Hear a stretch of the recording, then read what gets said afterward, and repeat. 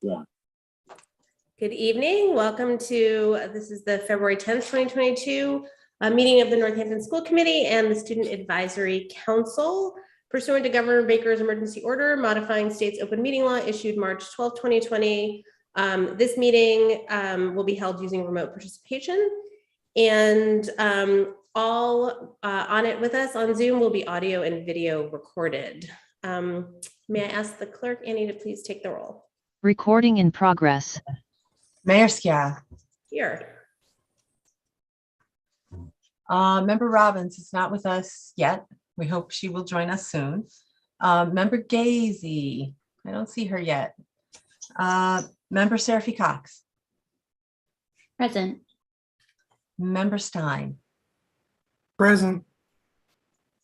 Member Levy will be a little late. Member Miller. You're muted, Member Miller. Present. Member Goldman. Present. Member Agna. Present. And Member Davis. Present. You are here. Here you are. Your Honor, you have a quorum. Excellent, thank you. So the item on our agenda is a presentation of the Student Union Anti-Racism Subcommittee's Diversity Supplement. Welcome.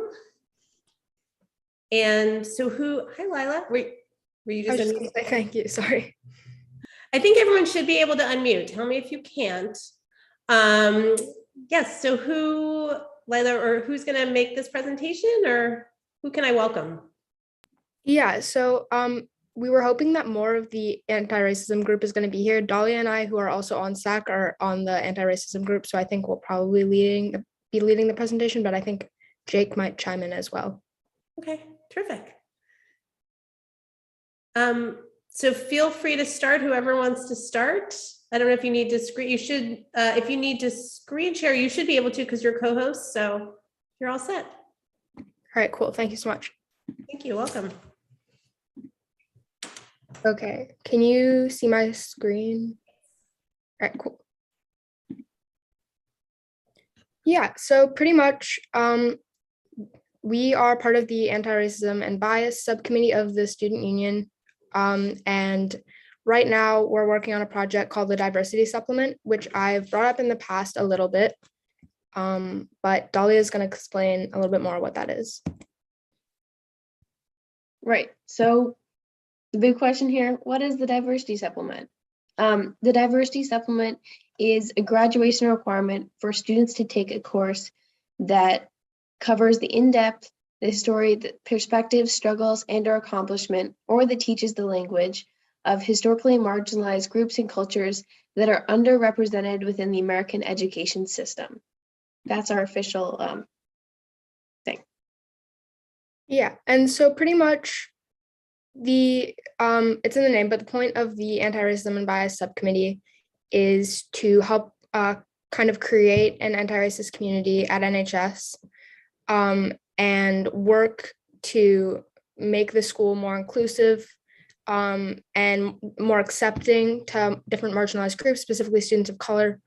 But we thought that the diversity supplement was kind of a great way to reach our goals, because we're constantly hearing from students that feel underrepresented by the curriculum and also just by general stuff at the high school, and also other students, generally students who are part of the majority, who are undereducated by the content of their classes. Let's see. Yeah. So in May, we put out a diversity survey, is what we called it.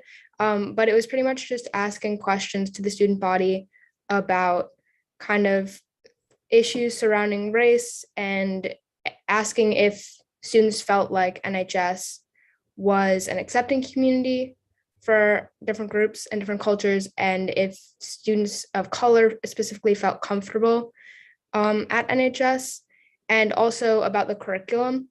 And so here you can see a graph, and the question was, compared to the time spent learning about / from the perspectives of white people, how much time is spent learning about the perspectives of people of color, and in your opinion? And as you can see, I believe 1 was very little and 5 was a lot. and the results are clearly leaning towards very little. 45% of students said kind of 2, which is like leaning towards very little, and a pretty big portion, 20%, said 1, which is very little. And so that it wasn't too surprising because everybody on the student union is a student at NHS, and we're aware that the curriculum is definitely lacking in many areas, in many classes. But it was definitely concerning to see that many students were aware of this as well.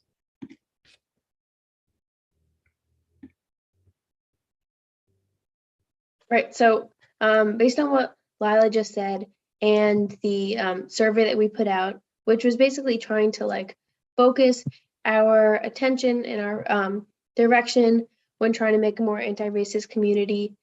Based on that results, we created the diversity supplement, this idea, which has a couple of goals.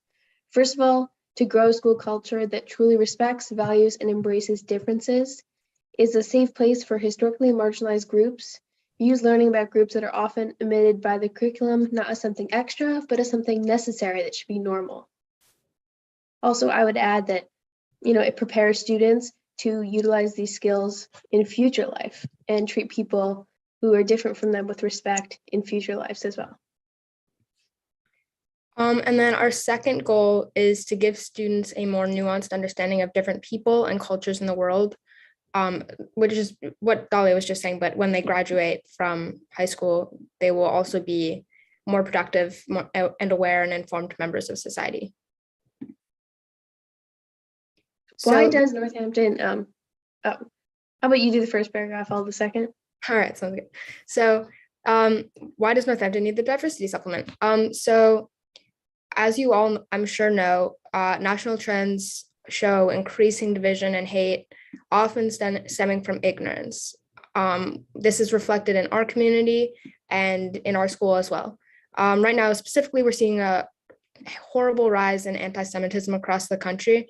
I'm sure all of you heard about this, but last week a swastika was found carved into a stall in the boys' bathroom at high school. And another thing, we were having a discussion about this as a union at our last meeting, and people were kind of sharing different stories about stuff they'd witnessed at high school. And one of the members said that she overheard a group of students in their classes talking about how they didn't know what the Holocaust was. And that was really concerning to all of us. And I think it's clear that these issues and this hate comes from this huge lack of education about groups that are not in the majority. And we're taking this, this hate that we're seeing across the world, and also, unfortunately, in Northampton, and saying that it's the duty of the education system of Northampton Public Schools to teach students and aid them with the knowledge to navigate through life with respect for differences. By using this diversity supplement to encourage students to take classes that teach them these skills, Northampton will be taking an active step in equipping the next generation with the tools to combat hate. The best tool is knowledge, as we all know. And I think this is particularly important in our community because we are a majority white community, and students often aren't surrounded or don't know that they're surrounded by people that are victims of this kind of discrimination. And so I think that's another reason that it's really important for us to learn about as many groups as possible in school so that we can have more conversations outside of school.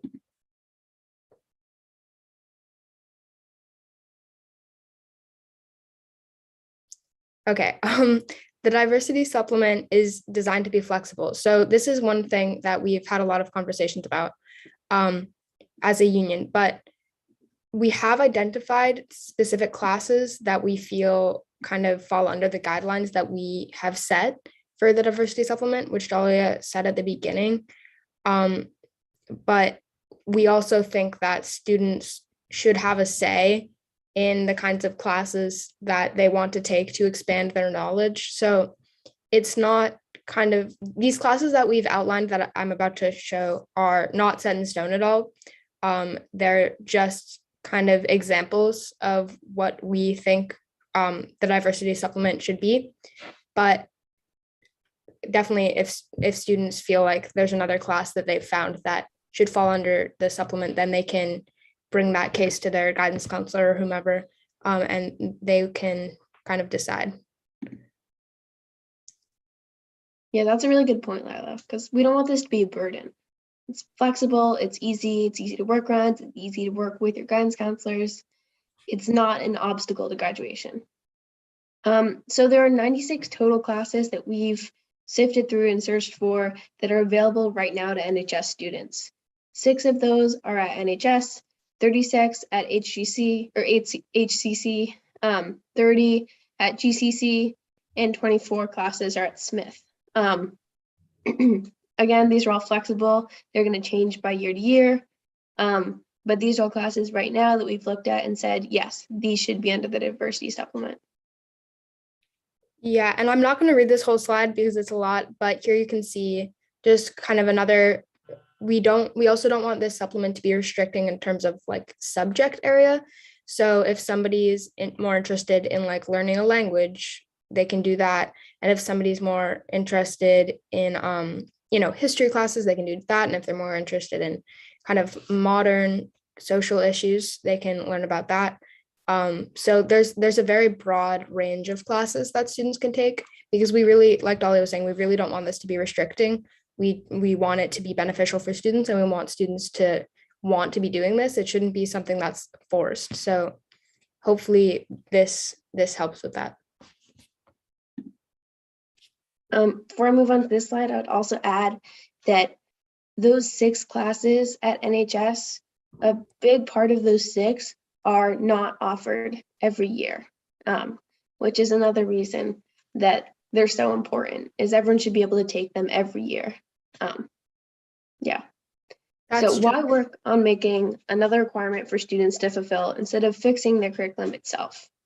So this is a thought process that we kind of went through when hearing the comments from students and just generally knowing that there needs to be something fixed at the NHS community. So changing curriculum is a super long process. It's complicated. It involves tons of people. It involves all of those people being on board, which is difficult. Instituting this requirement would come with its own issues and challenges, but it is a smaller step forward to a better school environment. You get the biggest bang for your buck. This is a short-term piece of a much bigger solution to a complex problem. It's not intended to fix the deeper problems that are there, but it is intended to be like, or provide relief for the students who aren't receiving the education about different cultures and people that they should be receiving right now. Yeah, and if I could add on to that, I know it says instead on the question, but I don't think it's a question of instead. I think there can be both. And like Dolly was saying, we feel like this is a more all-encompassing solution, and there definitely should be changes in the curriculums of classes that students are generally taking right now. But so yeah, it's not either or, it's both. This is just one piece of a much bigger solution to a much bigger problem. So yeah, now I think I'll stop sharing my screen. And we would like to open it up to kind of discussion or questions from any members. Thank you. I see Member Miller and then Member Stein. You're muted, Member Miller. So first of all, I want to applaud you. I think it's fantastic, the work you're doing, and I'm really impressed. I just wanted to even push the envelope a little further and say, yes, you are right that this is a much larger problem that needs to be addressed. However, I do think that it is possible for regular old standard English classes or standard history classes to bring into the conversation perspectives that might be not just the Caucasian history and English, stories, and there can be lots of other perspectives added and lots of other representations of things from people of color. So I think it can actually just happen in regular standard classes, because not everyone is able to take a class at, GCC, HCC, Smith College, whatever. Not everybody can do that, but in the regular curriculum, it's possible for teachers to bring up conversation about this. So I just want to applaud you and just add to that. I add that idea. Thank you. And thank you for what you're doing. Thank you. Superintendent, did you want to respond to that, or no, you're just going to queue up? Okay. So Member Stein. Yeah, I'm going to echo a lot of what Member Miller said. I was just extremely impressed with the presentation and the thoughtfulness and the work that clearly went into this, and the way you are approaching the subject and trying to move it forward. I think it aligns with the goals and the aims of the district improvement plan, and sort of the real sort of, I think, authentically felt need to have an anti-racist curriculum. And I really thank you for the work you're doing, and look forward to supporting these type of changes and other initiatives to help. So thank you so much. Thank you. Member Agna. And I'll third the thank you, Student Union, for your work and your perspectives on this, and also that you did the survey of the students. And that, I think that's always important to see what people are thinking, and your concern that people are feeling that they are not represented. And I know the district has a goal of affirming diversity and equity. And I think this just adds to the urgency for us to work on that. Now I'm a member of the curriculum subcommittee, and we're working with Karen, who is the curriculum director, and we're working with teachers on the subcommittee and also students. I know that Jake came to the subcommittee meeting the first time we met. So I can imagine that this could be a place to start, I hope, for us to do sort of a critical lens on what is being taught now and how we can fold in some things, as Member Miller said and Member Stein, about it's not about reinventing wheels so much, it's about putting a lens on some of the things that are currently being taught anyway. And I'd also like to echo what Member Stein and Member Miller said about how we should fold these in, because also we should fold them into the elementary and the middle school too, so that it's a developmental process, that it's not becomes news at the high school that there is a perspective not being represented. And I know that there are lots of teachers and principals who really do want to make sure that these perspectives are a part of what Northampton students get. So I'm looking forward to, perhaps, if it seems like the right thing to do, to bring this to the curriculum committee. Thank you again, all of you. Thank you. Dr. Provost. Okay, so I'll fifth it. And I'll also say, that I remember the conversation at my table in our office when you first started proposing this idea to me, and we began the conversation. So it's really delightful to me to see it come to this next step of an evolution. I wanted to ask you a question about the focus of this, and wondering if you thought through this. So at the beginning, there was an emphasis on students who are underrepresented in the American public education system, and also trying to heal some of the wounds that we have within our own nation.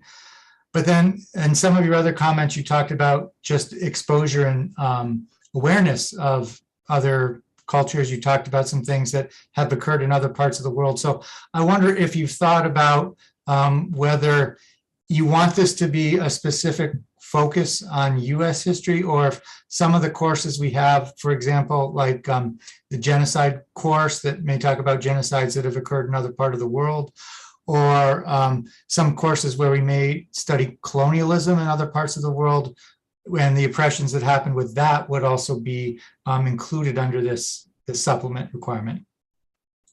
Yeah, definitely. So what we mean by underrepresented within the American education system is in classes, even in classes like world history or not teaching about, the Holocaust or whatever that might be. So it's not issues that are just happening in America. We definitely, like, one of the classes that at NHS is the genocide studies class that studies the Holocaust in a lot of depth.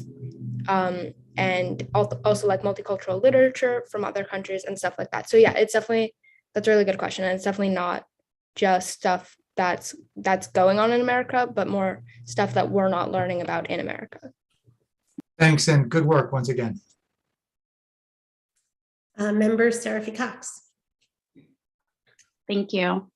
Yes, I'm was really interested in the results of the survey from students. I think that if you had surveyed students when I was in high school, my guess is they might not have even necessarily known how to answer such a question because it wasn't a part of the conversation.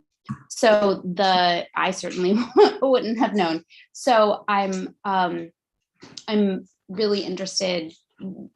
I'm really excited that it is becoming a part of the conversation among students specifically. So one question that I had about the classes that you said, you felt like would qualify. I'm curious if you wrote out like any criteria or I kind of piggybacking on Superintendent Provost's question about how you're defining these things, because I noticed that Spanish was on the list. At least in my high school, Spanish was taught from primarily the perspective of Spain. So that may or may not, add maybe some of the things that you're talking about. So just kind of curious how you all thought about that piece.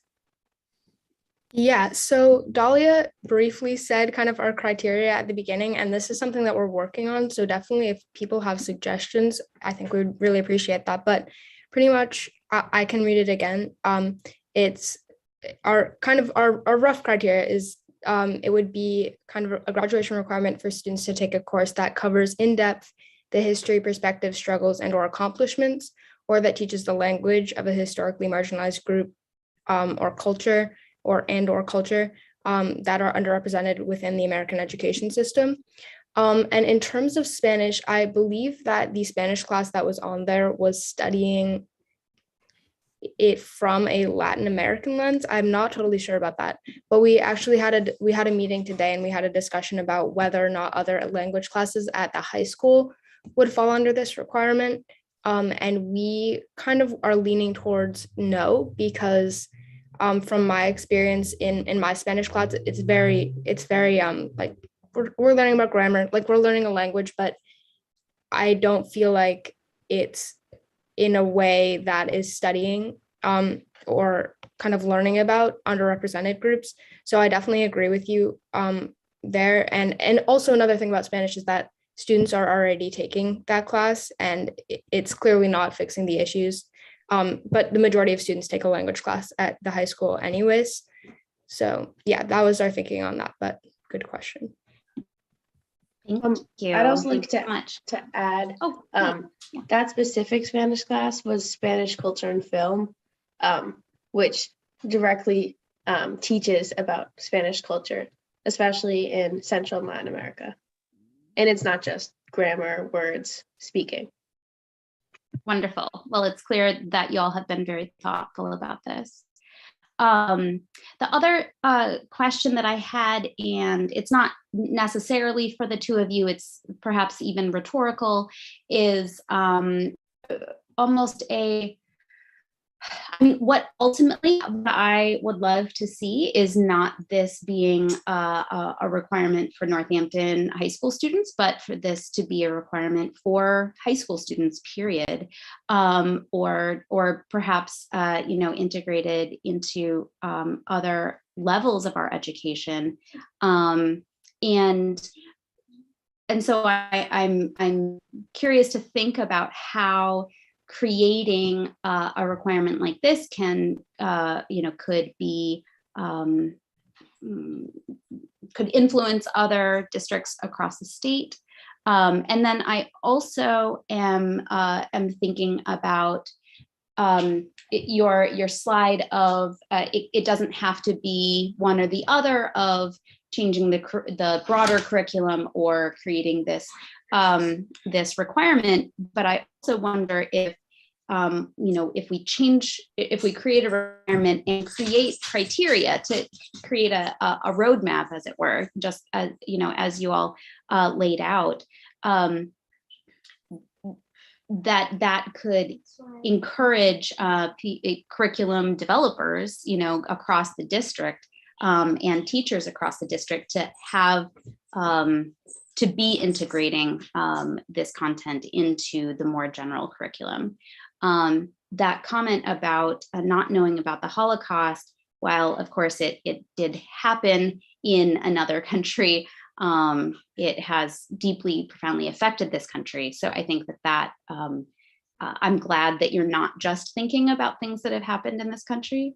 And there was another piece to that I've lost. Oh well. Thank you again. Thank you, Member Sr3 Cox. I'm not seeing other hands. If we don't, is there anything else that Lila or Dahlia or Megan Peck has raised her hand? Megan? I am sorry to be so late. Am I here in the public comment period? There wasn't a designated public comment period, but I would be happy to hear from you. I'm sure I'm looking for nods from the school committee. Sorry, Dr. Provost, you're muted. You're muted, Dr. Provost. I wonder if we could just clarify, Megan, did you want to offer comment on the Student Advisory Council meeting, or did you want to offer comment on something that's coming up later? It's for something that's coming up later. Yeah. Oh. Okay. Thank you.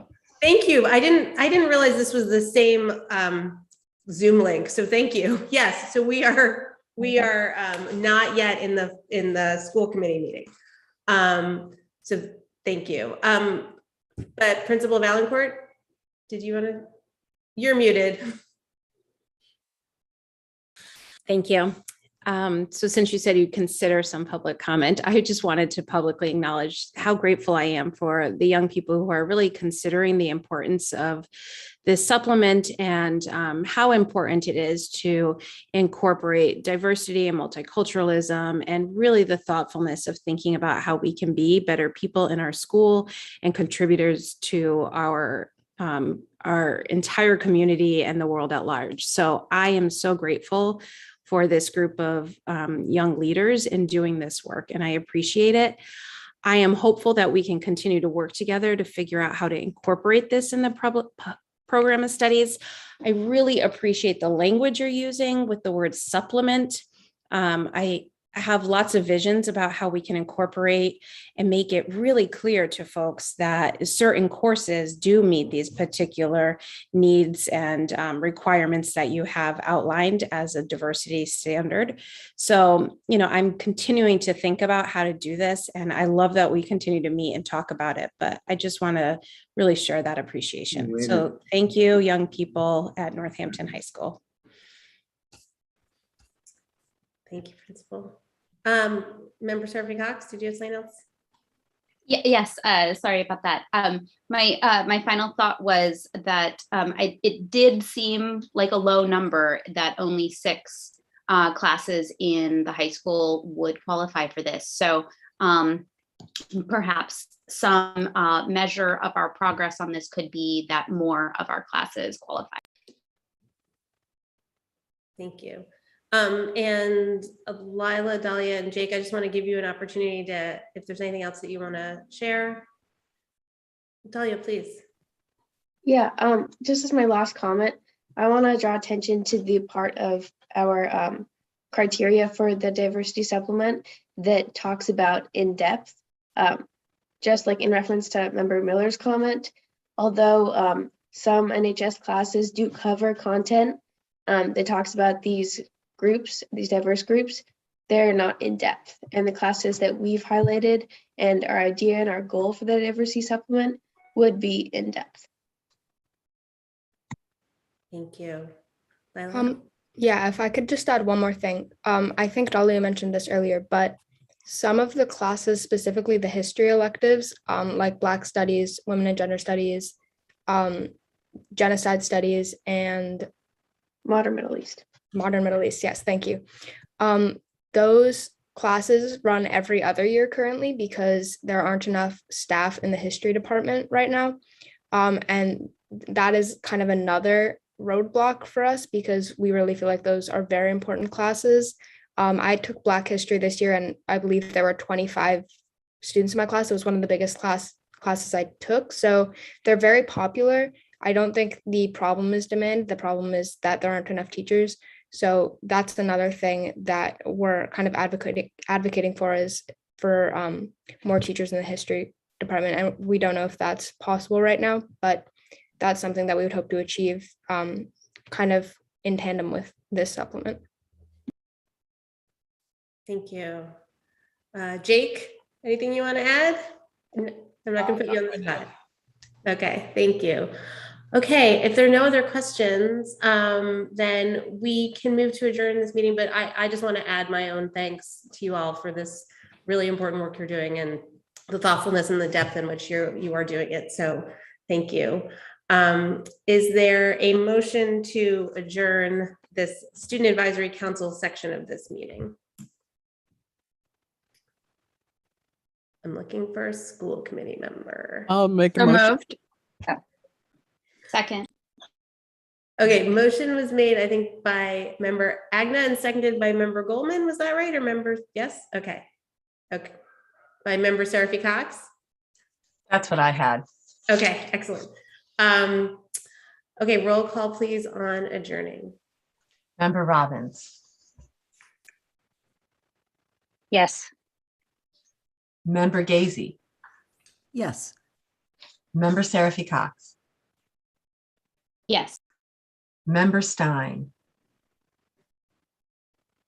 Yes. Member Levy. Yes. Member Miller. Yes. Member Goldman. Yes. Member Agna. Yes. Member Davis. Yes. And Mayor Sciarra. Yes. Okay, we are adjourned out of that meeting, and anyone who's here for the school committee meeting, we are going to now roll into the regular school committee meeting. And I'm just going to repeat again that pursuant to Governor Baker's emergency orders modifying the state opens meeting law, the meeting of this Northampton School Committee will be held using remote participation, as will public comment, and everyone who is participating on Zoom with us will be audio and video recorded. And we can now take the roll, please. We don't often take the roll twice. Oh, you don't do it twice, even though we've adjourned? Yeah, even though we actually never really quite adjourned before, but I'm happy to change the pattern because I always sort of felt like that was odd. But I'm happy to take the roll again if you think that's I'm just better. following the agenda. Sure. I mean, since we have adjourned, I think we should take the roll again. Okay. And I think some members have actually joined who I were agree. not able to be there at the moment when we did it before. Okay. Member Gazy. Here. Member Sr3 Cox. Present. Member Stein. Present. Member Levy, Present. Member Miller, Present. Member Goldman, Present. Member Agna, Present. Member Davis, Present. Mayor Sciarra, Present. and Member Robbins. I'm here. Your Honor, you have a quorum. Excellent, thank you. We will start with public comments.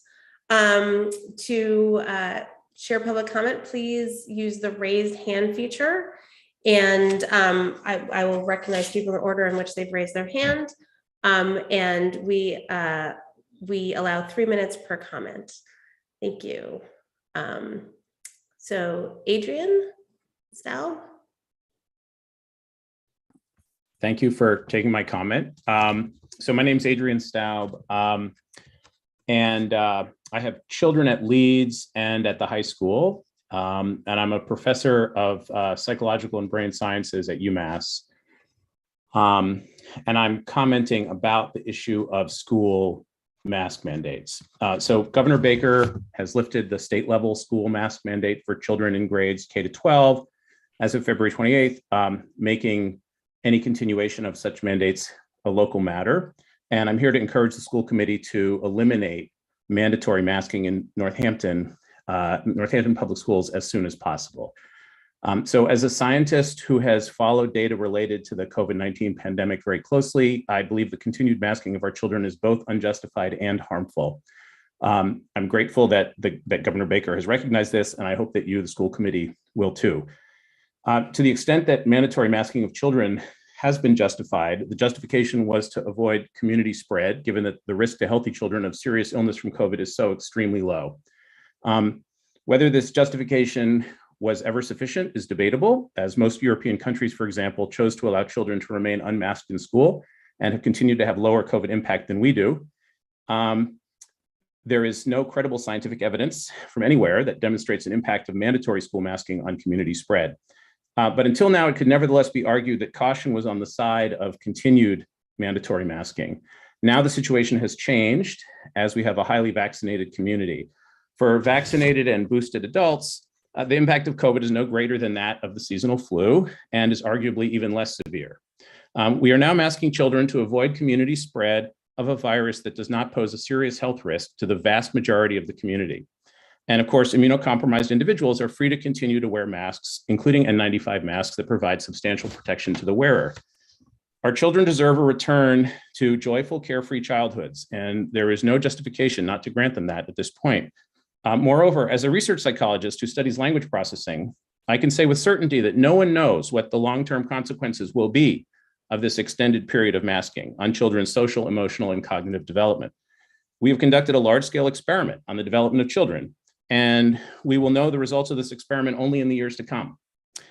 We should end this experiment now that we have the opportunity to do so, before we inflict more potential harm on the truly most vulnerable, the children whose futures are in our hands. Thank you. Thank you for those comments.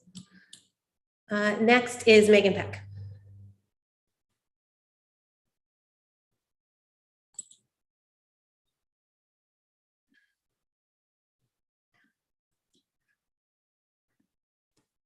Good evening, school committee members, Dr. Provost, Mayor Sciarra. I'm a parent at the middle school and high school and the current vice president of the high school PTO. I'm very grateful that Member Levy had added the discussion of the traffic issues around public schools to your agenda tonight. I'm expecting Director LaScalia to come to the meeting shortly, if she's not already here, to give a comprehensive report of an update of all the traffic interventions to date and address questions and also talk about the traffic study that's been requested, including the timeline of the process. So I'm leery of repeating what in a less clear way of what she intends to say.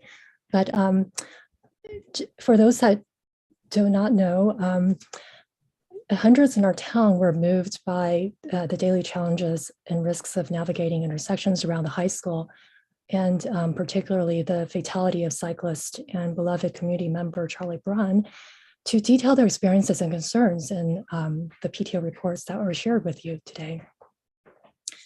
As most of you know, a group of parent volunteers along with Dr. Provost, have partnered with the city's Transportation and Parking Commission to consider various traffic calming interventions, like the removal of some parking spaces next to Child's Park, an ordinance that is banning U-turn at the island in front of the school. These changes since October appear incremental, but the challenges we face in that area are daunting, and every alternative is complex in implications. Our group of parent volunteers will continue to provide feedback for the members of the Traffic and Parking Commission. We especially want to thank Director LaScalia and Councillor Foster for keeping this issue a priority and for their transparency and willingness to try different interventions. I know many on the school committee here, some of whom attended our PTO meeting this week, share the urgency to make the high school area safer for the 1,000 pedestrians, cyclists, and drivers who are there every day. Thank you for your time. Thank you. Next is Jordan Abbott. Good evening. My name is Jordan Abbott. I live in Northampton, and I'm also a high school and middle school parent. And I am glad to have this opportunity to see many of you who were at the PTO meeting again, and to offer my comments to the full school committee. The burst of energy and ideas and the hard work that is already underway relating to traffic safety around the high school is remarkable. I've been in multiple meetings with Northampton High School parents, staff and student representatives, and community members, and there is no shortage of ideas about how to address the traffic safety challenges. There's no question that this is a concern that affects Northampton High School, its neighbors, and the broader community. And it is a complex puzzle that requires participation and input from many different factions and areas of expertise. I want to recognize the commitment of the Transportation and Parking Commission, the progress already made with parking changes and the no U-turn ordinance, as Megan referenced, and the effective partnership between the Northampton High School PTO and the Transportation and Parking Commission and DPW.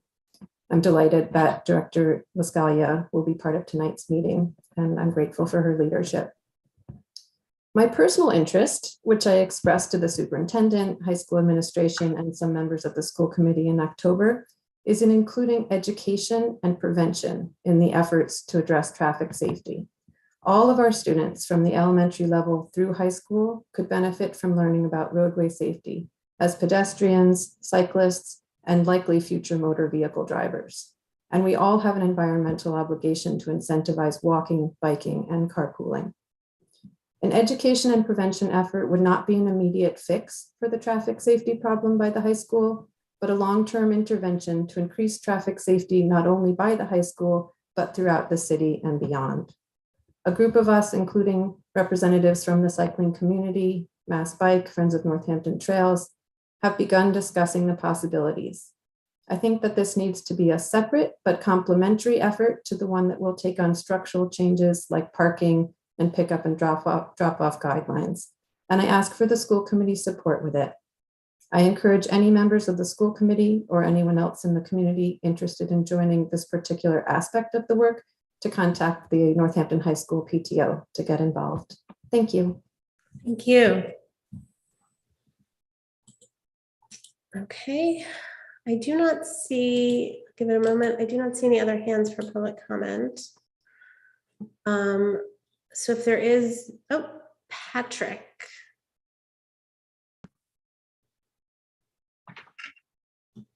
Hi, welcome. Can you see me? Yes. Okay, thank you. Good evening, everybody. My name is Patrick Bowen. I live at 9 Harold Street in Florence in Ward 1, I think.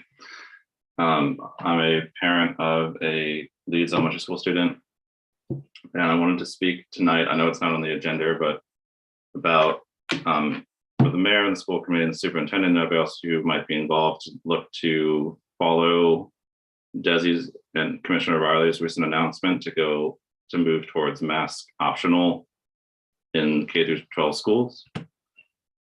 And I saw a quote from Superintendent Provost today in the Globe saying that it involves the city Board of Health and the citywide mask mandate. And I understand there's a lot of people to work with here, but I'm hoping you can all work together to look to move along with the state and their analysis of the health data and of the testing across the state and looking at that science and making this decision. I want to talk through a little bit why I think it's worthwhile. I know that we've all had difficult last 2 years. It's been a lot of challenges for everybody. It's not been a great time. And that part of that, we've learned to live in different ways, and we've kind of adopted different mantras along the way. And part of following the science is updating those things as both science and the tools available change. And one of the reasons why I think we can go to a mask optional policy is that now we have KN95s and other high quality respirators are widely available finally. My understanding is the district is providing those to anybody who wants them as part of the surge protocol. And as part of moving to mask optional, could continue to provide those to anybody who wishes to wear them. The key difference with KN95s is that it protects the wearer regardless of what is happening around them. So the old mantra of my mask protects you and your mask protects me no longer applies with masks of this quality. So anybody who wants to be more conservative and continue to wear a mask for more protection, the KN95 accomplishes that without having a mandate. At this point, we're looking at 2 years into COVID, more or less, and we don't have any randomized control trials, which are the gold standard of science research, showing that mask wearing by students in the real world is actually effective. We do have a decent number of randomized control trials that shows that mask wearing by students is either ineffective or produces a negative effect because people touch their face more. So when we look at considering keeping mask mandate or going mask optional, sometimes we think it's a false dichotomy between safety and not safety, but the data doesn't support that viewpoint. Looking at realistic mask usage by students, this change is not as big of a jump as you might think it is, especially if those who want to be more conservative can wear KN95s. One thing the district has done that's really commendable is our ventilation systems are awesome in our schools now. And that will continue to be a mitigation for COVID, but also for any other respiratory viruses. That is time. Can you finish your sentence? Was it? That was time. Can you wrap up your thought or finish your sentence? Yep, I will. I understand the other thing we've said a lot is abundance of caution, but I think that focuses on just a single thing about whether or not people have COVID, and that 2 years in, we have to look at a more broader thing about health and safety and our impact on our kids. And I hope that you can look to move towards this mask optional policy from DESE. And thank you for your time. Thank you. Next is Suzanne Stillinger. Hi, good evening. Thank you. I'm hoping you can hear me okay. My name is Suzanne Stillinger. I am a preschool teacher in Northampton, and I have a second grader at Bridge Street Elementary School, and I wasn't planning on speaking at the meeting. I'm home with COVID, which I caught from one of my preschool students, despite the fact that I continuously wear a 3M or a N95 mask inside at all times. I don't take my mask off to eat or drink. I'm fully vaxxed and boosted. And I can't imagine how awful this would be if I hadn't gotten the vaccine and gotten that booster, because I am very sick. I'm missing 10 days of work. And it's really distressing to hear that disabled teachers and disabled parents, and my daughter has an inherited blood disorder that makes her especially vulnerable as well, that she got from me, that disabled community members like me are the people that we're talking about rounding down on when we talk about dropping the mask mandate. And so I just want to ask, what's the rush? People keep saying, we don't have evidence it's working. We don't have evidence yet that this isn't causing a speech delay. We do have evidence that kids' speech development is doing fine. We have evidence that this is working, and I don't want to be forgotten.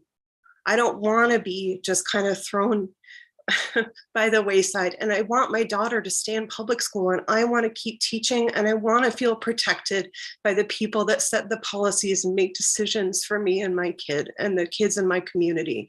And I want to send a message to the children and the teachers in Northampton Public Schools that we will prioritize the people who need the most protection. people like me, people like my daughter, and other disabled people in our community. What's the rush? Thank you.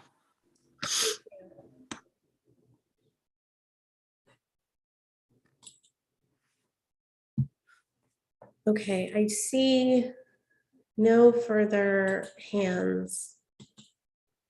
So if there's no further comment, then we will move on with the agenda. Thank you for those comments, everybody. So next up on our agenda are announcements. I'm going to announce the 2 liaisons to the Superintendent Health Advisory Committee. They will be Member Goldman and Member Stein. Member Agnew, do you have an announcement? Yes. I just wanted to acknowledge the fact that former principal of the Bridge Street School, Joanna McKenna, passed away last week suddenly. And I have a particular a fondness for Joanna McKenna. She was the person who basically helped me become a principal.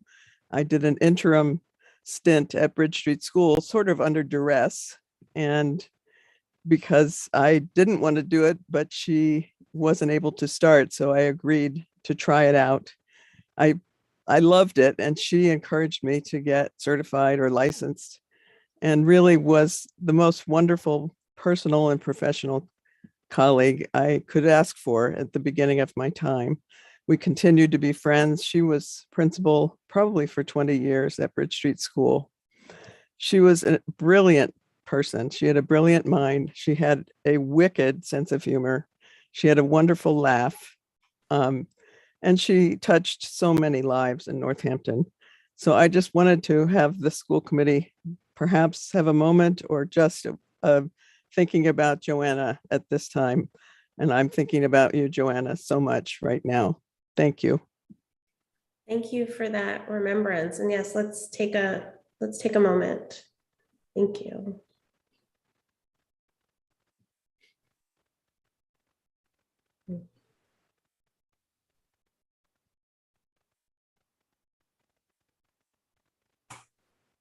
Thank you. Thank you, Member Agnew. Member Robbins? You're muted, Member Robbins. Keep doing that. Following that, she was really an amazing person, and we will miss her. I want to take the moment to commend Member Agnew, who has just spoken, for her really comprehensive and thoughtful talk about the role of our school committee at the NHS PTO this past Tuesday night. She was wonderful. And thank you so much to the NHS PTO members for welcoming several of us who were able to attend and who invited us to stay to hear their active and very knowledgeable work of the NHS Traffic Committee. It's great to be in a position where we can have that kind of dialogue and interchange, and we really appreciated it. Thank you for that. Member Goldman. Thank you. I'd like to make an announcement on behalf of the Health Advisory Committee, not to be mistaken with the Superintendent's Health Advisory Committee, which I'm also on. But I'm the liaison for the Health Advisory Committee. One aspect of that is the Farm to School Committee. And I just wanted to provide an update and thank former committee members and second term committee members for voting to approve hiring a farm to school coordinator within the district last fall. Brian Jersky was hired in November and has been leading efforts to move the farm to school agenda forward. It was sort of quieted down while the district really focused on food services during the pandemic. And though that is still a tremendous workload, we're starting to develop that. And it's really, the piece I want to really focus on is that there is a pilot composting program at the high school that's happening, and there are hopes to expand that program to all of the schools in the district. So I encourage everyone to speak with your students about what composting is and what that might be like in the schools. And and all things around student health and wellness. Thank you. Thank you. That's spectacular news. Thank you. Member Miller. I actually have a question. It kind of relates to what Member Goldman just said. I just wanted to ask a question because I know in past meetings we had talked about assigning 2 school committee members to SHAC.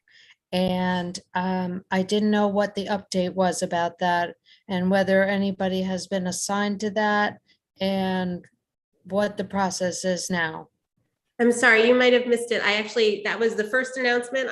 I made the first announcement, and that was announcing the 2 members that have been assigned as the liaisons, which are Member Goldman and Member Stein. Thank you. Sure. I don't know why I missed that. Okay.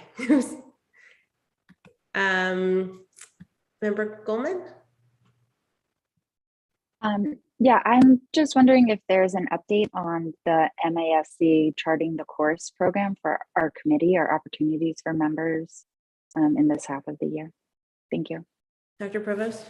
I don't have an update. I'm still working with Todd Gosta from CES to try to bring in the course. As soon as I have any information, I'll let the members know. Thank you. Great. Any other announcements from members? I don't see any. Okay, we will move on to recommended actions or the consent agenda. These are the items on it. Approval of minutes of school committee meeting of January 13th, 2022, the meeting on January 27th, 2022, and the joint city council school committee meeting on February 1st, 2022. And there is also a budget transfer. So this is $15,000 from instructional software to instructional hardware for special education. Those are the items on the consent agenda. Is there a motion? I make a motion. Second. A motion's been made by, Member Stein, were you going to second it? There's no discussion on the consent agenda unless you want to remove an item for discussion.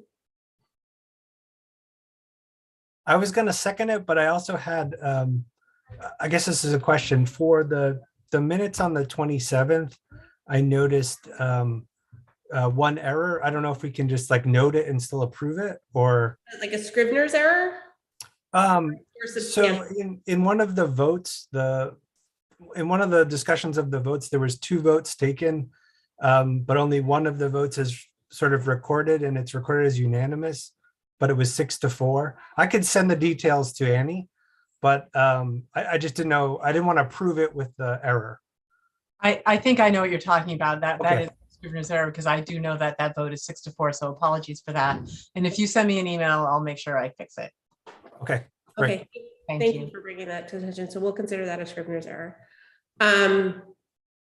Okay, so I forgot who made, the motion was made and seconded, yes? Motion was made by Member Agnew and seconded by Member Goldman. Okay, roll call, please, Annie.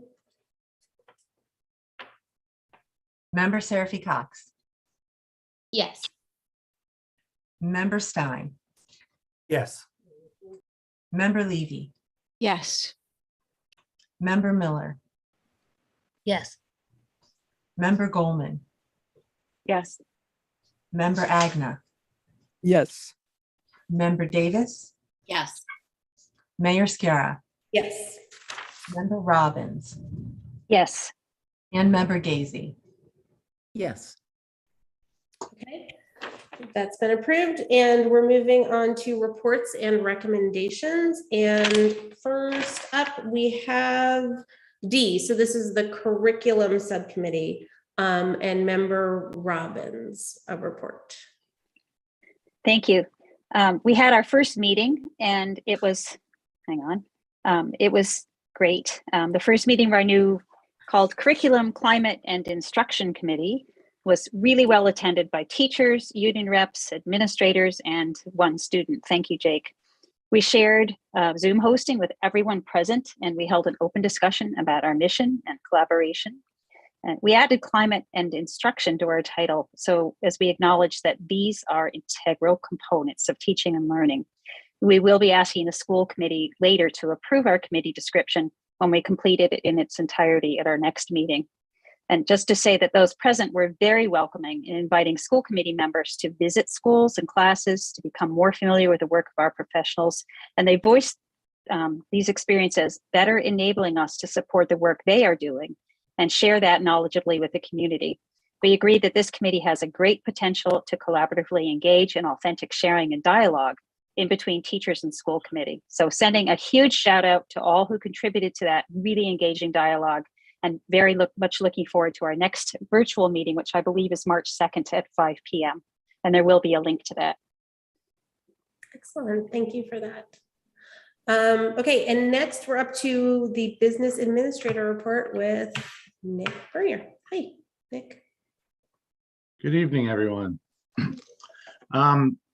This month included in your packet was the latest fiscal year 22 appropriation report through January 31st, 2022. It's just our year-to-date budget report. I'm still working with administrators and staff to prepare the needed transfers while monitoring the spending of our appropriation funds along with our federal COVID grants. One of the transfers you just approved during your consent agenda, and there will be more to follow as the year continues to progress. ESSER 3 grant update. The ESSER 3 grant application was initially approved on January 25th, finally, after I think I submitted it on October 4th. So it was quite the wait. As part of this process, though, there are additional forms that need to be completed regarding the purchase of the pavilions for outdoor learning and dining space, as well as some documentation that will need to be provided to DESE as we go through that process. All that must be done before we can seek any reimbursement for the pavilions. But it's not a roadblock or anything like that. It's just documentation to ensure that the procurement was done properly and we have all the permits and everything that we need. A further condition is that our ESSER 3 implementation plan, as well as the Northampton Public Schools reopening plan, which was published last year, must be posted on our website, which they both are. And I've sent the links to DESE so they know they're there. The total amount of this grant is $3,391,996. We can begin our implementation plan now as the grant is approved, and I'll provide a little bit more detail later on about that. We're continuing to prepare our proposed FY23 budget in preparation for the first view on February 28th. Right now, we're continuing to gather necessary information for this process, including things such as our FY23 Chapter 70 allocation, which you already know what that is based on last week's meeting. There were no gifts or donations valued at less than $1,000 during January of 2022 to report. Also in your packet is a copy of both of the warrants that your representatives have signed since the last report. One additional piece of information that was not included on my report that I just found out yesterday, the solar arrays that are going to end up on the roofs of Bridge Street, Leeds, and Ryan Road. The contracts are in process now. I've been having conversations with our procurement officer, our auditor, as well as Chris Mason about what needs to be in the contract and where things are going to be charged to and everything. While we're still likely several months away from the actual installation of the solar panels, I did want to update you that the process is progressing and the contract is about to be signed. So that's good. And in a few months we'll be a cleaner, greener school district. And I'd like to thank the committee for approving that. And soon after, well, not too soon, but afterwards, the Commissioner of Education approved it as well, which allowed the process to go forward. So there's an update for you on that. The next piece is I'd like to just briefly discuss the Sr3 spending plan. After the grant was submitted, I brought this up to the Budget and Property Subcommittee back in October, and they asked if the whole committee could, get a presentation on it once the grant was approved, and I said sure. So here we are a few months later with an approved grant. So I'd like basically the spending plan is what's included in your packet, but if you'd like, I could share my screen so people can actually follow along while I read it. It's kind of small.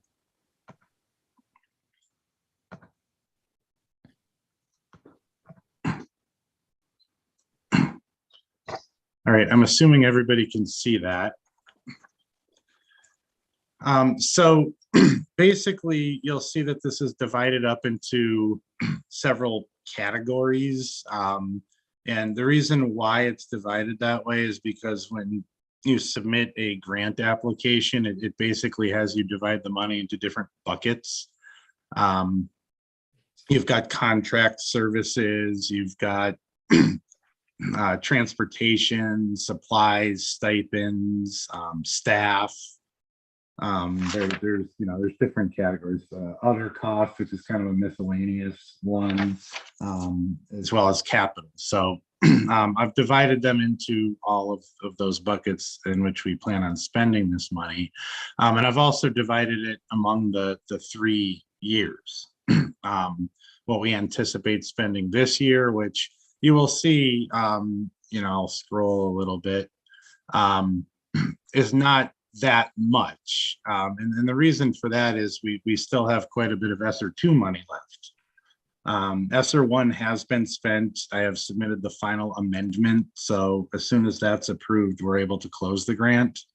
But it makes sense to spend them to the extent possible in the order you got them, because each one needs to be spent by a different time, and ESSER2 needs to be spent before ESSER3. So we'll focus on that first, and then the subsequent years we will spend the remainder of ESSER3.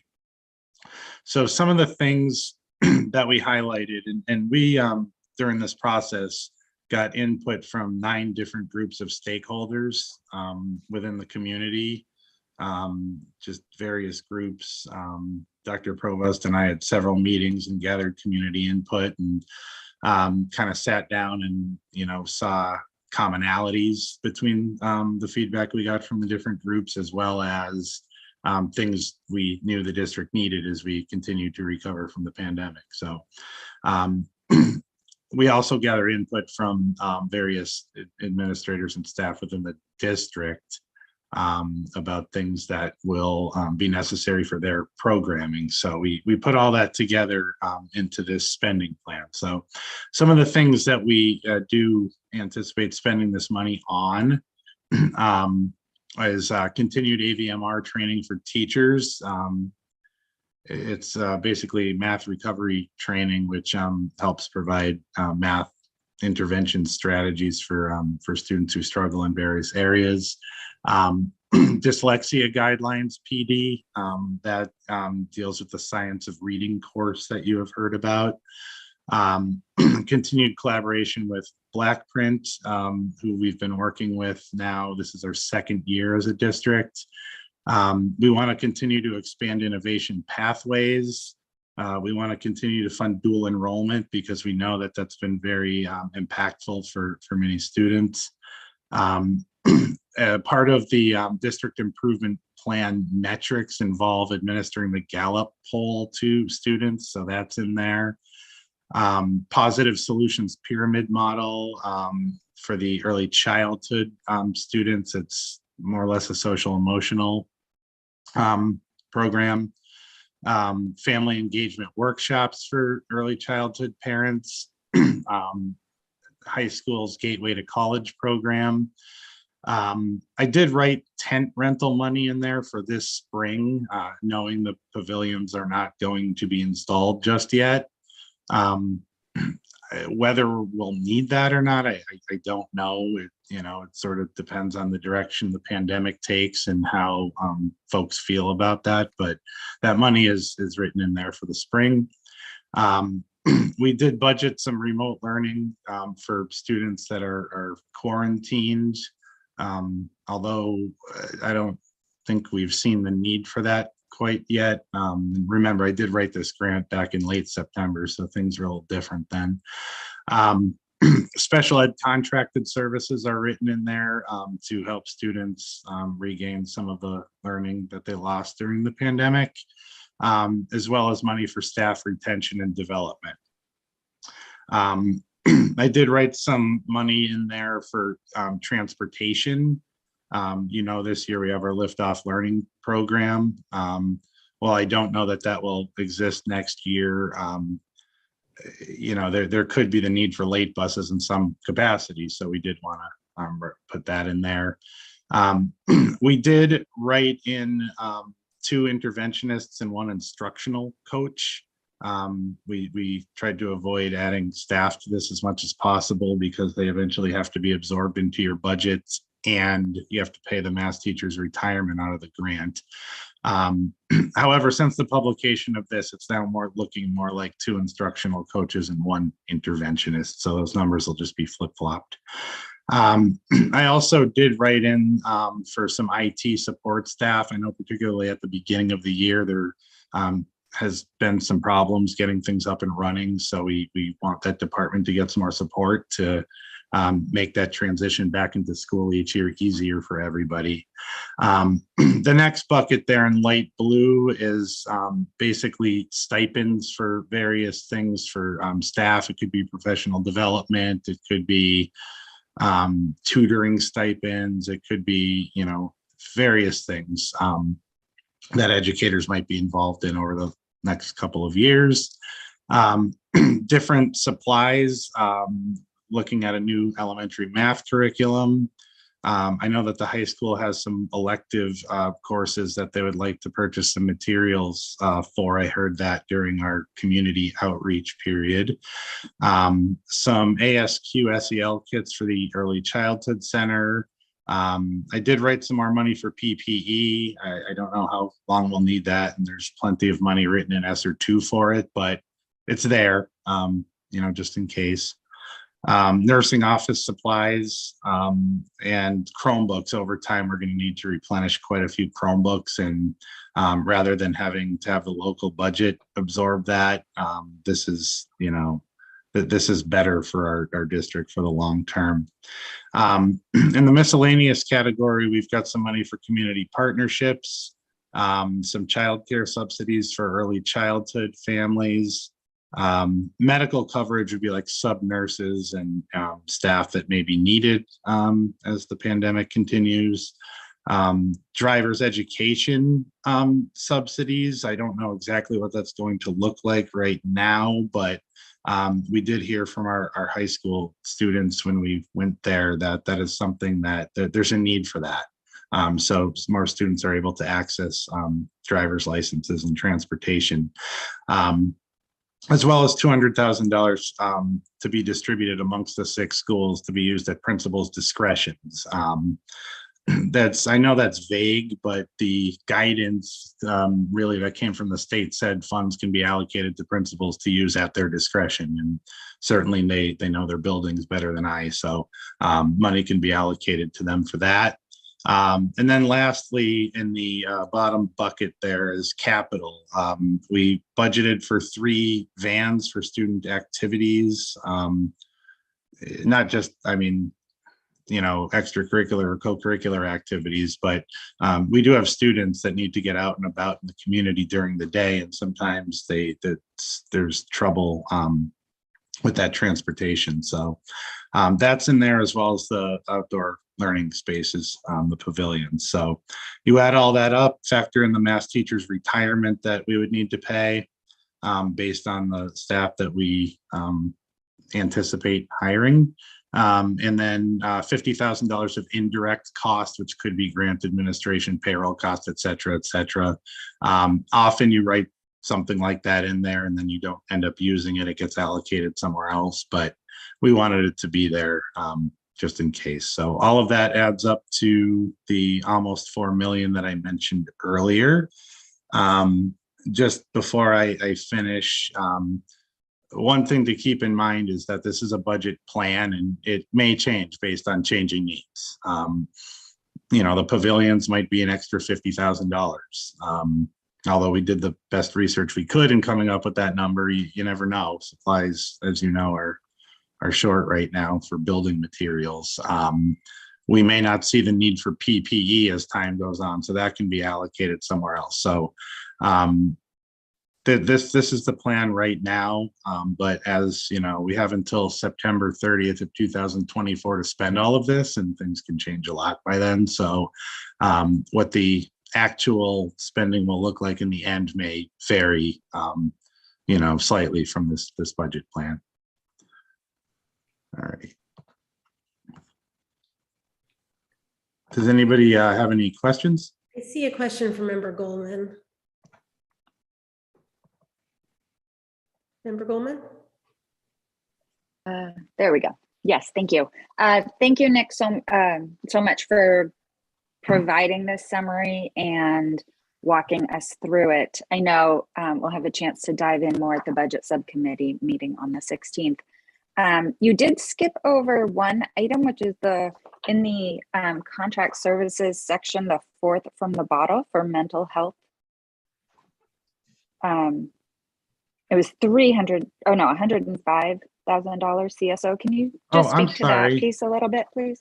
Yeah, I'm sorry. You know what? After I talked about the tent rental, I skipped the entire rest of that section. I apologize for that. Yeah, we've been contracting with CSO this year. That's funded by ESSER2 money. And, you know, we do want to continue some mental health contract services. I don't know that it would be CSO. I don't know that it wouldn't be. We know that the need will be there, and that's important. I believe they're working primarily with the high school and JFK. Someone can correct me if I'm wrong on that, but I've certainly heard positive things about the work that they're doing. So that was written in there. I think you got the ones below that. I particularly wanted to. Yes, I did. Okay, yeah, you're right. I did. That was just that one. And it really drew my attention because I was anticipating there to be more sort of mental health and SEL support on this. And I didn't get a chance to, but I likely will go back to ESSER2 to sort of see if a lot of that is already covered. And I know that this is a little flexible. But there's a lot of pieces in here I really appreciate. So thank you for walking through it. Absolutely. Member Robbins? Yes, and thank you, Nick. It's great when the numbers add up, but we're going to mess with the middle a little maybe.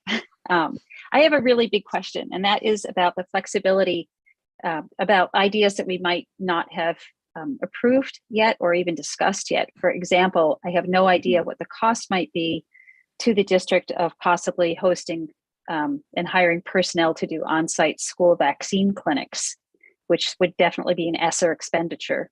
And I'm sure it's been discussed in the past, but I'm hoping that there's still some flexibility in this spending to give us that window should we want it. I think Dr. Provost wants to speak to that. Yeah. So I'll say that we've had several in-school vaccination clinics. We've worked with the health department in order to provide those, and I would continue to work with them. They have their own set of funds that they're able to tap for that. We have had times when we've contributed, but for the most part, the health department has used their funding to provide those in-house vaccine clinics. That has been something we've been very supportive of and something that we have done several times. And if there is another wave of vaccines that may become necessary in this, we would revisit that strategy once again. So I just want to, the answer to my question would be, should we consider doing that? And should the health department not be in a position to support that? Is this something that we could use this funding to support? It's been a while since I read the regulations around this, but I believe it would be an acceptable use. Nick might be able to answer that. Yeah, it would be an acceptable use. I don't see why it wouldn't be an acceptable use. And as Dr. Provost said, you know, if the need arises, we'd certainly look at that. However, if the health department and the ARPA funds that they're likely using to do what we've been doing, if that can continue, then, you know, that's good. Then, you know, we'll get done what we need with that money.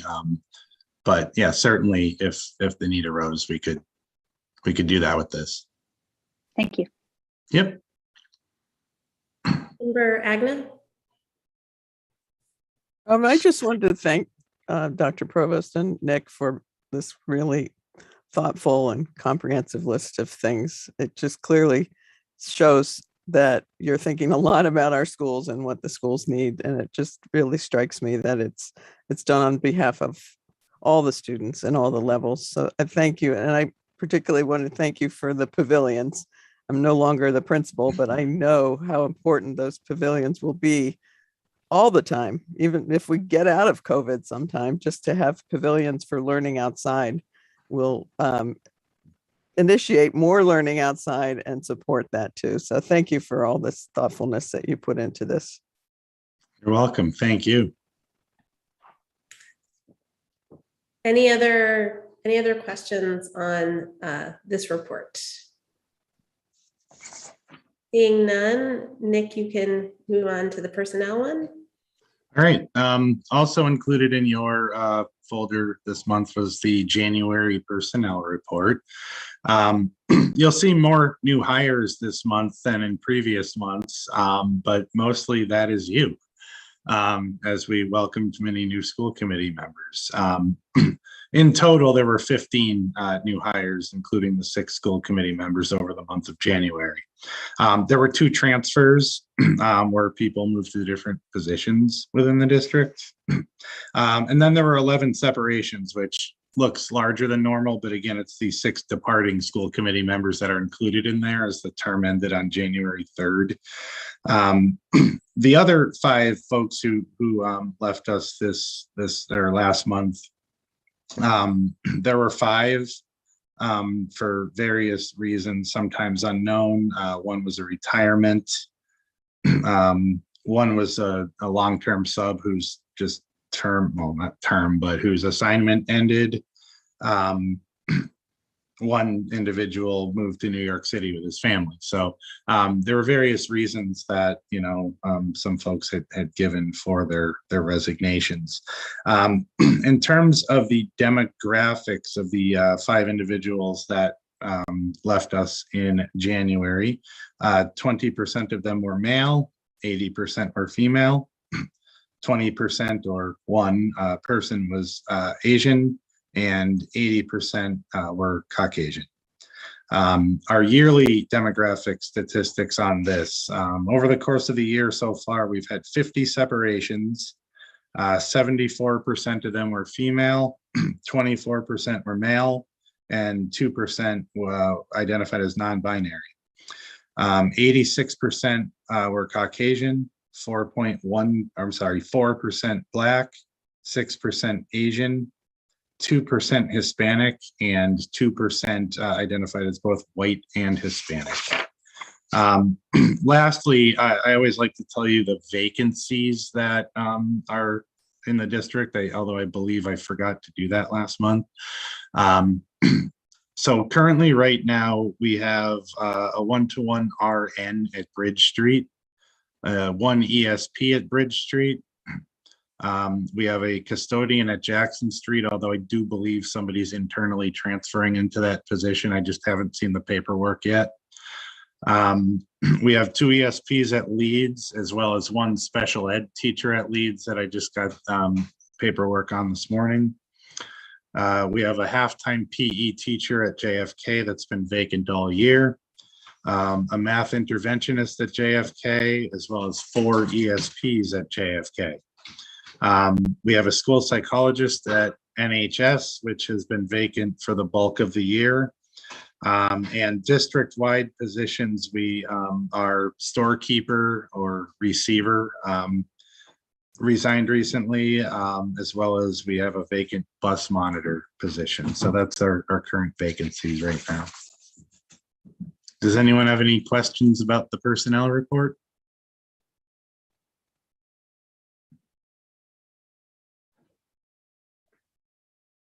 I don't see any. Okay, if there are no questions, we'll move on. Thank you so much, Nick. Thank you. And Dr. Provost, the superintendent's report. Thank you. Now I'll share my screen.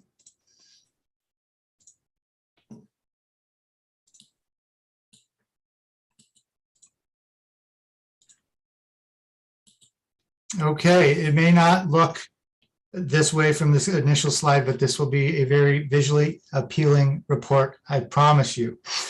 Okay, this is the current design for a high school renovation project we hope to undertake at Northampton High School. It would be the third library renovation during my time in the Northampton Public Schools. And those of you who are familiar with the renovations at Bridge or Jackson Street schools will see many of the same concepts implemented in an age-appropriate way for high school students here.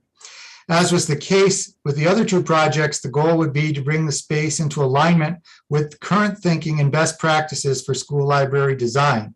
The focus would be on making a library space for collaboration, creation, and curation, instead of just a place for information storage and access. As we have done with other renovations, this upgrade will feature movable furniture that allows the library to be easily reconfigured for a variety of purposes. The project will not prioritize the creation of maker spaces as we have done in other ones, but that's because there are a number of other rooms in the high school, mostly on the first floor, that serve a maker space-like purpose. I want to thank Rochelle Garfinkel, the high school librarian, for her vision on this project. I'd also like to thank Elizabeth Berman of Red Thread for this visualization and for working with us to explore what we could achieve at a reasonable cost. Rochelle has also been actively weeding the science and math section of the library to remove outdated material. Part of the renovation project will include replenishing those bookshelves, but the entire nonfiction section is expected to get much smaller because most nonfiction materials appropriate for high school level research are now maintained on online databases to which the school subscribes. The total cost of this project is expected to be between $150,000 to $175,000, which we think is well within the fundraising capacity of the community. Rochelle has organized a group of parents and community members to contribute ideas and developing a fundraising plan. As this moves forward, I will keep you in the community informed of opportunities for charitable giving to support this project. And I know some of you on this board have expertise in philanthropy, so if you have any great fundraising ideas, we'd love to hear them. The work on caregiver and student engagement, which is a component of our district improvement plan under Goal 1, continued this month, specifically in the areas of engaging community members as cultural brokers and utilizing multilingual two-way communication. This data shows the usage of Talking Points software. As a reminder, Talking Points provides instantaneous translation of text messages to facilitate two-way communication between speakers of different languages. The blue bars on this usage graph represent messages originated by school personnel to families using the system. The yellow bars show messages originated by families to the schools. And as I mentioned before, we also have a relationship with Lionbridge, which is a service that provides oral interpretation for telephonic communications. To date, we've had about 80 uses of Lionbridge this year, and the main languages that they've been providing support for us are with families whose main language is Arabic, Swahili, or French.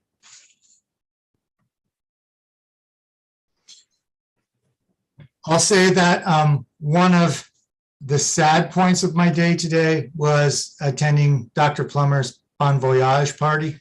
But I planned a little recovery activity for myself, which was going to the EL Hub immediately afterward. The EL Hub, which I mentioned in my last report, had its grand opening just hours ago. I think students are actually just leaving the building as we speak. This is a significant success for the district action team that supports the family engagement components of the district improvement plan. I had the opportunity to spend some time with the EL Hub participants earlier this afternoon. It was one of those moments that reminds me why I do this work. The staff were wonderful. The kids were fully engaged. I had a chance to joke with some of the high school students who were helping the littles and to deliver my own mini lesson on the expression curtain call and what that means. This work brought together so many from our community who I'd like to recognize. Of course, here you see our wonderful student and family engagement coordinator, Lauren Berry. She's seen here in one of the t-shirts we had printed for the hub. I'd also like to thank Molly McLaughlin for designing the logo and turning her home into a clothing manufacturing shop to produce the t-shirts for everyone. And I'd also like to thank the city's Chief Information Officer, Antonio Pagan, who's been a great supporter of the district action team. You see him represented here as the bus driver in the logo, because when we began discussing the transportation needs for the new program, he told us he'd be happy to drive the bus. So this is a photo from just hours ago. Mayor, I would venture to guess that not many of your colleagues have a chief information officer who'd gladly volunteer to get behind the wheel of a bus to help support the students of our city, but you do, and I hope that makes you very proud. It does make me very proud. Now let me transition to another DIP goal, which is how to address systemic practices and implicit bias that impact student discipline and special education referrals.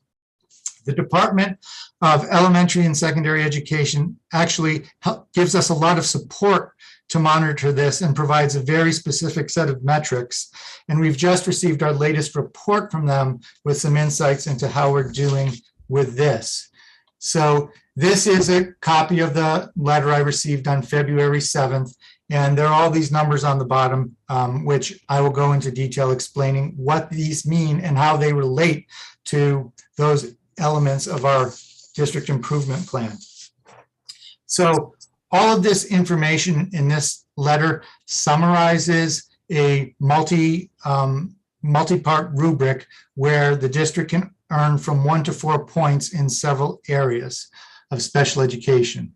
So here is the rubric, and I've highlighted the findings for Northampton. So the first area is the annual dropout rate. We earned 4 points in that area for having a dropout rate that is below the state's, dropout rate for students with disabilities that is at or below the state's rate for all students. The second category is the 5-year graduation rate. On that category, we got a 2. This is one that I actually don't agree with, and I'll speak to why, and I don't mind that the district got a 2 here. One of the parts of the special education entitlement is making sure that students are ready to transition to adult life. And for some students, that takes more than 4 years. And we provide transition services for some students up until the time they're 22. We think that's very important, and it's work that we love to engage with families and students on their behalf. However, the state penalizes us for having students in the high school for more than 5 years. So that's why we're low on this one, but it's one that I don't necessarily find so problematic. The next 2 areas are public school monitoring compliance and problem resolution complaints. So we got 3s in both of those categories. We had 1 to 2 findings of special ed non-compliance from the compliance monitoring that took place last year. As you'll recall, that was around timelines, which were very challenging to meet during COVID, especially at one of our schools. And the next one was problem resolution complaints. And so we had 1 to 2 complaints from the district resulting in finding of non-compliance. Next, are what are known as special education SPP APR compliance indicators 4B, 9, and 10. So let me explain what those mean. 4B is, and I should say we had no compliance findings in any of these. All of these have to do with potential over-identification based on, which could be indicative of the workings of bias within the district. And we had no findings on this, meaning that the state found no over-identification in these areas. I see one of the members has their hand up. Would it be better to ask the question now, or should I finish this rubric? My question was actually for a bunch of slides back. So go sorry. ahead and Okay. we could come back to me later. Okay. So again, this column, the SPP APR, is the one that I think is most directly related to that indicator from our district improvement plan. So the 4B in this category is significant discrepancy by race or ethnicity in suspensions or expulsion. So there was no finding of discrepancy there. Indicator 9 is disproportionality in referrals to special education by race or ethnicity, and there was no finding of disproportionality there. Indicator 10 is disproportionality by disability category. So it's looking not only with all of the students who have been referred or identified as having disabilities, but also looks at the different disability categories within the special education law to see if we have any kind of patterns based on race or ethnicity of over-identifying students for specific disabilities based on racial or ethnic identity. And there was no finding of disproportionality there. The next indicator is special education SPP APR performance indicators 5 and 6. So let me talk about those. Those both have to do with inclusion. The goal you can see there is to have a full inclusion rate of 75% or higher. And the two numbers there refer to two age groups because the state looks at ages 3 to 5 and then 6 to 12. And in the age 3 to 5 category, 74.1% of students in Northampton are fully included. And in age 6 to 12, 55% of students are fully included. The high school model factors into this to a great extent because they're on a block schedule, which means that each course is essentially 25% of the day, although there is now a flex block. And full inclusion is defined as less than 20% out of the general ed setting. So if a student takes one strategies class at the high school, they are not a fully included student. So this has been a known problem for a long time. We've tried a number of strategies to try to reduce the use of students taking full strategies courses, but we haven't found a full solution to that. The last is may sound like a contradiction to what I had just said about no significant disproportionality being found in suspensions or expulsions or referrals to special ed or individual special ed category identification.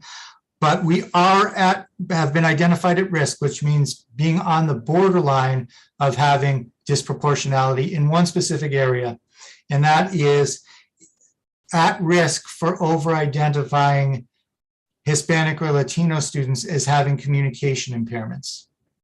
So the at-risk finding in that category, as I explained, is just with respect to that one specific disability category. Overall, there isn't a pattern of disproportionate referral, but we are identifying a large number of Hispanic or Latino students as having communication disabilities, which is just sort of raising a potential red flag there. So while I'm not certain at this time as to what might be driving this in our district, The academic literature has substantiated that Hispanic and Latino students who are also English learners are sometimes misidentified as having communication impairments when they're really developing normally in the acquisition of English as a second language. Our organizational structure places both the special education department and English language education within the student services department. This facilitates strong collaboration between EL teachers and special ed staff at the student support team level. And it has been a focus of their work this year, spearheaded by our psychologists and EL department, to try to get a handle on that and make sure that the at-risk finding of potentially over-identifying Hispanic and Latino students for communication impairments doesn't drift over into an actual finding of over-referring or over-identifying in that area. And it's something that I look forward to working with our next Director of Student Services on. And for the public, I'd like to take this opportunity to announce that the screening committee believes it has had a successful search and will be referring 2 candidates to the school committee to interview and hopefully select at a special education meeting to be held next Wednesday.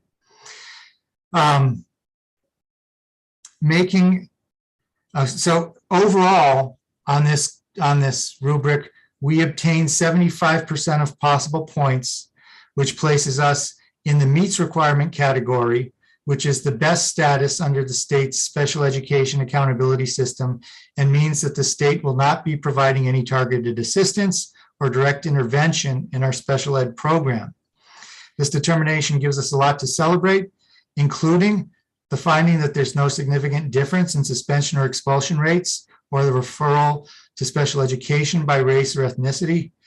These measures are directly related to goals we have in the district improvement plan. And this report also points us toward next steps to continue to pursue excellence in special education, which include fixing the timeline issues for provision with the IEPs that were noted in the compliance review, working to make sure that at-risk rating doesn't become a finding of disproportionality, and continuing to push for greater inclusion for older students with disabilities. So you can see how that all wraps up into this overall determination of meets requirements. So, as this is Dr. Plummer's final meeting as our Director of Student Services, I'd like to take this opportunity to thank her for her leadership and reflect on how much progress has been made. I entered the district shortly after Northampton's 2012 district review was published, and addressing the findings of that report was the focus of much of my collaboration with Dr. Plummer, both in her role as an associate director and then as the director of student services. Let me contrast some of the findings from that report with what you see in front of you on your screen now.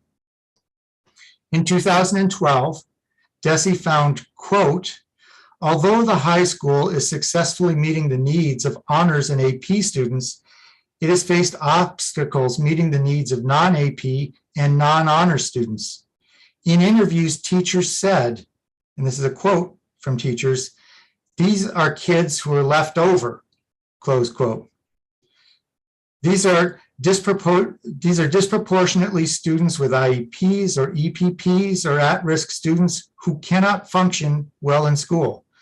Students with high needs make up 50% of the non-AP and non-honors classes, and there's no help and no resources from them. That's a direct quote from the state report. At that time, the Northampton dropout rate for students with disabilities was 4.1%. Only 2 students with disabilities participated in AP testing, and the number was so small, the results couldn't even be published because of privacy concerns. Contrast that with last year, when even in the midst of a pandemic, the dropout rate for Northampton students with disabilities was 1.5%. 26% of students with disabilities were completing advanced courses.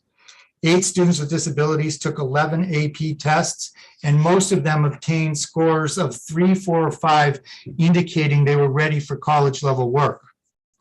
While we're undoubtedly doing a much better job of including and affirming students holding identities that only a decade ago some of our staff referred to as, quote, kids who are left over.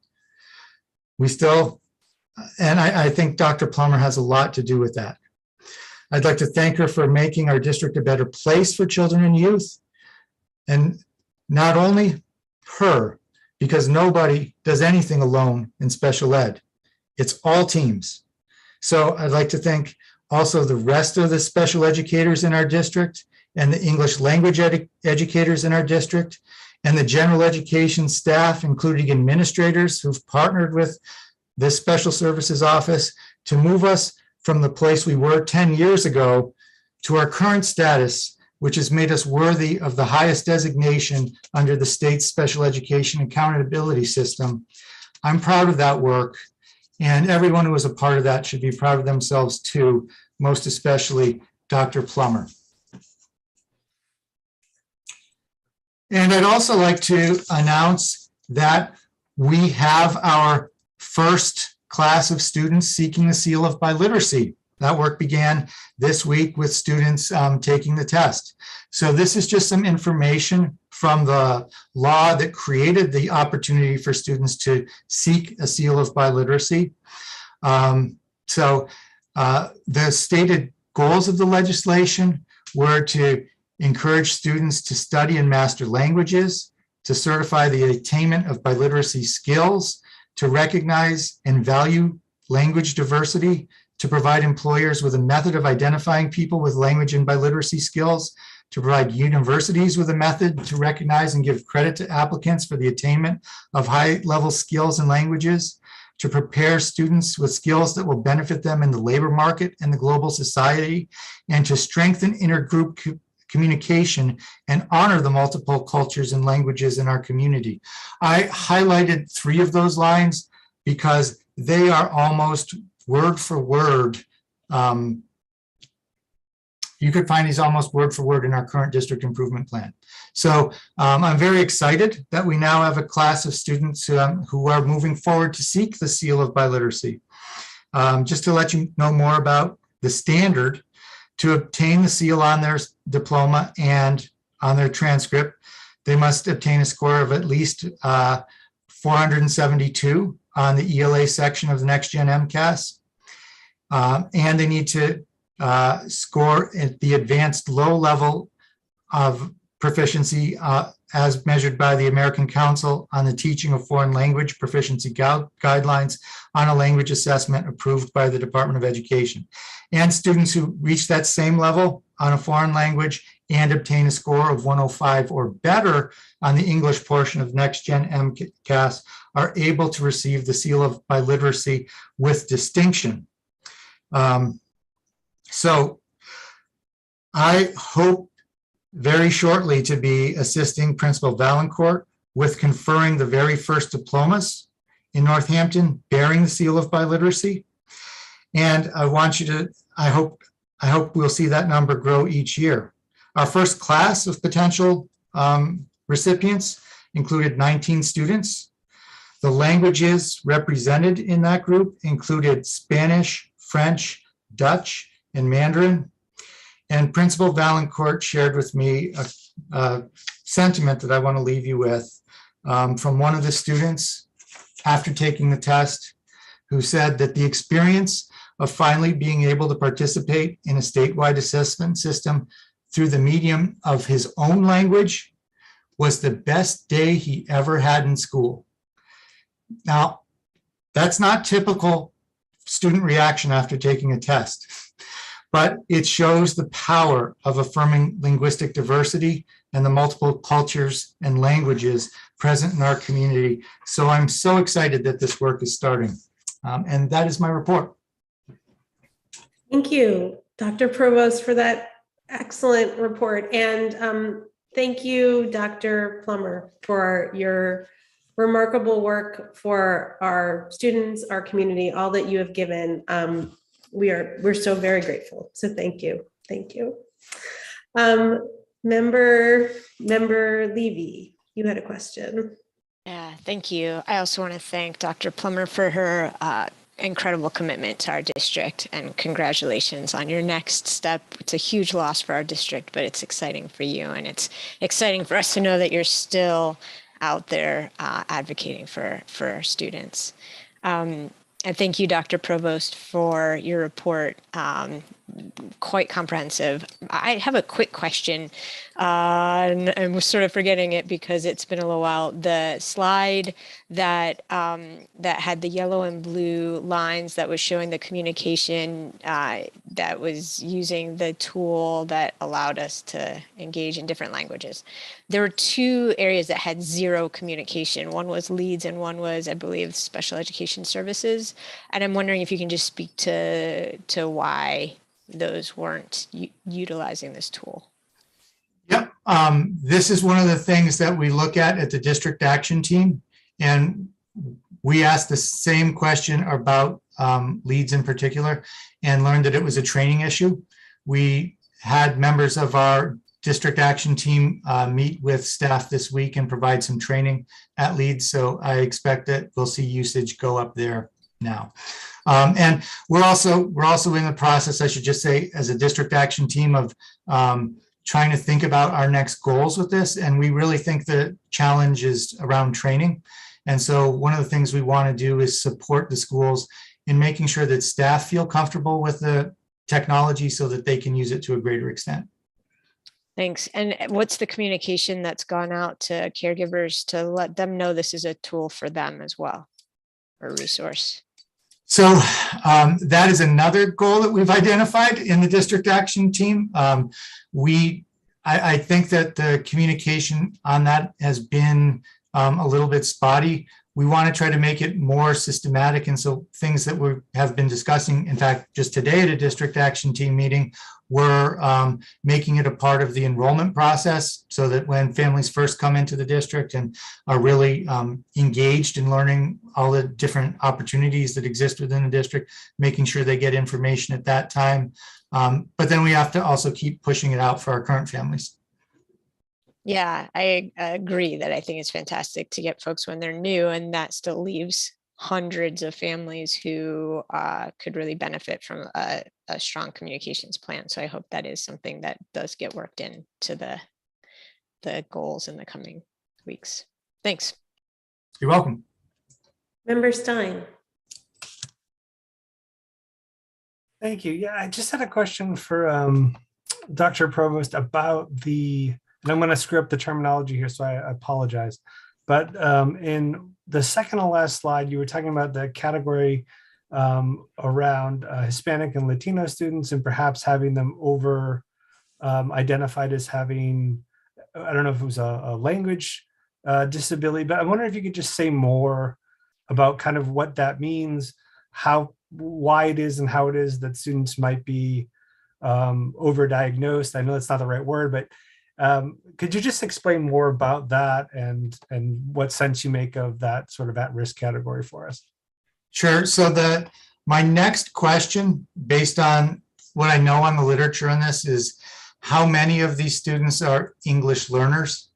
If there's an intersectionality of Hispanic and Latino students and English learners and students being identified as having communication impairments, then the rational next step would be getting a little bit more savvy about teasing out the difference between a true communication impairment and a student who is exhibiting language patterns that are typical of someone who's learning English as a second language.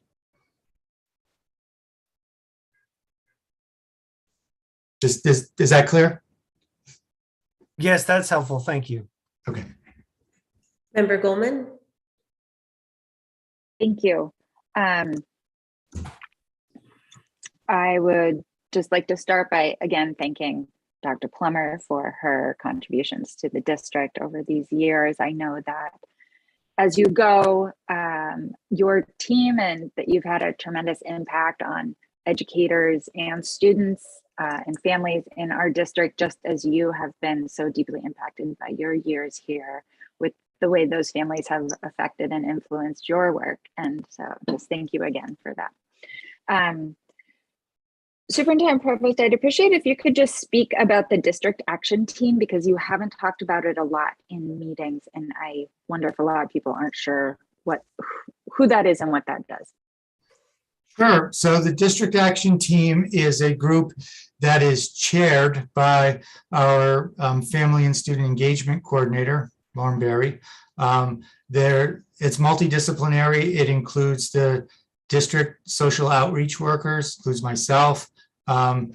As you saw, the city's chief information officer has been a great supporter of that work. Real has been a supporter of that work.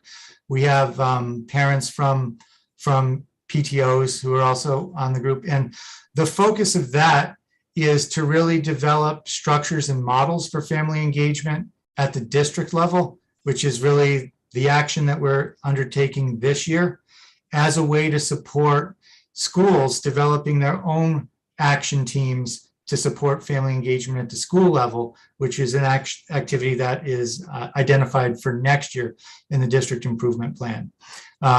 So a lot of our work, as you saw tonight, is around linguistic diversity and making sure that we have the supports necessary to improve engagement with families who speak a language other than English.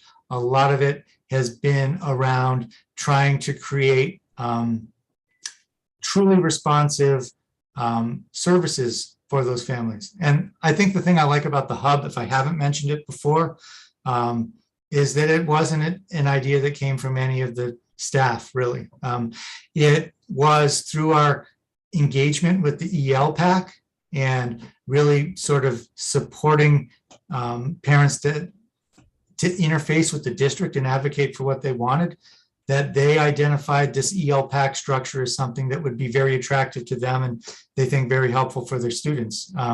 So that whole model is what we're trying to show and demonstrate here as a way of trying to get schools ready to take this work on at the building level next year. Not that they're not doing it, but to really just sort of strengthen ideas, supports, and structures around family engagement, especially with the families who we're not so successful at engaging at this time. Thank you. It is really exciting for me to see the progress the district has made in serving these populations and elevating just non-English everything, to sort of expand the cultural piece there. Congratulations on the EL Hub. I know that has been exciting, and so excited to have Lauren Berry in the district. When you were speaking about the seal of biliteracy, which is really fantastic, and I've seen it in other districts, I know that you said you'll put it on the diplomas and transcripts, but I'm hoping that those students will be particularly recognized during graduation, that they will stand and be seen for this achievement, and also that it will be noted on the program along with other types of honorary status that are included on the program. It's really a distinction I'm proud of the district for having, and I certainly want to share it as best we can. Thank you. Thank you. Member Agna. I also wanted to thank Dr. Plummer, Pam, for all your work for Northampton. I just feel so lucky that I got to work with you and learn from you for so long, that we got to partner together for so many things, the hard things and the maybe easier things. So I'm sure people are going to miss you so much. And I just am glad that I got to overlap with you in the district. I also just wanted to follow up what Member Stein was talking about, that Pam and I'm sure we can talk about more of our challenge in the either over identification or over referral of students who are possibly monolingual in their first language that's not English, and trying to tease out whether there is a disability or not, especially in communication, of course. And just, I don't know, even if it's worth trying to ask or know more about whether there are more opportunities for students to have native language assessments, so that we can do that, because I just remember how we used to try to translate some of the more English speaking assessments that really didn't get at the heart of what was going on for the students. So I don't know if that's something, Pam, you know about. I'm just curious myself as a professional. Thank you. Pam, did you want to respond? Sure. Yeah, that was definitely a focus this year. That really involved our psychologists working with our EL department. I'd say the thing that has shifted so much is that we didn't have enough EL teachers at our elementary level. We just didn't. We weren't even close. And so they, you know, the saying is that, like, if it's the only place you can get the service is special education, there's this inclination to say, if they're going to need help, there's where the help is. So there's a risk for over-identification in many areas. And I do think having, over the last few years in particular, increased the number of EL teachers in all the schools so that it's actually meeting the needs of where the student that's recommended based on where the students are. We have a much more collaborative process of ensuring that we're not over-identifying. We're making sure we're bringing all of the people who support the students, including the EL teachers and gen ed teachers, to the table with the psychologists, with the special education teachers, and really being mindful about what's happening.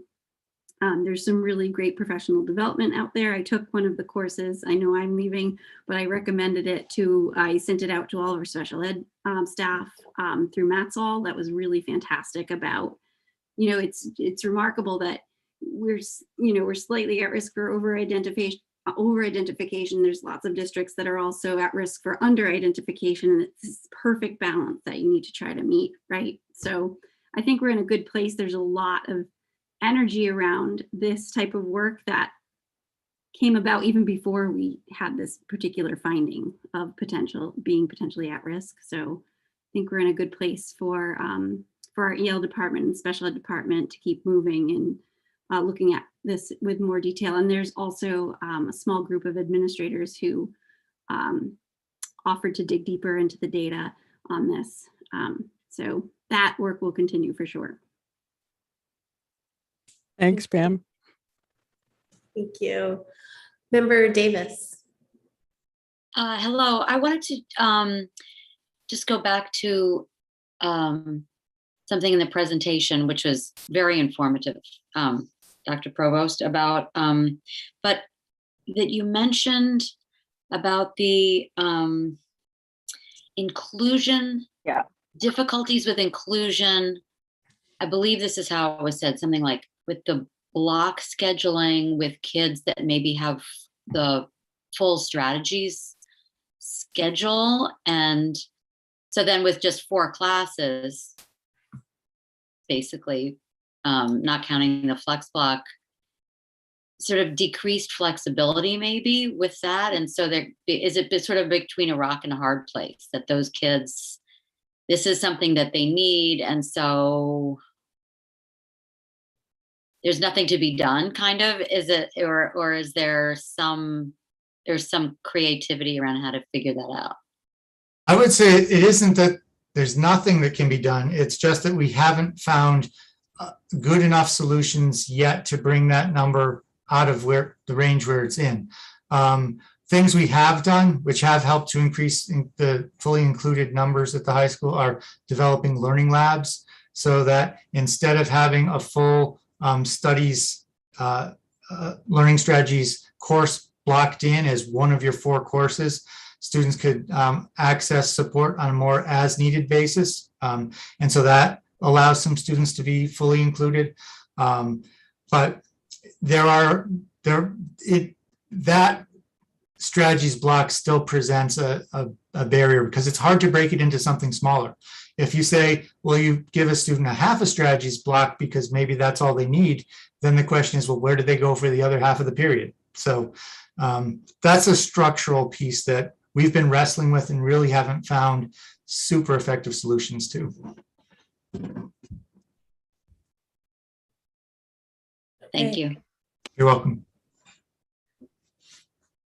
All right, I'm not seeing any other questions for the superintendent's report.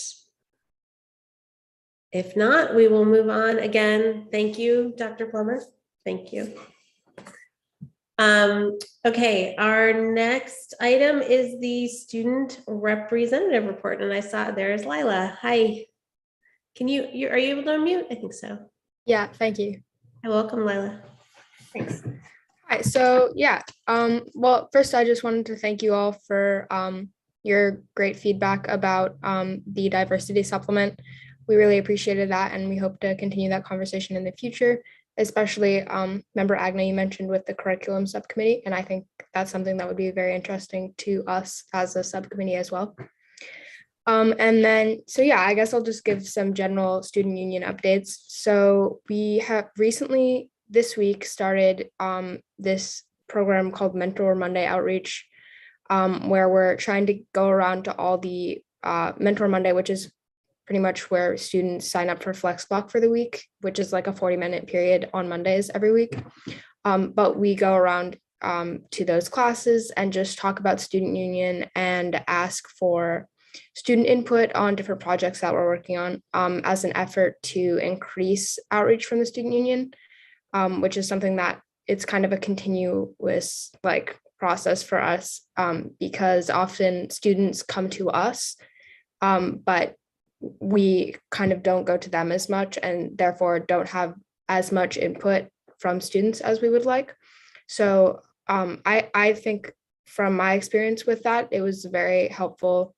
And we're working on ways to also improve the Mentor Monday outreach. And then another thing is that we recently formed a standard-based grading subcommittee. And hopefully that will help to also gain more feedback from students specifically about standard-based grading, just because that's such a new change at the high school. And then the third student union thing that I'll talk about is that the wellness subcommittee, which is working to kind of talk with the wellness department at the high school to update the wellness curriculum, met with the wellness department on Thursday of last week, I believe. And so I wasn't able to make it to that meeting, but hopefully that'll be a good step in making sure that students' voices are heard in the wellness curriculum, because there have been some concerns about outdated material and stuff like that. And then just general NHS updates are that the SABRE survey went out last week, also on Mentor Monday, I believe, for students to fill out during Flex Block. I don't know too much about that, but I think that information will probably be helpful just to identify different students as universal screening does.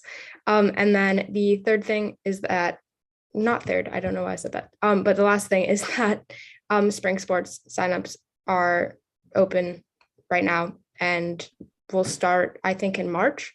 So that's very exciting. And that is it.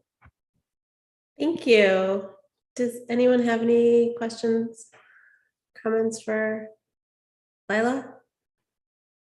Okay, seeing none, thank you very much, Lila, appreciate it.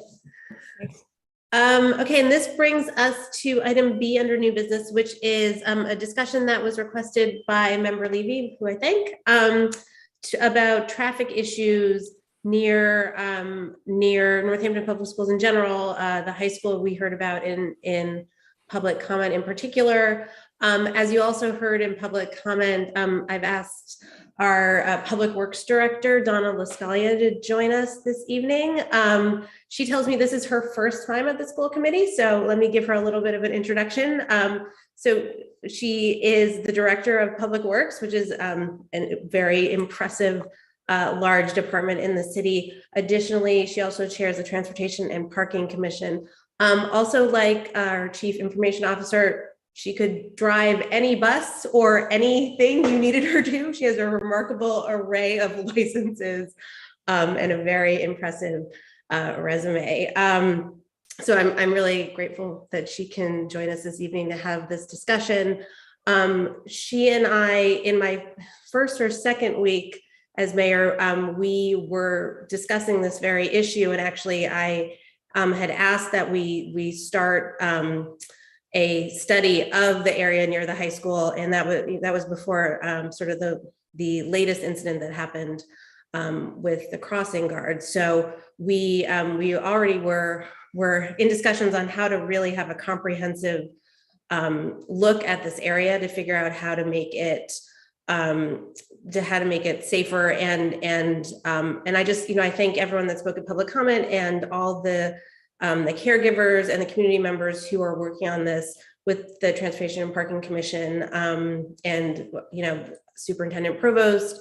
Thank you everyone who's really pulling together to come up with both sort of short-term interventions, but also as we look at a longer term, more comprehensive solution to these safety issues. So thank you everyone for that work. I'm really grateful and happy to partner with you on it. And so Member Levy, I don't know if there's anything that you wanted to start with since you requested this, but then, I would love to have Director LaScalia sort of walk through what we've been working on.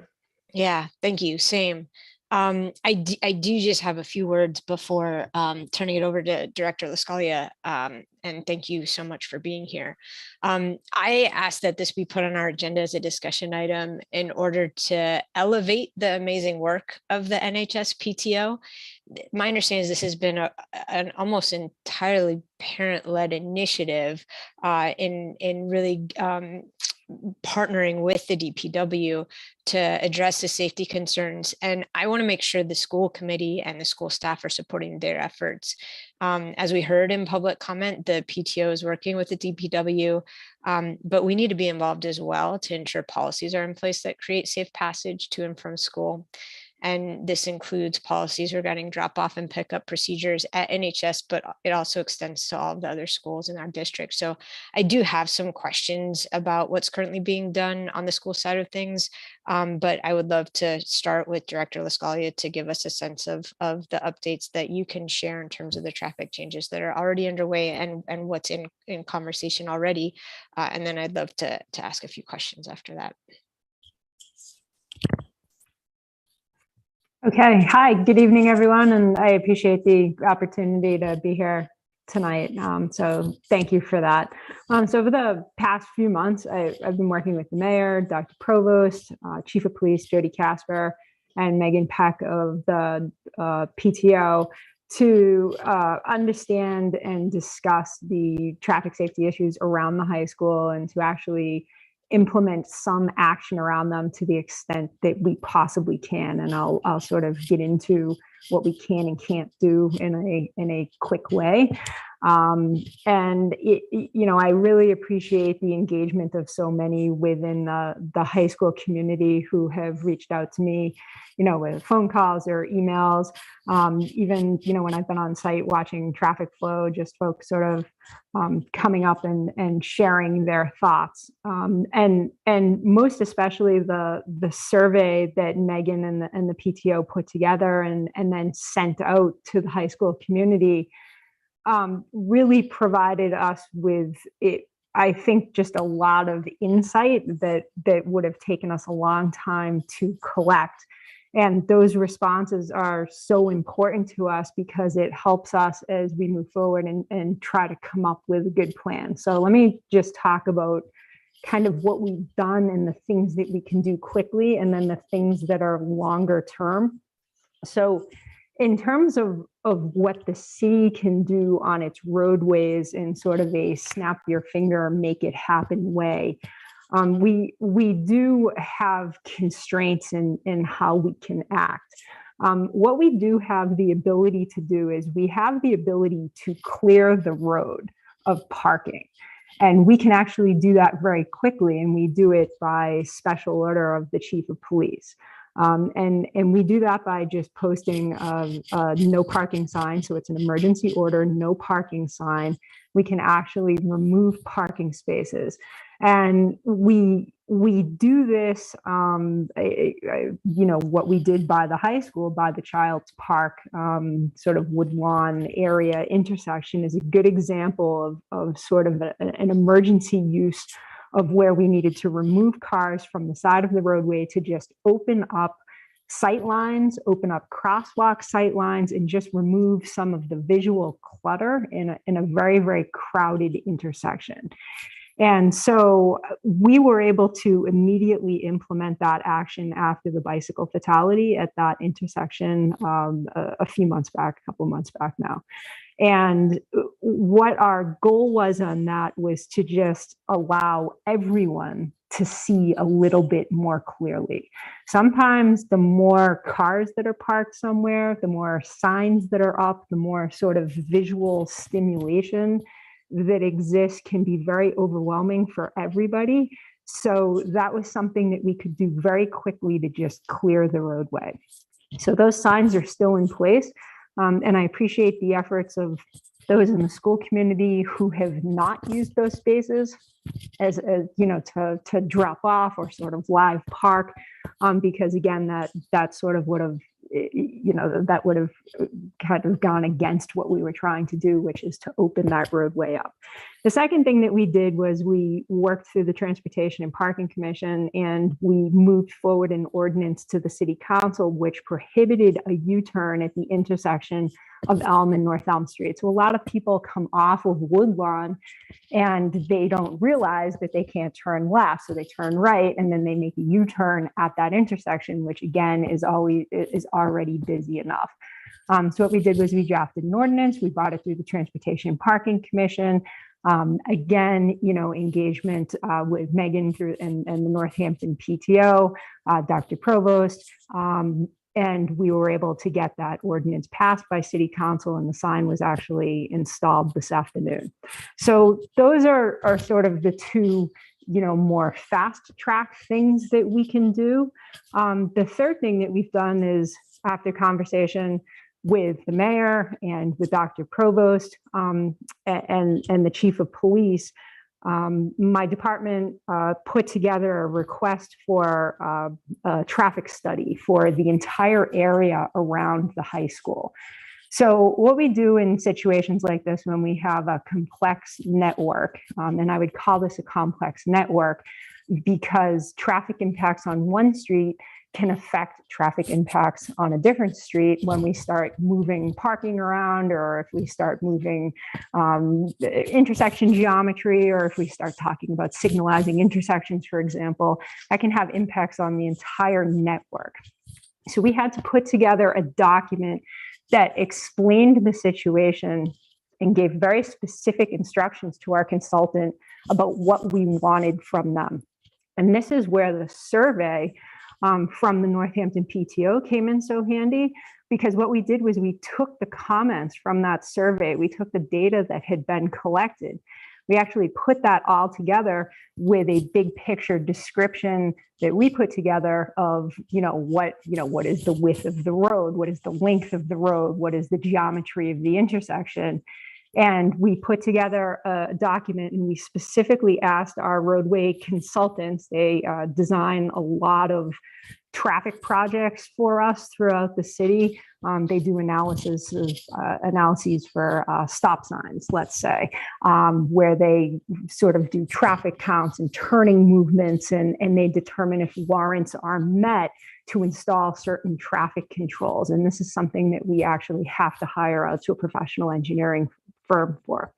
So we put together a pretty comprehensive document. We submitted it to our traffic engineers, and we asked them to do several things. And I'll just sort of hit the high points here. But what we expect from them is a detailed analysis of traffic counts and turning movements of cars at that main intersection of Elm and North Elm Street, and where Woodlawn meets Elm. And we want to know, how many cars are turning left, how many cars are turning right, when are they queuing, what does the queue look like at what times of day, what do we have for pedestrian counts, what do we have for bicycle counts. And then we're specifically asking them to look and tell us if a signalized intersection is warranted there, if a roundabout may geometrically fit in there somehow and how that would impact traffic. We're looking at the impacts of potential modifications to Woodlawn Avenue, removing parking spaces or adding parking spaces in various locations, what the impact to bike lanes is going to be on both sides of Route 9 and how those may be overlaid into this, prohibiting left turn movements from Elm Street onto Route 9 westbound, potentially closing off that Elm and North Elm intersection and not even allowing turning movements there, and where would that push the traffic? And designating some sort of a student drop-off zone potentially on Route 9 or elsewhere. And then we sort of add in a final piece of any other scenario that the engineering firm can look at and tell us may potentially work. So all of these things that I've just run through are not to say that they're going to happen, but we have to present every possibility that we can think of. And many of these, they may say, well, there's no room for a roundabout here, or, a signal is just not warranted, or a signal, may push traffic elsewhere, or, we can't prohibit parking here for X reason. But we have to actually list these scenarios and then ask our engineering firm to give us an analysis of why it may or may not work. And that's really the first step, and they will issue a report to us. And at that point, we now will know what our feasible options are, but that would need to be, let's say they say, okay, put a traffic signal here. Now we need to design and build that, and that would be the next step. So these are, the engineering study is really a first step in assessing a longer term solution to the area. So that's, I guess I'll just stop there for now. Thank you so much for all of that information and for all that you all are doing. How long generally does a traffic study like that take? Like, what's the timeline, do you think, before recommendations are likely? I think that this is actually very good timing because obviously school is in session. I would expect to see something from them by the end of the school year. I'm sort of coaching that because let's say we were in summer right now, it obviously wouldn't help us to do a traffic study of the area when school is not in session. So it really depends on how you hit it timing wise, but I think we've hit this right. And I think we would probably see something in a few months if all goes well. Okay, thank you so much. You'd mentioned one of the potential ideas that could come out of this might be some kind of a designated drop-off zone along 9. And one of the questions I have, this might be a question for Principal Valancourt. I think Principal Valancourt might be here. My question is, what is the current policy in place or practices for drop-off and pickup at the high school? Sure, can I respond to that? Okay. So I kind of want to back up a little bit. So we have noticed that we have had more pedestrian traffic simply during this time during the pandemic. We have less students who are participating in ride sharing, meaning they're not taking the bus and they're not carpooling. So that has really increased traffic. And so I think that's some of this issue. We also are also starting school at the time that Cooley Dickinson is changing shifts. So we have like this big, it's just more congested than usual. So it's clear that we need to shift some of our drop off and pickup patterns, which I'm going to work with the committee to help shift. But currently the expectation is that student drivers are entering in our lower parking lot and that they are parking at the lower lot. And our folks who are getting dropped off in the morning are pulling in, they're passing the bus loop, but they're going all the way down the student path parking lot, making a turnaround. They're stopping in front of the stairs that lead up into the building. They're dropping off there and then exiting. They exit in the same entrance that everybody is coming in. And they're also exiting in the same entrance of the bus loop, which is the only place that students who are taking the bus are dropped off, right in the front of the school by the lower cafeteria doors. So that's what it looks like now. It's definitely not working and we need to figure out a new system, but I have a team who's going to help me figure that out. Okay, great. I was going to ask if that was like a high school thing or if that was a DPW thing to also study the pattern of traffic during drop off, but it sounds like you are on that, Principal Valancourt. Definitely. Okay, thank you. Mhm. This is a question, probably this might be for Director Lascalia. I'm not sure if it's well, yeah, okay. So my question, you all can tell me who should answer this question. It's about, for all schools, the 20-mile-an-hour flashing signs that are outside of all schools. Do you know what times those are set to be on?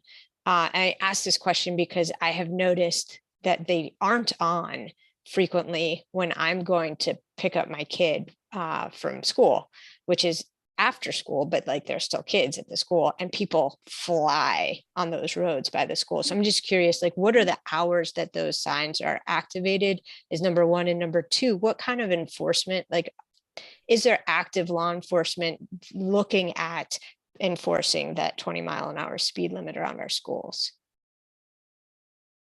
I can speak to the signs. I can't speak to the enforcement, but when the hours of drop off and pickup changed, we went around and reprogrammed all of those signs. So DPW controls the programming and the maintenance of those signs.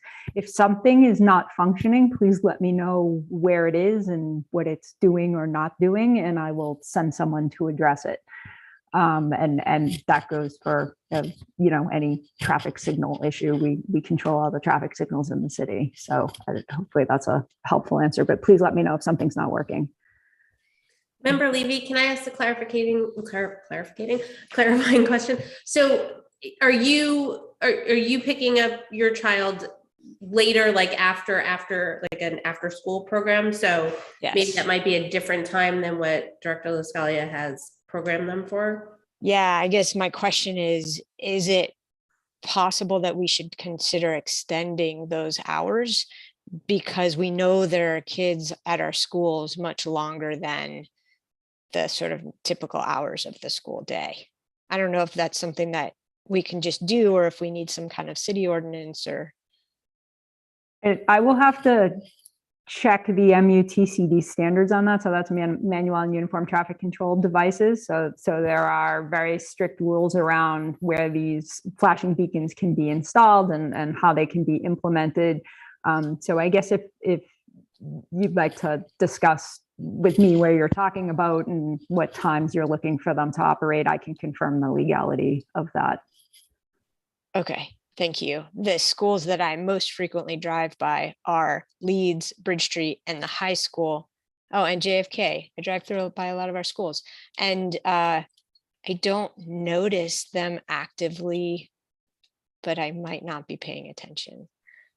Director Lascalia could speak to why you might not notice them at the high school, which is something that's infuriating for me. And we just had a conversation with the superintendent the other day about it. Yes, we're legally not allowed to place those flashing school zone beacons at the high school because one of the warrants for those beacons, so everything with traffic control works on what's called warrants. You have to hit particular metrics and then you can install a traffic control device, whether it's a yield sign or a stop sign or a traffic light, or in this case, a flashing school zone beacon. So in order to have a flashing school zone beacon, you must have grades 1 through 8, which obviously doesn't apply in this case. So we legally cannot install school zone beacons. I see all your faces and you agree with me. It's ridiculous. Do we have the authority to simply lower the speed limit?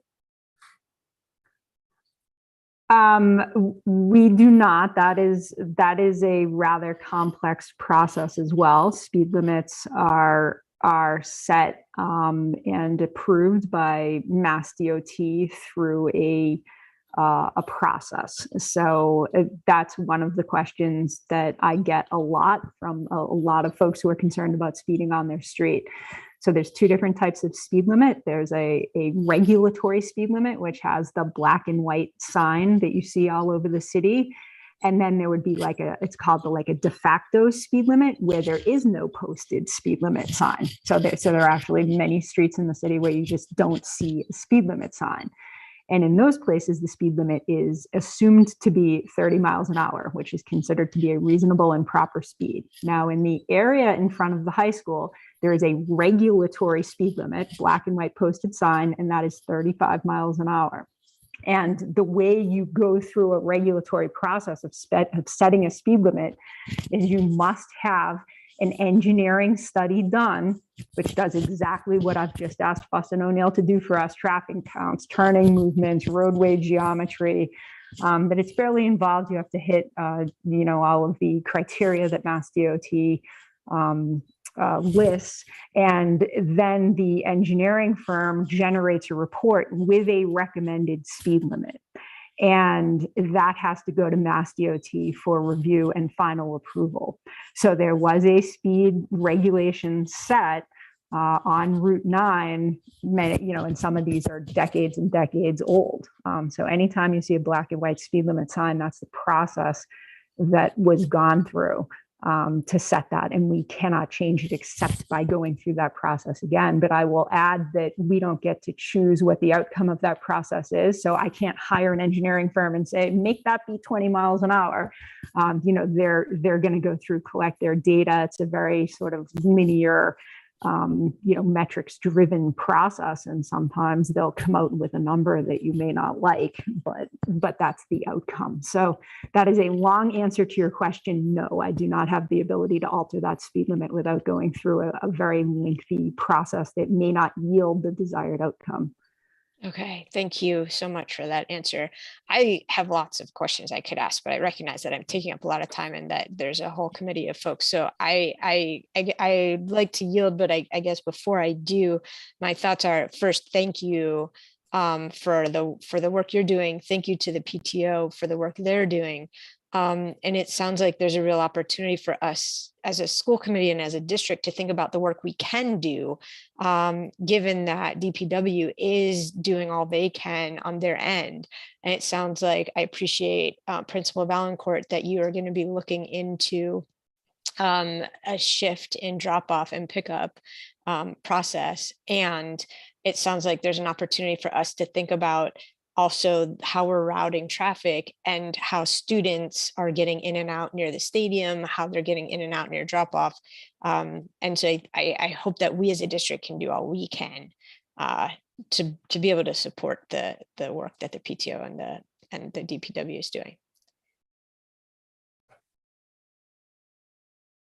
Thank you, Member Levy. Are there other questions from the committee for Director LaScalia? I actually don't see any other ones.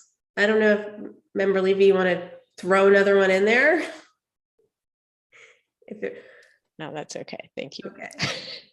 All right. Well, if there are no further questions for Director LaScalia, also great thanks to you, Director LaScalia, for joining us and for sharing all that information. And again, thank you to the PTO and everyone who is working hard on this issue. Yeah, thank you, Mayor. Appreciate everyone's time tonight. Thank you. Good night. Okay, our next item is item C, which is vote to approve NHS Program of Studies. And we have Principal Valancourt here to present that.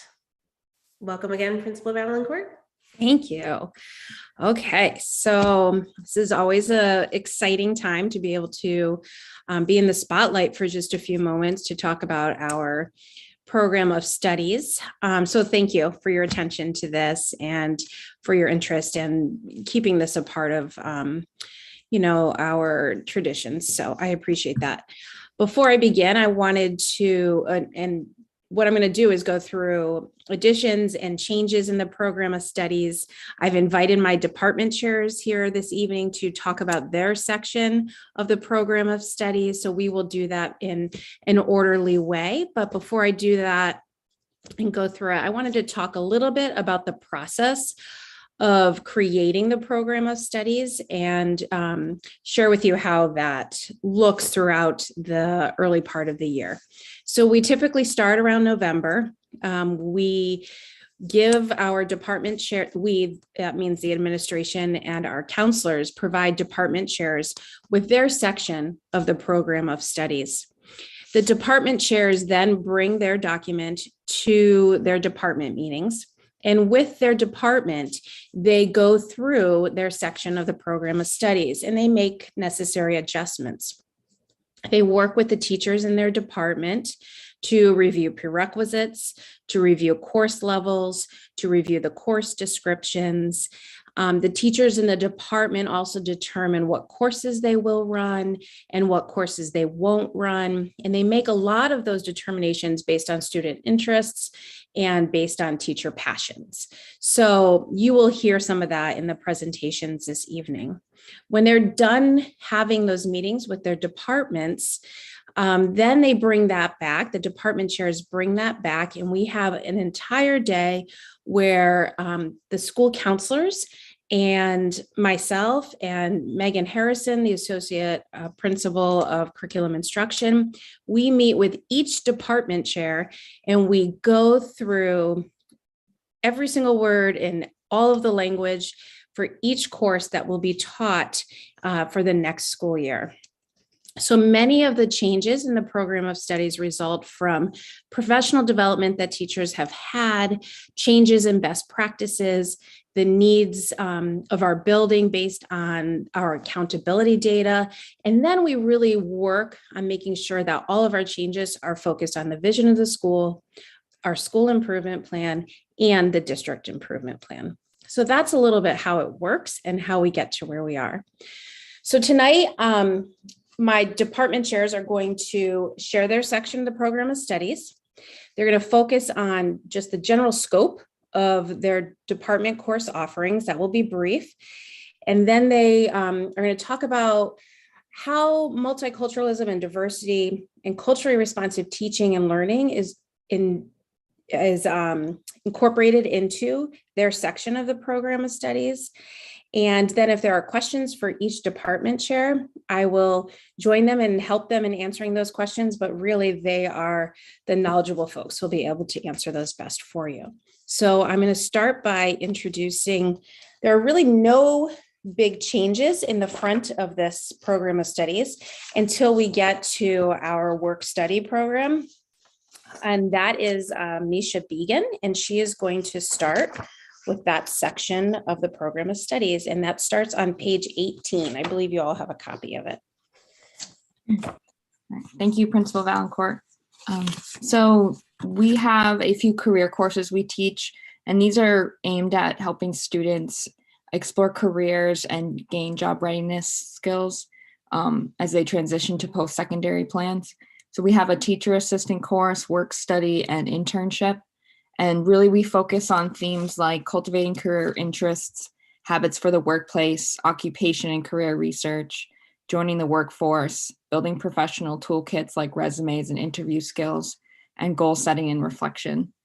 And students who participate in these courses, they have to be 11th and 12th graders. And they also are able to work over 100 hours at an internship or TA position.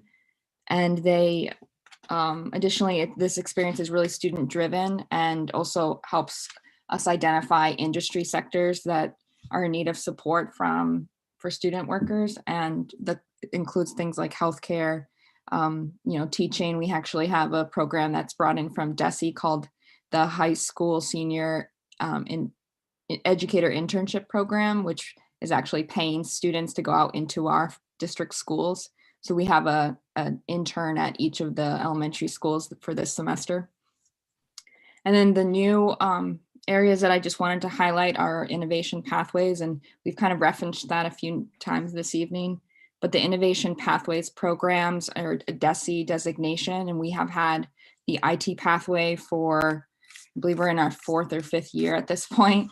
We're one of the first schools to receive that designation, and it includes enhanced courses, work-based learning like internships, and really enhance student supports, which is really where we get to meet our students that are in most need of work readiness. And we're really excited to tell the school committee this evening that we've submitted our Plan B, our Part B designation grant for a healthcare and social assistance pathway. So we're hoping to get that for next year. That way we can start promoting the same kind of experiences over 4 years for students to have an enhanced coursework and career readiness in the healthcare sector. So, thank you, Principal Valancourt. You're welcome. Any questions about that section of the program of studies for Misha? Okay, so I will now invite Mr. Carl Mead, who is our department chair for English, to speak.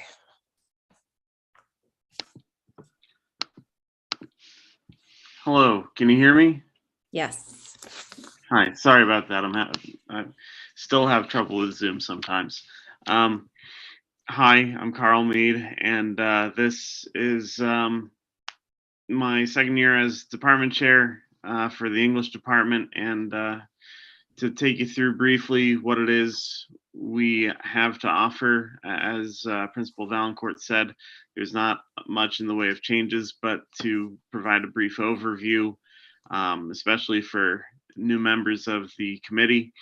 The English department works with students to develop a wide range of skills, their ability to engage with texts, to craft arguments and compelling narratives in a thorough and thoughtful writing process, to design and deliver presentations, and to engage in meaningful discussions, among all sorts of other things that come up in our classrooms. Students at NHS are required to take at least one English class each year. In the 9th grade, we have a class designed to give students the communication foundations they will need throughout and beyond their high school experience. At the 10th grade level, we offer both honors and standard level options for a semester-long exploration of American literature. What stories do we tell about ourselves, and what values do these stories impart and challenge, and so on.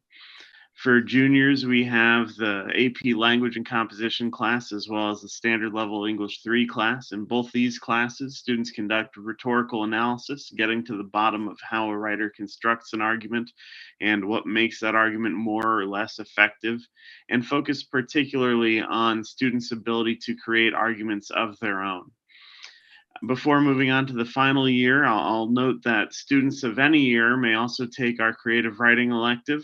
I'm teaching that right now, and the students are writing.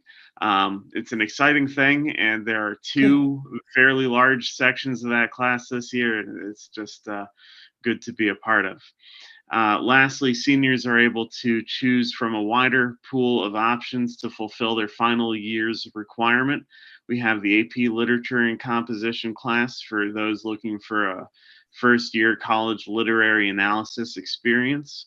We also offer multicultural literature every year, and as part of our every other year rotation, next year we will be offering such high-interest classes as the Science and Literature class and the Art and Analysis of Poetry class.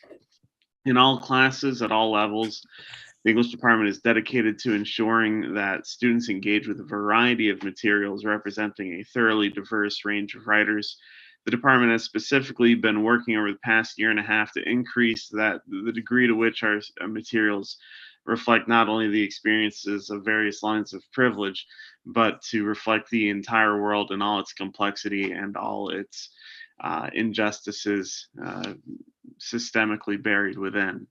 I believe that for now, that's all I've got to say on behalf of the English department, but if at any point you should have a question about anything, I'm more than happy to do what I can for you. Thank you. Oh, I see a question from Member Miller. I have a couple questions because this is my area of interest. So my one question is whether it's possible within, just grade 9 English, grade 10 English, before you get to electives, is it possible to incorporate into their reading matter different cultures, different religions, different languages, et cetera, et cetera, et cetera, so that Absolutely. a multicultural perspective. I should hope that you understand that that is a part of what we do. That's absolutely something that we build into every class. And that's something that we are working very hard to increase the degree of. So absolutely, if you're teaching English and you're not doing those things, then you're not teaching English. You're teaching something else. And I should hope you understand that that's what we're about. Thank you.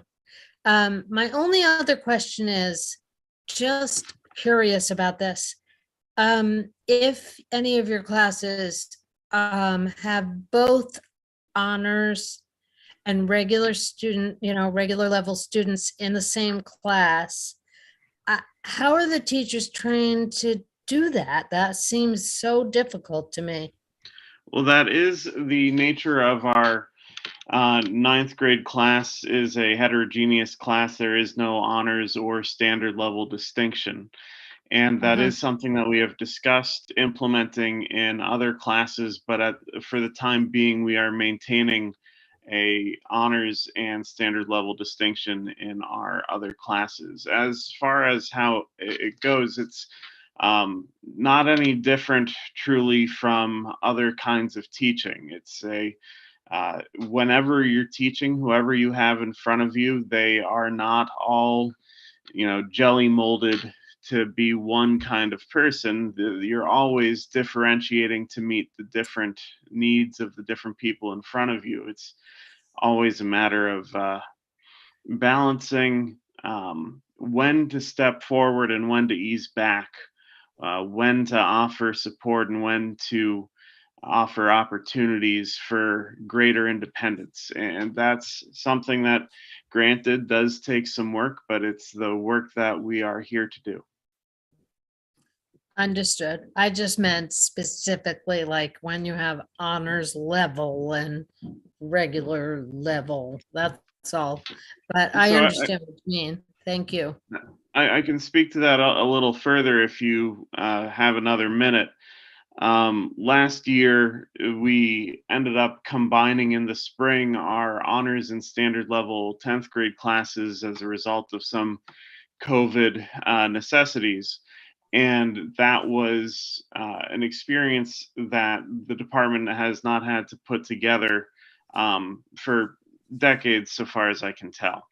But though that was a challenge, it was still a matter of identifying what opportunities, what materials to offer the honors level students who had an interest in pursuing ambitions independently beyond the classroom, at the same time as making sure that everyone can participate in the discussions that we have regarding the materials and skill sets that we were all working to develop, regardless of level of achievement in those different concepts and skill sets. Does that help at all? Or yes, thank you. Okay. Thank you. Thank you, Mr. Mead. So Department Chair Kate Fontaine is unable to be with us this evening. However, she has written a statement and asked for Associate Principal Harrison to read that for her. So please welcome Megan. Hi, everyone. I'm happy to share the following statement from Kate Fontaine, the Department Chair of the History and Social Studies Department. Good evening, School Committee. Next year, we will continue to offer our required course sequence of U.S. History 1, U.S. History 2, followed by World History. Students will be given the option to take AP World History or AP European History in lieu of World History, or to take AP US History in lieu of US 2. We will be shifting our elective offerings next year to increase offerings about marginalized populations and continue to work on our district goals of increasing inclusivity. We will also be reducing elective and advanced placement offerings due to lack of staffing. Next year, we will offer some of our very popular electives that allow all students the chance to experience academic success and explore an area of interest. This includes genocide studies, psychology, AP government, and AP psychology. We will continue to work towards our goal of inclusive offerings, and we'll be offering Black history and women and gender studies next year. Due to understaffing in our department, we will not be able to offer advanced placement economics, Middle East studies, and history of the Civil War. Any questions for Ms. Harrison about the history department? Okay, thank you. Oh, I have a question. I was a little slow in finding the button. You may or may not know this because you're not the chair of the history department, so I understand if you're not able to answer this question. I'm curious, for the elective courses, are there enough sections offered that any student who wants to take those courses may, or is it, are they limited and some students who are interested won't be able to take those courses? I'm thinking specifically about the Black history, women and gender studies, genocide studies. Right, so there would be, and Karen Hidalgo can speak to this also, like a number of factors that would contribute to whether or not a student would be able to get in the class. One would be like the rest of their schedule and where those electives fit in, because it doesn't always, like if you're choosing between something like an AP French class and women and gender studies, if they're one-offs or there are only a few sections, they might not always line up. And also it would depend on the other coursework that the student was accessing. So it's really a matter of scheduling, but yes, the elective courses are fewer and farther between because they are smaller. We're not able to offer a large number of sections like we would like a US 1 or a US 2 class. Yep. Okay, thank you. I guess one of the things I'm thinking about, and this was brought up by our student representative as well, is, you know, it's fantastic to offer these as separate courses, and I'm thrilled to see them. And I'm wondering the work that's happening. I know it's a tight curriculum and there's probably a lot that has to get covered, but I'm wondering how much of how much curriculum of these types of courses can get infused into the other courses as well. Yeah, absolutely. And I know that's something that Kate and her department are working on diligently. She's one of our curriculum team leads. And all of the new coursework, including the AP World History, is going through the 7 Forms of Bias protocol. And like we're looking at the textbooks and we're always revisiting the curriculum. So that work is continuously being done.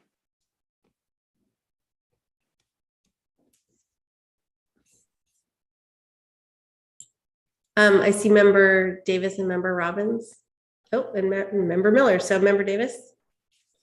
Hi there, and thanks for being here. I had 2 things. One question, I'm not sure if you can speak to this or if it's it has to do with the lack of staffing question. Is that we can't fill those spots, or it's a funding, can't fit it in the schedule, only so many hours in the day kind of a question? You know what I mean? So lack of staffing, so we're not going to have this class, such and such a class you mentioned next year because of lack of staffing. I didn't catch which class, but I was just wondering what's about that. Yeah, sure. There's always a rotation of classes, given that we can't run a certain amount of one-off or, you know, singleton sections every single year. I'm new to the district as of last year, so I can't speak to historically like how many members of the department there were a few years ago. But my understanding and our understanding as a high school is that we would like to expand the department if at all possible. Okay, and thank you very much. And my other question, this might actually be a guidance question or something, but I was just wondering about the encouraging kids to, I mean, I was trying to cast myself back to, well, when I was in high school, you know, I guess that's the idea of an elective, right? Is that you take something that grabs your imagination and you have a free spot in your schedule. Yay, I can take such and such a thing. But I wonder about encouraging, just with my own like mom hat on, my daughter is taking women's studies and she doesn't shut up about it. I'm finally, this is amazing, amazing, amazing. And it's only 2 guys and their mom. Mm-hmm. So, you know, she said, they're the ones that need to hear this stuff. So it just made, you know, we had this whole conversation about that speaking to the choir idea. Do you know what I mean? It's like how to encourage, give this a try, you know, and expose yourself to something. But by the same token, that is, I guess, the elective idea is to take something that you're so excited to be in school about. So I was just wondering about if history teachers throw that out there, or if that's a guidance counselor question, maybe. Karen, did you want to speak to that? Sure. I mean, I would say it's kind of a community project encouraging students to try different classes. And so counselors, teachers, parents, friends, will have conversations in different settings, encouraging students to try things and push themselves. Yeah. It's a hard age for that, right? Try something new. Thank you, though. Sure. Member Robbins. Thank you. And thank you for that and for sharing that. It does raise questions, and building a little bit on what Member Davis said. I know I can go to DART for this information, but I'm wondering about, there's a lot of AP classes in the history department, and there are also a lot of foundation classes. And I'm wondering about class size in all of those. What are the numbers that actually you routinely get in the AP classes that are offered, and what are the sizes of the foundation history classes?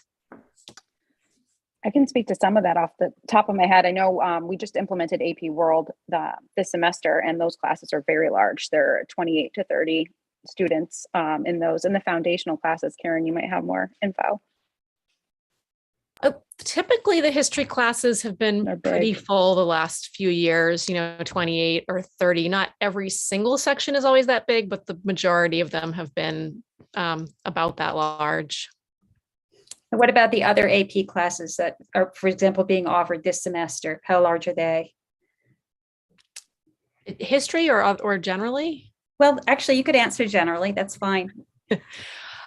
So I honestly don't know off the top of my head besides AP. I know the AP Worlds have been full because I've had kids trying to get into them. I think the AP Micro is also full.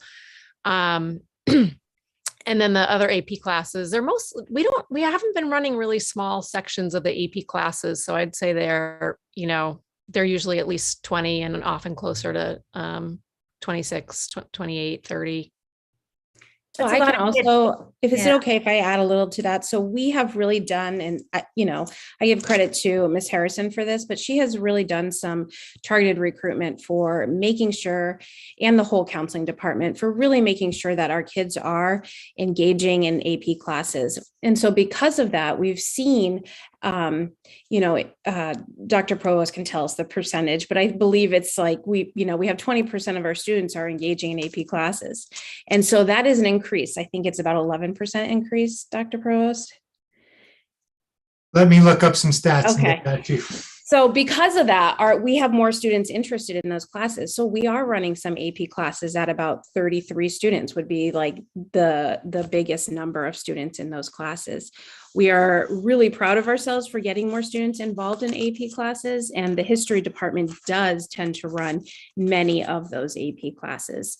And they don't have as many honors classes, so students can move from general to AP, which is really something we would like all students to be able to participate in. So yes, those classes are big and they do fill up, and we do let student interest drive the schedule. So if we have a class that's only running or scheduled for like 10 or 9 or 8 students, then we're not typically going to run that class, but we would create an extra section of an AP class that has high interest. So that's how that works a little bit.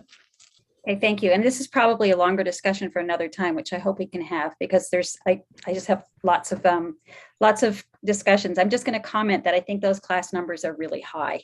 I can't imagine on a consistent basis having that number of students in front of me and trying to really do an excellent job and be sure that we're pushing kids to think critically and to know each one well. So food for thought for us, and thank you. Dr. Provost, is there something you wanted to add? You're muted. I have the answer to Principal Valancourt's question. So this is 2021. Last year we have data for, we had 224 students taking 420 AP tests last year. In the area of history and social science, which we're talking about specifically, we had 89 students take 95 AP tests. Thank you. Can I just say one final thing, which is maybe we'll have another discussion at some point, but I have some real concern about having a lot of AP classes. And I know that there's been a drive to have that in the curriculum and in the district, because because in some ways it's a beneficial thing, but I worry a lot about what the kids who presented us today have talked about, how we integrate really multicultural studies or learning about other ways of being and other cultures and other issues into a class that already has a fixed curriculum that we have to teach that way because they're going to have an assessment at the end that demands that they have that knowledge. So it's just, again, food for thought and probably part of a longer discussion. But thank you very much, Dr. Provost. Member Miller? Thank you also for all these presentations. I just wanted to add, I'm sort of giving voice to the students who may not be able to take AP classes because that's just not what they're going to choose. So what I wanted to emphasize again is that, for example, when we're teaching American history, that in the regular level classes, in the basic classes, that the African-American experience is included in the curriculum, and that there is discussion of not just multicultural, but that it's not just white American history, that it's in all the classes, not just if you're lucky enough to get into one of those fascinating, great electives. Those are all great. But what if you can't get into those? I would want to make sure that the vast experience is included in regular education. Thank you.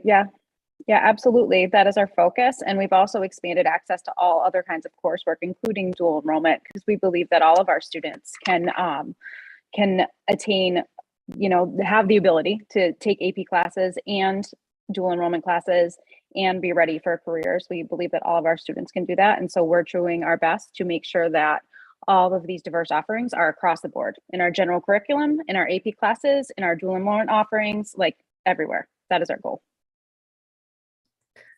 Member Davis, is your hand up again or no? Okay, just checking. Okay. It's Principal Valancourt. All right, great. So next I would like to introduce my department chair, Dan Moylan, and he will talk about the curriculum and the program of studies for science. Good evening, everyone. My name is Dan Moylan. I'm a biology teacher and environmental science teacher at Northampton High School. I also serve as the chair of what some people would say is the best department at the high school, which is the science department. I'm happy to talk with you all tonight. The mission of the science department is to equip all students with scientific literacy and to recognize science as a resource for positive change in the community. So all of the science courses at Northampton High are lab-based courses. We have partnerships with UMass, with Smith College and wildlife programs all throughout the state. And we encourage students to look at social and scientific issues as problems that can be solved. So we're very much a solution-based viewpoint for our science courses. We encourage all ninth graders to take biology, and then they take chemistry, and then the sky is the limit for them in terms of the electives and AP courses that we offer at the high school. For the last 2 years, we've been taking a serious look at the course prerequisites for our higher level electives and AP courses. And in many cases, we've replaced those prereqs with co-requisite requirements instead, which allows students to take previously prereq courses concurrently with the course they would like to take. And that opens up availability to students. And in some cases, when appropriate, we've eliminated prereqs. And so we're really trying to make sure that every science course is accessible as possible to all types of students. So that's been a great change that we've seen over the last 2 years. Thanks to Lori's leadership, we're also replacing one of our very popular anatomy and physiology elective courses with a Project Lead the Way Body Systems course. And so students will now take this course, and Project Lead the Way curriculum allows students to receive college credit for taking a science elective course without having to take an AP course or pass an AP test. And so that's going to increase the benefit of receiving college credit in high school to students who might not typically feel comfortable taking an AP course. And so we're excited, hopefully, to get that curriculum up and running for next year. Lastly, in the program of studies, you'll see a new course that we're all excited about entitled Plant Science and Food Justice. And this science explores concepts in botany, but also explores solutions to inequities in our food system. This course will be taught by Megan Murphy, who's a hotshot new science teacher at the high school. And Megan's been working with the NEF to secure some funding to resurrect the heating pumps in our greenhouse, which have been non-functional for almost 20 years. It's been a storage closet. And so hopefully, if you come to visit us in the fall, it will be a functional greenhouse and students will be able to use that resource who take her class. And this is just really a great opportunity for students to experience some authentic learning partnerships with programs all throughout the city, including Grow Northampton and the Survival Center, and have some really important discussions regarding social justice and food justice, and also potential solutions to that issue. So thanks very much for being here tonight. Thank you. Any questions for Mr. Moylan? Don't let him fool you with him being the best department. He's great, but I didn't. Some people say that. I don't say that, but some people do. Okay.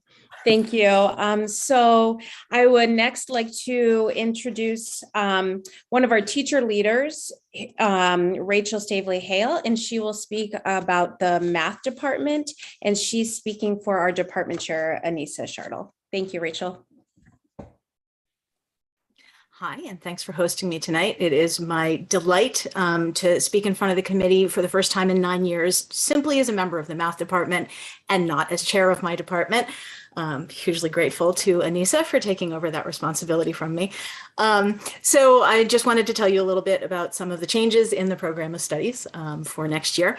And also just give a shout out to what is obviously the best department at the high school, but whatever, Dan Moylan. The first thing that you might notice is that we made some changes to the math pathways, the sample math pathways that we have in the program of studies, showing the many different possible paths that students might take through our courses. We have our core graduation requirement courses of integrated math 1, 2, and 3, but things that students might do after vary quite a lot. There's the path of pre-calculus to calculus, or AP Calculus AB, and potentially AP Calculus BC beyond that. We have statistics, we have AP statistics, we have financial math. We also have math support classes, which we've made some changes to this year as well. And so actually, maybe I'll talk about that piece first. So historically, we had Topics 1 and Topics 2. We've shifted those a little bit. We have Math Foundations, which is intended to support students who come into the high school with large gaps in their mathematical understanding, who are not ready to take the Integrated Math 1 course. We also offer Integrated Math 1 both as a standard 1 semester course, but also as a full year course to support students who have weaknesses in their middle school math and need some extra time to shore those skills up before they are moving on to the 1 semester IM2. We now have Math Essentials, which is intended to support students who are working on MCAS competency portfolios. So students who are not able to get proficient on the MCAS are able to do a competency portfolio in lieu of getting proficient on the MCAS.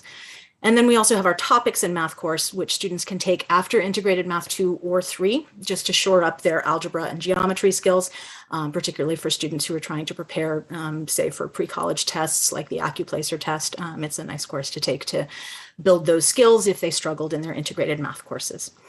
I am personally very excited that we have 2 teachers in the department now who are going to be teaching AP courses, in addition to me and to Esther Locke, who teaches AP Calc AB and BC. I teach AP statistics, and for a long time, those courses have really eaten up our schedules, which is a bummer because Esther and I would love to be able to teach a broader range of courses. And now we have a new hire in our department, Heather Fuller, who's trained to teach AP Calculus, and my colleague Brant Jones has trained to teach AP Statistics. And so that means we will potentially be able to offer more sections of those courses moving forward, which is great because those courses have been in very high demand.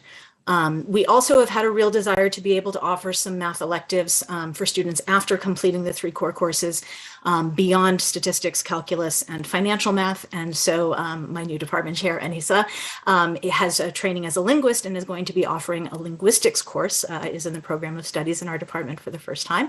And hopefully there will be enough interest to run that next year. We're pretty excited about that. Other changes you'll note are there some changes to the descriptions for the integrated math courses and the pre-calculus course to reflect our shift to new curriculum materials. We were using the Core Plus curriculum materials, and McGraw-Hill is no longer supporting that curriculum.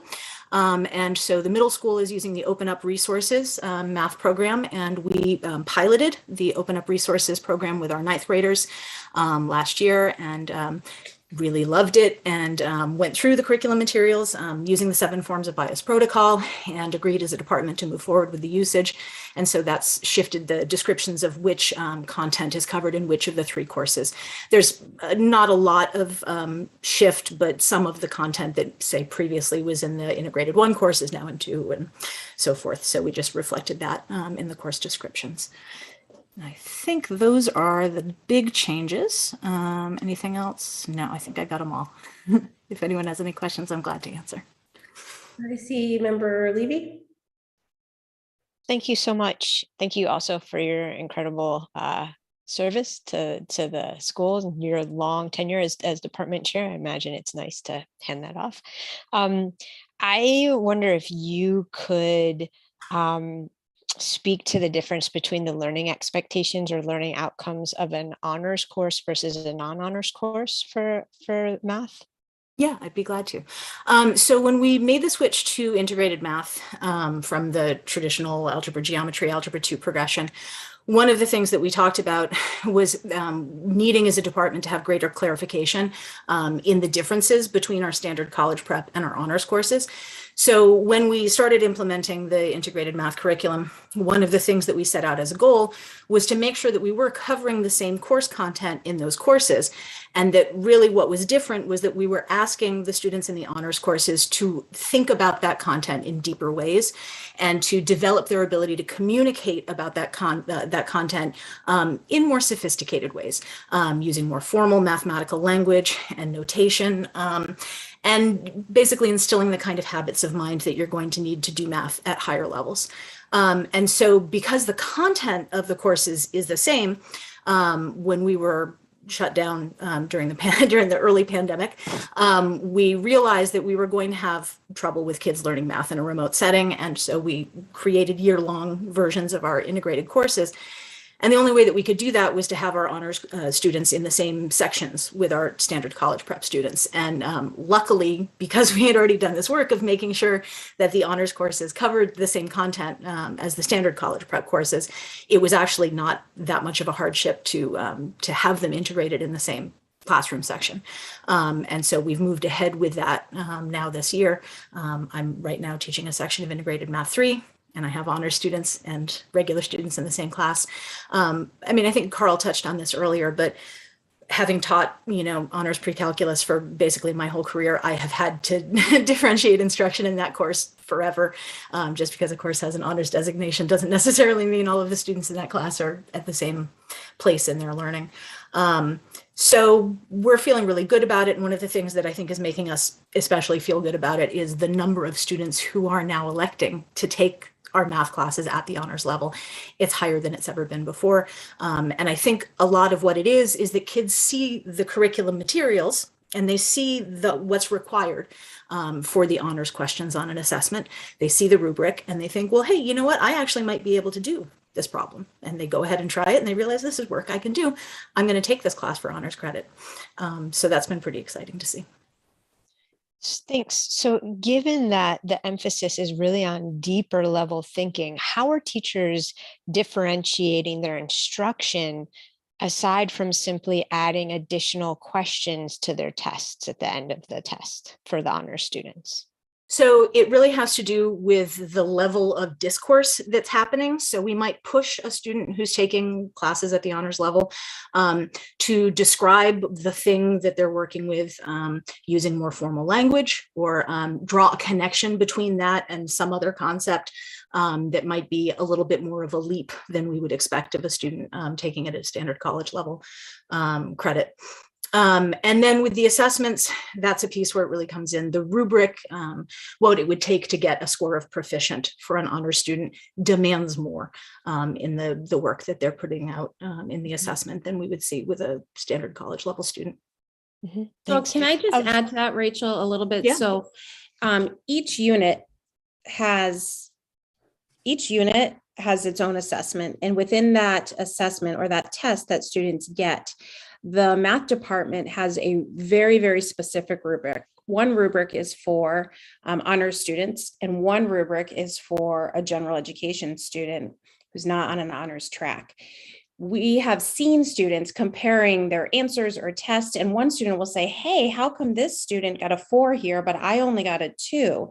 And we had the same answer. And the teacher, like I see this in observation, the teacher will respond, well, because you're on an honors track and your level of thinking here is not to the depth necessary according to this rubric. So it's really clear for students how they need to perform and how they need to respond and how they need to show their depth and understanding of learning comparatively to a student who's not on an honors track. It's very laid out. It's very clear. The rubrics are assigned for each student and each question. It's quite impressive. And I'm sure that I don't want to go down too much of a math hole tonight, but I do know on behalf of the math department that they would be more than happy to have a separate time to be able to talk about mathematics and to really answer these and fine tune some of the questions that you have here. Yeah, I think that would be fantastic. I think that would probably be very welcome. I do have just a few more questions before I have a lot of colleagues who have hands as well. I'm curious how many students who are interested in taking an honors math course have the opportunity of doing that in a non-embedded class. And yeah, that's one question. So currently the honors option in the integrated math 1 through 3 courses is embedded. There is not a separate class. Okay. So once you get to the AP level, you have calculus that you can take at the standard college prep level or the AP level. Same thing with statistics. Yeah, thank you. I want to be really clear. I fully support embedded honors for a lot of the reasons you've named. I think it's a fantastic way of getting more students to see themselves as highly capable in math. And so I don't mean to sound negative towards embedded honors. My concern is the level of preparation and the way of our teachers and the way it then gets carried out. And I imagine you're likely aware of the public records request that was made last year around the embedded honors math courses and conversations between math teachers showing they felt they had zero understanding of how to differentiate instruction for honors students short of adding a few questions to the test. So my last question for you, since last year, what professional development has been made available to math teachers who are teaching embedded honors courses? So we have ongoing collaboration within the department on our teaching instructional practices and our assessment practices. We are part of the benefit of having the embedded honors is that we now have teacher teams. So right now I'm teaching integrated math 3 with 2 of my colleagues. And that means that we can be working on all of the curriculum materials and assessment materials collaboratively so that we can be really clear about how those materials are differentiated in a way that's almost impossible to do when you're teaching alone. And so one of the things that to me is the greatest advantage of this is how much more we're now able to collaborate as a department to help make sure that our materials are being appropriately differentiated. I mean, there's no question that it's hard. Differentiating well, for anyone who's an educator knows it's challenging work to do. I think one of the bigger problems is that we had this big push of professional development as a district around differentiated instruction. And then that thread kind of got dropped and it wasn't kept up in an ongoing way. And so folks who've been hired within the last few years didn't have that same kind of targeted training in differentiated instruction that those of us who've been around for a while received. So I know that that's something that the district is aware of and intends to continue working on because it's certainly something that's needed, for all educators at all levels. Even when you have separate sections of courses, you always have students with a broad range of understanding and some amount of differentiation that is required in any course. So I'm optimistic that the district will continue doing that kind of professional development. I also just want to note briefly, there's so many new members of the school committee and we have our new mayor present for the school committee. There's no question that historically, my department has felt under a lot of scrutiny by the school committee and by the general public, because we have been trying to do things with math instruction that are new, and that can feel really confusing. And I understand as a caregiver, it's challenging when your kid's bringing home math that looks really unfamiliar. And so something that the vertical math team has worked on in an ongoing way is trying to think about how can we do a better job of educating the community about how it is that we learn mathematics in the city of Northampton. And so that's work that I hope is ongoing as well. Yeah, I appreciate that. And I just want to echo what I said earlier and thank both you and Principal Valancourt for suggesting that we have the opportunity to meet with the math department. I will say that I am having trouble, given what I do understand about embedded honors, supporting the current math curriculum without first having that conversation with the math department. But I'll yield to my colleagues. Member Stein? Thank you. I was going to start differently, but I'll just sort of pick up just on something that Member Levy said. And I don't want to, she got into a lot of territory I wanted to get into, so I'm grateful for that. And I don't want to rehash a lot of it, but I too am uncomfortable moving forward without that conversation. I'm glad to hear there's a willingness to have it. When this comes to a vote later, I think we should take Principal Valancourt's advice. I think it's good advice. And I'll probably make a motion to refer this conversation to the curriculum committee.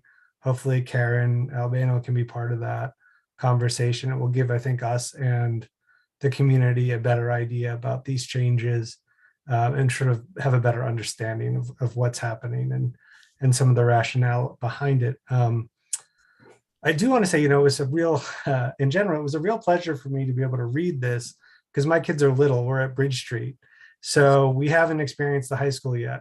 And I haven't experienced high school for more years than I want to admit. So it was like a real pleasure to see what's being offered and also to hear from you all tonight, both your passion and sort of collegiality around the subject matter you're teaching and providing sort of education to our high school students. So I really appreciate that. It's been really educational for me, and there's so much to feel good about, I think, in terms of what we're offering students. So I want to thank you for that.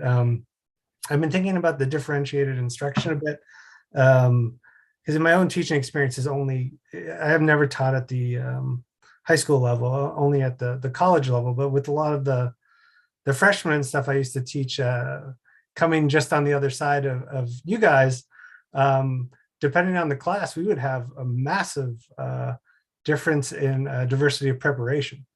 So in some of the classes, that gulf was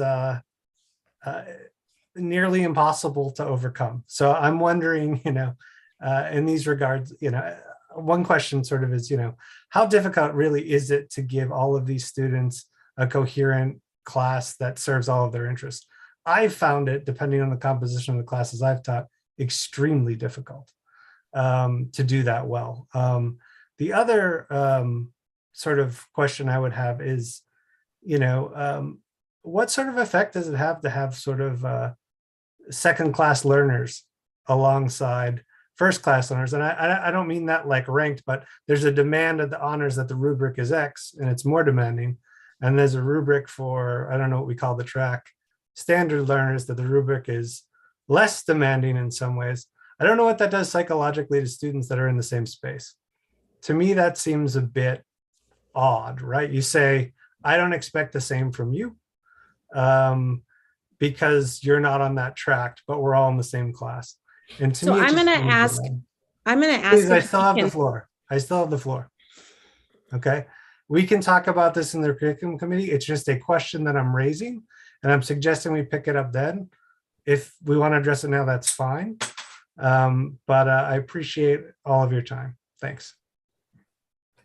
Principal Valancourt, were you going to say something? Yes, I wrote that question down, and I think it's really important to raise with the math department when we go there. But I really feel like in a public meeting like this, we cannot refer to learners as first and second class learners.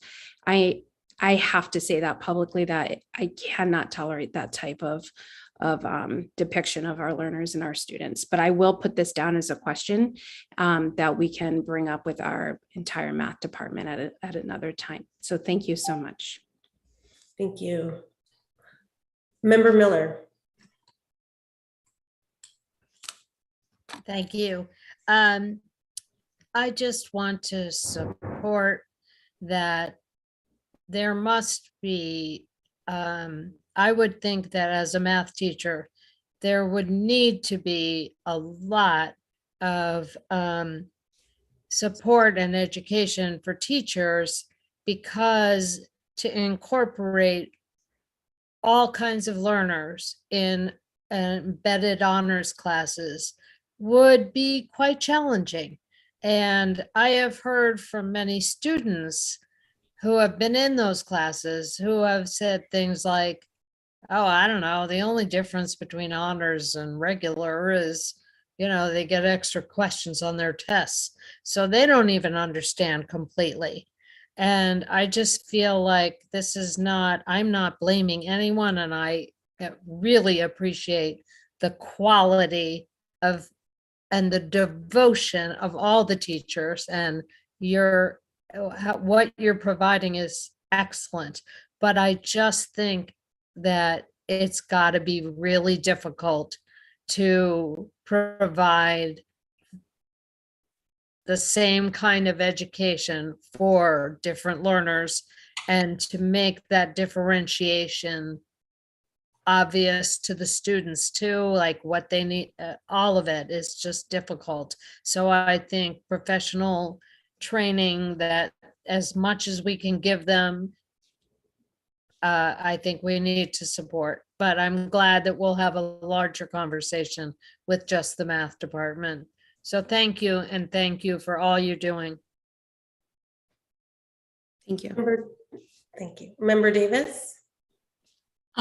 Hello, I'll be brief. I wanted to, my hand first went up with a brief question, but I'll preface it just by saying, I don't teach high school, I teach second graders myself in a different district. And it's part of being a teacher, whether it's honors or not, that there are a whole bunch of little people in the room and they all learn differently.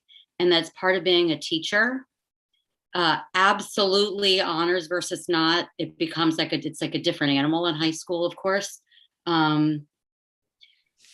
Confidence and training would be key to knowing how to handle that. But my understanding is that the vision is that someone who would be on a standard track or whatever, however you might speak of them, would be maybe inspired to try the thing that the honors kid. I think that was part of it.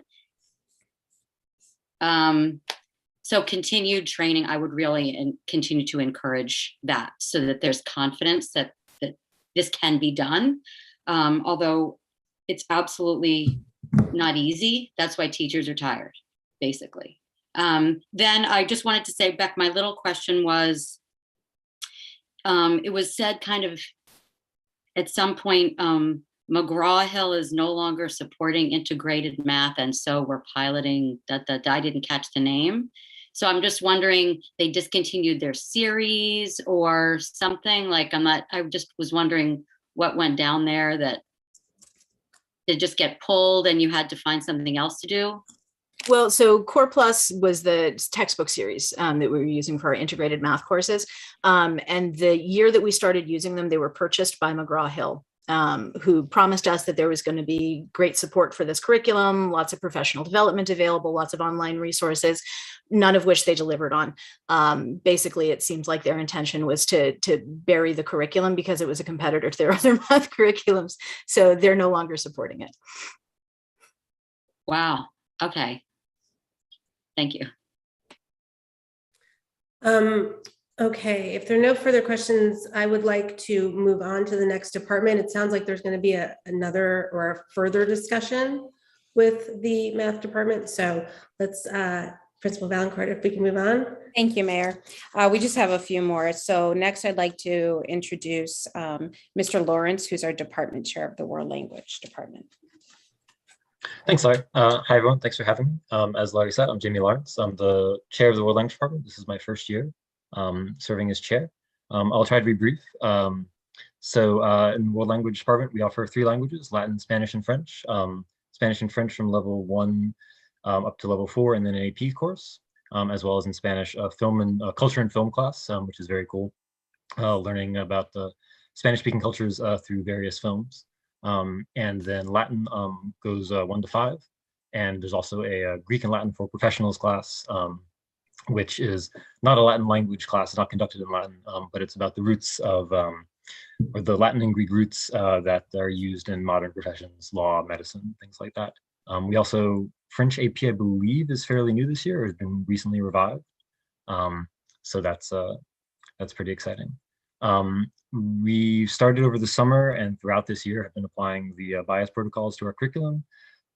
Language classes sort of naturally cross cultures, that's sort of the idea, but there's still plenty of things within a standard language curriculum that can sort of set off bias bells, and we're working to try to improve our curriculum and offer sort of more broad visions of what the language is and where it's used. I know particularly Sacha Star in French focuses almost exclusively outside of Metropole France and really goes deep into French throughout the entire world.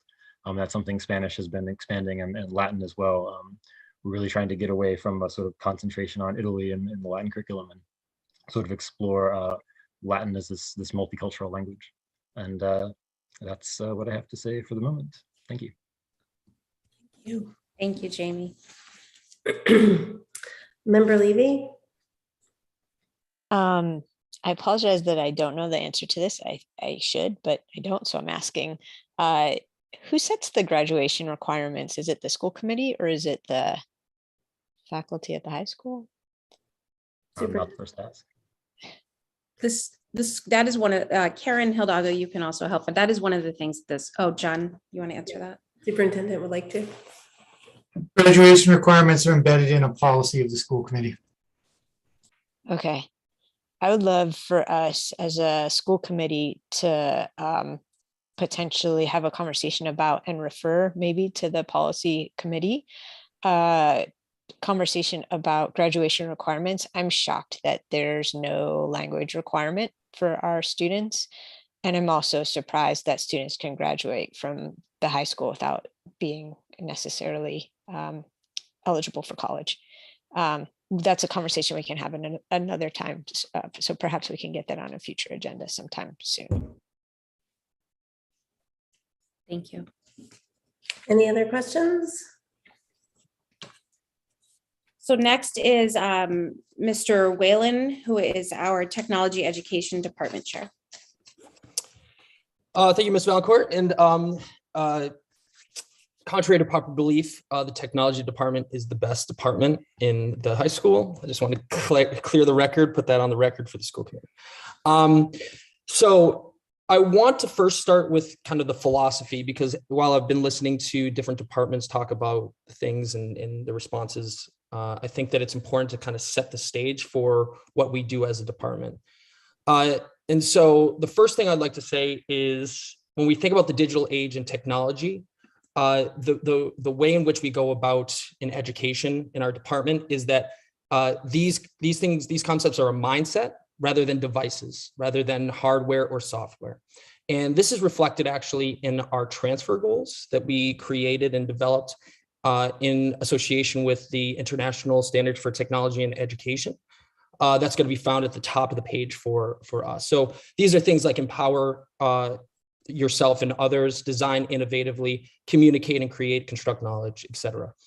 You'll notice probably very quickly that this does not contain very technical or specific language, because what we're actually looking at is the development of digital citizens and 21st century skills. So that's an important thing that rings out throughout some of these changes in our philosophy.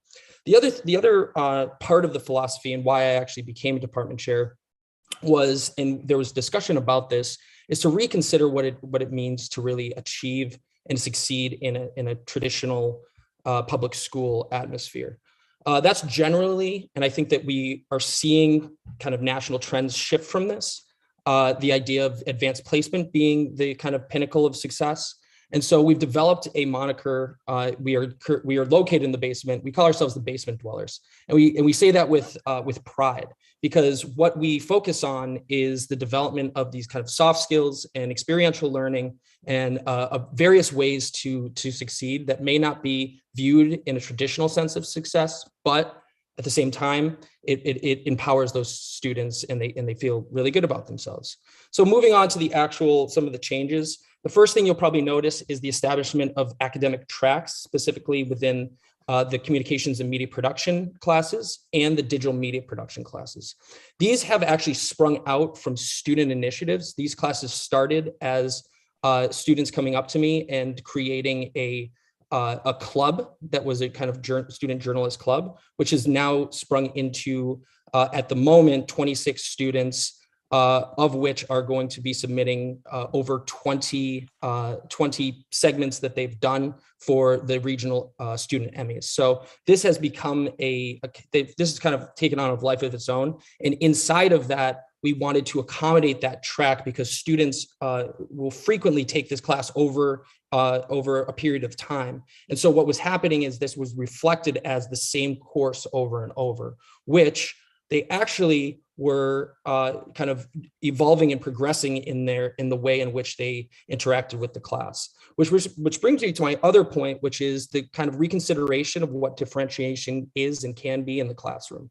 So while we do have differentiation in projects and the abilities and achievements in those projects, what we've been focusing on in the technology department is a differentiation of roles and responsibilities.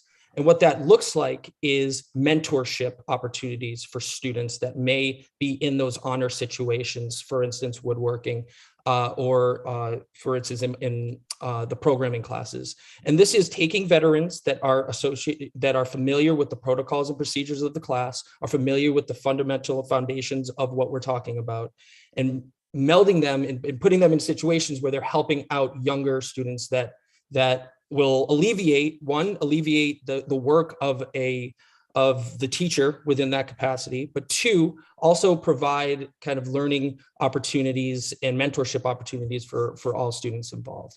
So that's where you're going to see the communications and media production 1 and 2, as well as the digital media production, which is a creation of a class that specifically looks at the leadership roles within the communication and media production class, the transcripts, our student journalist news magazine.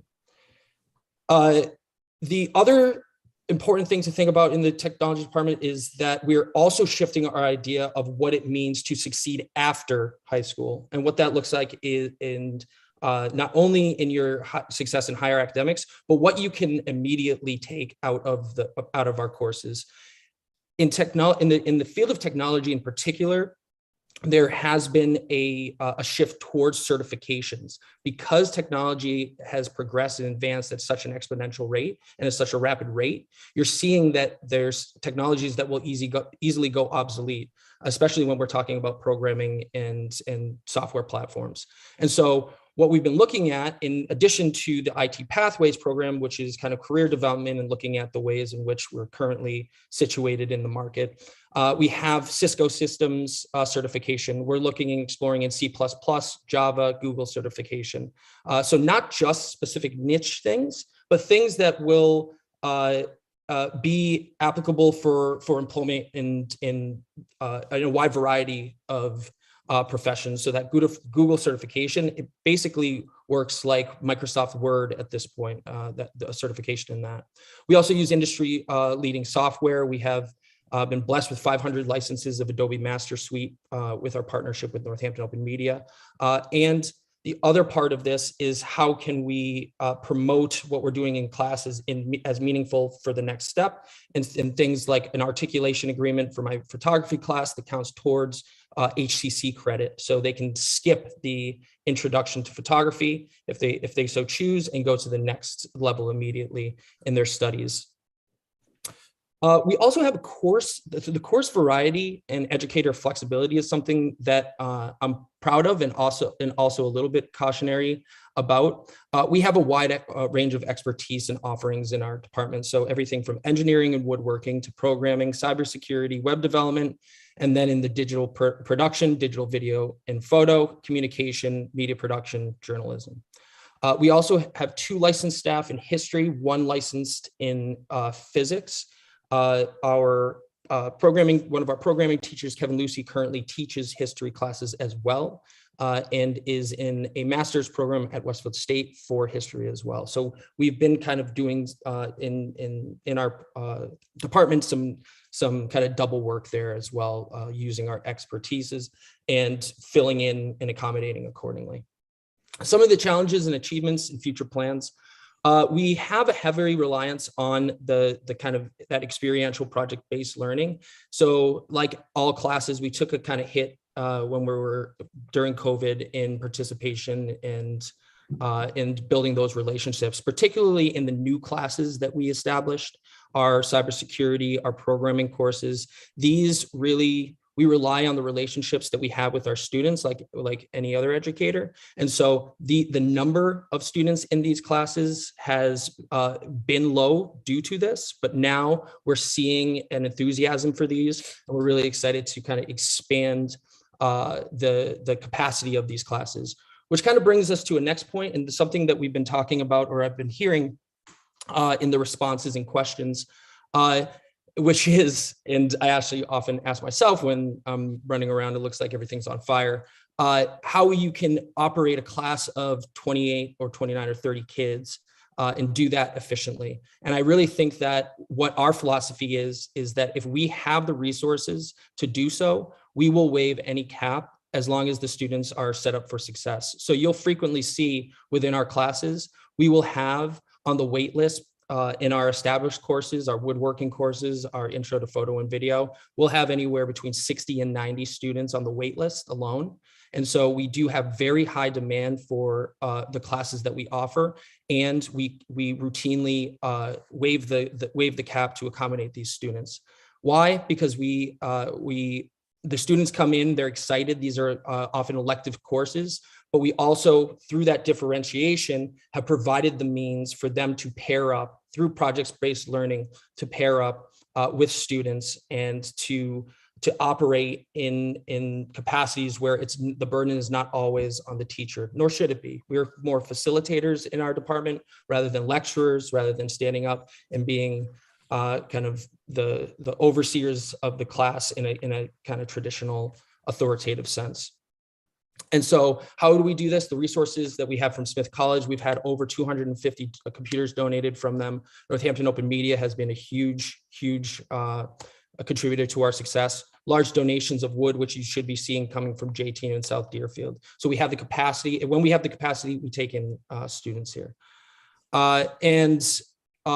The other thing that we is kind of more philosophical is that we are all probably woefully aware at this point that technology is really running the world in ways that pervades almost every facet of our lives. And as we think about that, we need to kind of prepare ourselves for that, prepare ourselves for what happens when we have mass campaigns of misinformation, what happens when we have digital literacy problems within our society. And so we've been frequently intertwining our course and curriculum with some of these social ongoing issues. And then just to end on a nice note here, some of the awards and recognitions that we've been honored to be a part of. We had 2 regional Boston New England regional Emmys last year. To give you an idea of where we're back at, so we had 6 submissions last year. This year we have 20 submissions, and I'm very confident in all of these submissions. One of our students who's going to Clark University, Nate Kidd, was just awarded the Goddard Scholarship at Clark University, and was specifically mentioned in the scholarship his media submission, which he created as a part of our class. And then an alum, Elena Fragamini, who just received the Rhodes Scholarship. She's a Rhodes Scholar. I can't get into the details, nor can she, about the actual intense interview process, but she did tell me that she was able to mention her work in student journalism at the high school and as a contribution to her success. So we're doing some really good stuff. I love the team that I work with. I love the admin team, and I love the leadership guidance on that front. And from there, definitely can entertain some questions. Thank you. Member Robbins. Wow. That was a great presentation and really exciting because a lot of the stuff you talk about is part of our district improvement plan, as you well know. The interdisciplinary part, project-based learning, the idea that students are allowed to mentor each other, that you are facilitating as a coach, and then that kids are really enjoying and wanting to be there, that it's a place where they feel successful and they want to keep working forward. So thank you so much for that presentation. Love your enthusiasm and thank you for coming tonight. Thank you. Member Miller. I just want to add my gratitude and appreciation for the amazing work that you've been doing. And I just want to publicly acknowledge that my own son's participation and involvement with the transcript, which is video reporting, was transformative, and he wrote about it in his college essay, and it was big. It just changed him, and I think the engagement that the students have, I've heard nothing but glowing reports from students about their involvement with your department, and I just want to say thank you. Yeah, thank you. And for those that are unacquainted with the transcript, it's student-centric, meaning that I will advise and consult, but the students from start to finish are responsible. In fact, I just got a text right now, they just exported it for tomorrow. So I don't touch any part of it. I'm there for consultation, and they really operate within the confines of interacting with each other for their success in that. So. Member Stein's hand went down, but Superintendent Provost. I just wanted to show you what that looks like from a really inside perspective. The same students who are in these classes are helping me produce the podcast on our anti-bias policies. And I remember the shock when I went into the studio to tape the first one, and they got me all mic'd up, had the cameras and the lights set up. And then Jeremy walked out. For the rest of the time, the students just guided me through the whole rest of the process. So it really is a very authentic type of learning. It really is a student-led learning experience. And it's amazing the magic that happens there. Actually, Dr. Provost, a little correction. There was a small railing, so I actually had to physically crawl out of the room.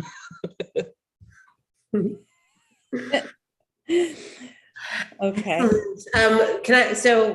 I'm just going to jump in super quick.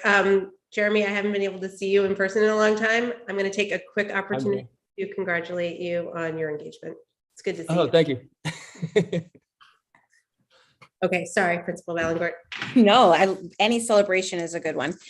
Okay, so now I'm going to invite. And lastly, can I just say, I just wanted to say thank you to Dr. Plummer. She's been amazing.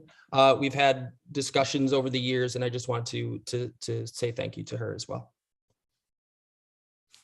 Thanks, Jeremy. So I'm asking Mr. Mead to put on his beret and bring his paint brush, because he's going to change hats for a minute and present on behalf of Louise Martindale and the Fine and Performing Arts Department. Hi, yes, thank you. Before I go on and read what Ms. Martindale has prepared for me, I just want to quickly take a second to voice my support for my colleague, Ms. Stavely Hale, as well as all of my colleagues in the math department, whom this institution has so frequently disrespected and whose expertise this body has so frequently undermined.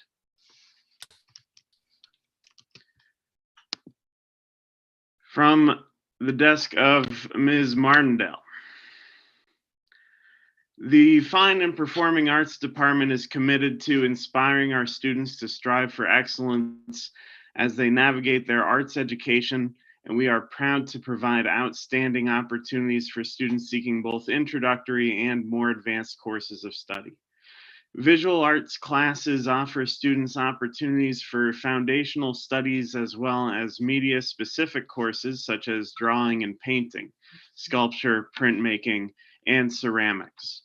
Advanced level visual art courses advanced level visual art coursework focuses on more intensive study, series work, portfolio development, and exhibition, and the development of a personal vision and voice as a young artist. Performing arts courses include a diverse variety of voice and instrumental music forms, from band to music technology to chorus and a cappella, as well as dramatic arts, musical theater, and film study. This year, we have restructured prerequisites and redesigned course curriculum with an eye towards equity and accessibility to serve more students. A few examples of this include re-envisioning the course sequencing for 4 honors art courses while still maintaining a rigorous curriculum, continuing to offer Ceramics 1 as a course without a prerequisite in order to provide more visual art opportunities for incoming students, in addition to our very popular and often waitlisted Concepts in Art course. Restructuring theater classes to offer student opportunities such as stagecraft and acting for all grades. Through project-based learning, courses in our department engage students in historical and contemporary practices that engage various art forms as agents of communication and social change. We recognize the power of the arts to shine light on big issues and are proud to provide an avenue for student-engaged work around issues of social justice, personal inquiry, and artistic exploration. Thank you, Louise Martindale, art teacher, Fine and Performing Arts chair. Thanks, Carl. I don't see any hands, so I would like to just acknowledge that there are no changes in the wellness department's section of the program of studies. Our special education department has remained strong and solid, and there are also no changes in this section. And then finally, for the English language education program, we have the only change here is that we did incorporate the seal of biliteracy into this section as well as the very front of our program of studies. I won't speak more to that as Dr. Provost has already praised this, but I will add that I'm so grateful for my colleagues, Megan Harrison and Lauren Berry, for introducing this to the high school and really working effortless, just with so much care and diligence in making sure that we could implement that this year. So that concludes our presentation of the program of studies. If you have any final questions, I'd be happy to answer them. Thank you. Thank you so much, Principal Valancourt. Member Stein? Yeah, I had a question about the grading. In the copy that I read, it seemed like it was traditional grading, but earlier tonight, I don't know if it was Lila or someone else had mentioned standards-based grading. So I don't know if I missed something in the curriculum where I'm not, which one do we use at the high school? And is it the regular one that's supposed to be in the curriculum plan? I'm just confused. If you could answer that, that would be great. Sure. Megan, would you like to answer that? Yep, we use standards-based grading at the high school. We've piloted it for the last few years, and the full implementation has been run out this year. I have a number of resources I'm happy to share with the committee that outlines that. So the marking system and the grade point average that's on page 9 that you're seeing shows we are kind of in the middle of transitioning from, we have a standards-based grading protocol, and those standards then translate into letter grades. And we're doing that right now because our full district, and we're waiting for JFK to kind of catch up to the standards-based grading model, which will happen soon, but we haven't fully plunged into getting rid of letter grades at this point, because it's such a slow rollout, and really we're in the beginning phases, and I'm not quite sure that our community and our caregivers and our students are quite ready for that yet. So we do have a slow rollout, so we're using standards-based grading. Those proficiency-based grades are then translated into letter grades. Thank you. Okay, I don't see any further questions. So I want to again thank you, Principal Valancourt, and thank you everyone who came tonight to be with us and to present your departments and your work. Thank you so much for your incredible enthusiasm and your clear love for your work and your students, and also thank you for your expertise and your professionalism. And additionally, I enjoyed the playful competition that you all seem to have between your departments. So thank you so much for these presentations. I'm very grateful. Is there a motion?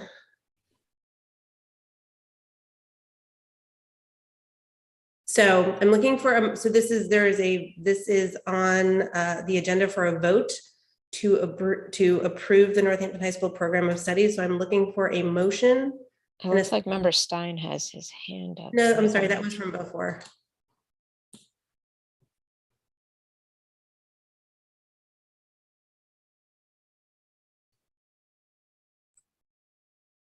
I would make a motion to table until the math conversation's had.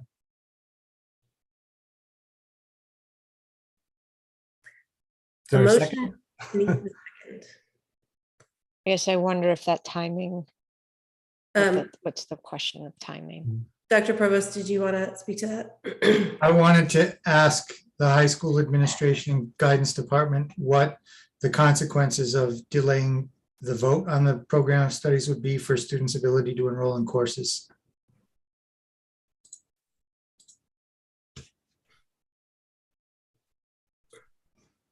So I think it would depend on how much of a delay, but we were hoping that the program of studies for next year will be available soon for students. We're planning on having students register for courses in mid-March. And so they would need some time to be able to go through before then.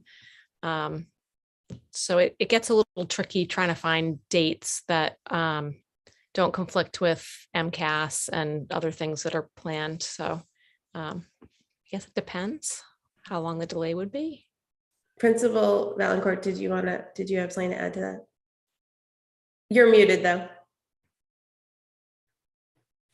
There's no change in the current program of studies for mathematics. This is a continuation for next year. So if this is a request to hold it based on any changes, that would not be a change in regards to embedded and non-embedded honors. That was already implemented last year. So that would stay the same from last year.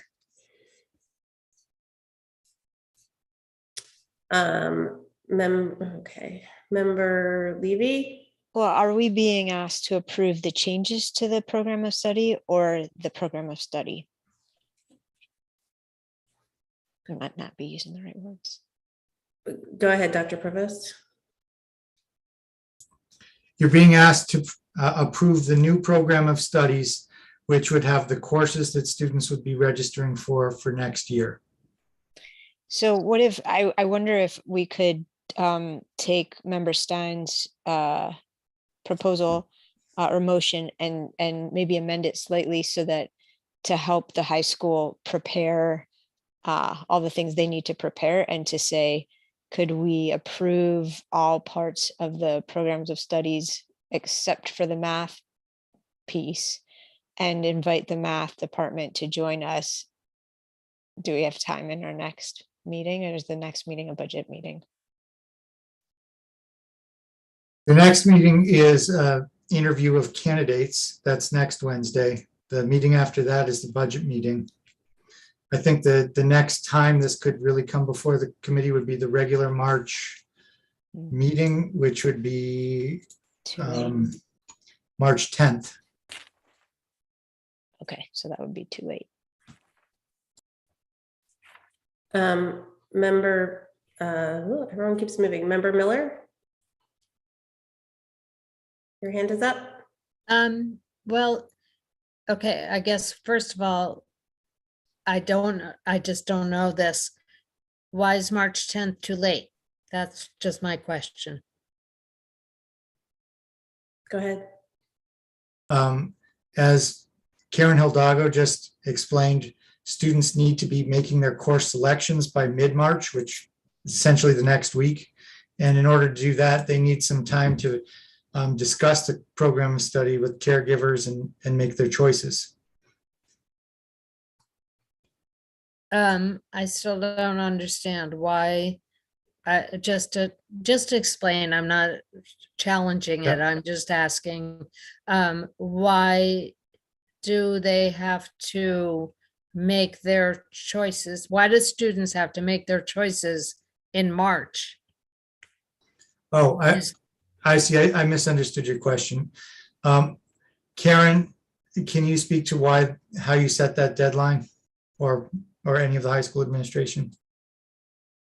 And we choose the dates. Again, there are things we have to schedule around in terms of MCAS and other things, but we work on building the schedule in April and loading the student schedules in May and resolving conflicts in June. So there's a lot of pieces that have to happen between now and the end of the school year.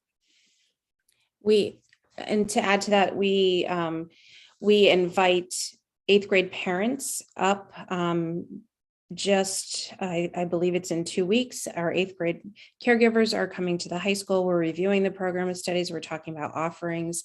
We're sending our program of studies out to schools, charter schools, private schools, so they can look and explore that. We are sharing the program of studies with all of the JFK 8th graders in presentations, and this gives them an option and a moment to really reflect on the classes that they want to participate in. And then our students who are applying to colleges and who are getting ready to implement their schedule for the next school year, they have to have those things in place and be able to make really good decisions about that based on their post-secondary planning. Okay, I guess what I'm not getting is, if we're meeting March 10th and we're meeting and the math department comes and we talk about all this stuff, and then what if we vote right then on March 10th? That still messes it all up? It does. We have paid Aspen to meet with Aspen on like March 17th to go over Aspen is our student information system. And so we are going to be working with them to build the schedule following the program of studies and student scheduling. So we really need kids to have their schedule ready so we can upload them and start building the schedule. And for the 900 students, it takes takes from March all the way until August to get their schedules finalized.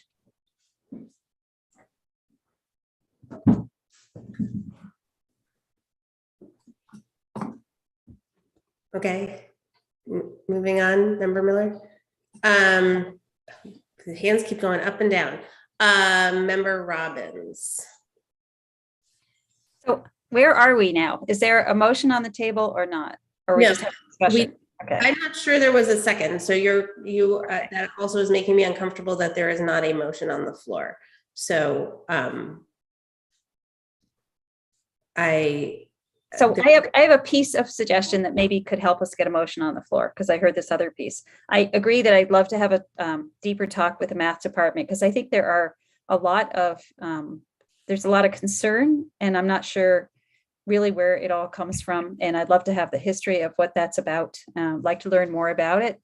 I do understand that the program of studies is something that the professionals at our high school need to have in order to go forward and work with students and work with caregivers. I would love to have this process come earlier in the year, so there's not the crunch before it comes in front of the school committee, before it's rushed and has to be out elsewhere. Because I think we can have really wonderful, good conversations about making this something that we're all on board with, that really expresses what teachers want it to be, what students need it to look like. And I have one really big final comment, which is I would love to see it be more visually appealing and more useful for students and caretakers to be able to follow it and understand it. I had an opportunity to look at a lot of program of studies in my own professional life, and I think ours could be a lot better in that aspect. And if we're sending it out and using it as PR with charter school students or homeschooling students or other folks, I would think we'd want that to be just as shiny and accessible as we can possibly make it. And I'm excited about thinking that our technology department might be able to be part of working on that, along with student writers and teacher input. So if there needs to be a motion made, I don't know if this is the time to do that because there are other hands up. Should we continue with the discussion? No, we should have a motion on the floor. Okay, so I am happy to make a motion that says that we approve the program of studies with a caveat that we will meet with the math department and we will have time to have deeper discussions about the program of studies in a timely manner before it is issued next year. Is that too long? I know you like them short. We do like them short. Second. Oh, well, I was waiting for the mayor. Can I ask a clarifying question about the motion? Please. You said in time for it to be published next year. Are you talking about next year's? Yes. Okay, so this is not the current one. This is that 2023, it would be for 2024, that we actually relook at the schedule of when the program of studies is presented to us, or we work from the one that from the last year and come forward with it, because this time span is just so tight. Okay, understood. Thank you. Okay, so the motion's been made and seconded, and does everyone feel like they have a handle on the motion? I'm getting some like tepid yeses. Okay, Member Stein, then Member Agna, then Member Goldman. The first thing I just wanted to say was it's a friendly amendment to Member Robbins, which is to specify that conversation is to take place in the curriculum committee. I don't think that we need to have it take place in the full school committee. I think it's probably a better place to take place in the curriculum committee. So that would be like, I don't know if that's what you were thinking, but I just wanted to clarify that because I know a lot of the conversation has been about dates of coming up school committee meetings in which to have the conversation. But I actually don't think we need to have it there. I think we have the venue in the curriculum committee to have it. So that's sort of a friendly amendment. The comment, and I would add, is that the reason I think it's important is because this change was made during a pandemic year, maybe not under the best circumstances, with a lot of with a lack of transparency from my perspective. And that's why I think it's valuable for us to have this conversation. It's less about changing whatever the recommendation is and more about really understanding what is happening and giving an opportunity for the constituents of the high school and of the greater MPS community, the ability to understand what's at stake with the change, why it was made, and what wonderful things it's going to produce. So that's sort of what I'm suggesting. It's less about changing it. I don't really see the conversation as changing. I'm really interested in changing the curriculum plan, but that's sort of the value that I see. So I don't know, I've suggested as a friendly amendment that we just specify it happens in the the curriculum committee and maybe at the next curriculum committee meeting or within the next two, something that defines the time frame for that conversation. Thanks. Member Robbins, do you accept that friendly amendment to your motion? Oh, you just muted yourself. You were unmuted. Bad at this. I've got trigger finger. I'm not sure because I worried about the curriculum committee being a little overwhelmed with the fact that we only have a few meetings a year in this. And I'm not sure, since we've just begun to grow our own sort of collegial and collaborative strengths together, that that's something we're ready to address. And I can't really speak for the committee on that because we're not all here. Okay, Member Agna. Having been in the system for so long on the other side, I wanted to pull out a couple of threads that were expressed by the department chairs. And again, I thank you for putting this time in, and it's been so interesting to have the presentations.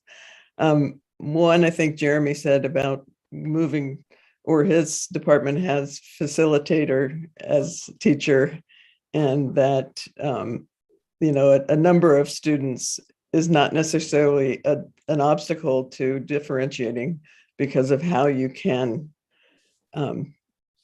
organize your classroom. So you can organize it through mentoring and partners and small groups and all of that. So I think it's really important that we pull that thread out, that thread of how you differentiate even large numbers, and that it's possible to do it that way. And also I wanted to pull the thread from Rachel Stavely Hale and her honest response about differentiation and how challenging it is. Having been the quote instructional leader of a school for a long time, I really know how difficult it is as teachers to do that. No matter what the training we've had or what the expectations you have or what your teacher training has been, differentiation is a big one. And I look at my colleague, Member Gazy, we talked about it a lot about in math, especially at the elementary level, and how you differentiate that. So I don't want to add to the plate either of you, Karen Albano, or the curriculum committee. But I think it's really worth what Rachel said, is to revisit differentiation in some way or another in our district, because it is the expectation in public schools now that we aren't tracking and we're not having honors. And I believe wholeheartedly in that approach to education, but I also believe wholeheartedly in supporting our teachers and how to accomplish that major, major task in a public school setting. So I will support this motion because I think we need to go forward with this now, and we also need to look at it again for next year. But I'm a little reluctant to even single out just the math department, and I don't want to single out anybody. I want us as a district to be able to figure out how we can continue to refine our skills and differentiating, because that's the task in front of us in every single subject and area in education. So I just really, again, thank all the department chairs for your presentations tonight. It was very illuminating, very inspiring. And also I want you to tell your teachers that I really support you. And I'm sorry that it's felt like this committee hasn't supported you. Thank you. Member Goldman. Thank you. I just want to be clear, because of the comment you made, that we are voting, the motion on the table is to approve the high school program of studies as presented for this coming fall academic year. And there will be a conversation, thank you, Member Agna, about curriculum for sure, that will come to the committee. And unless I am mistaken, I would like to call the question. I can read the motion for you if you want. That would be great. Motion to approve the program of studies with caveat that we meet with the math department in a timely manner before it is issued next year, 2024.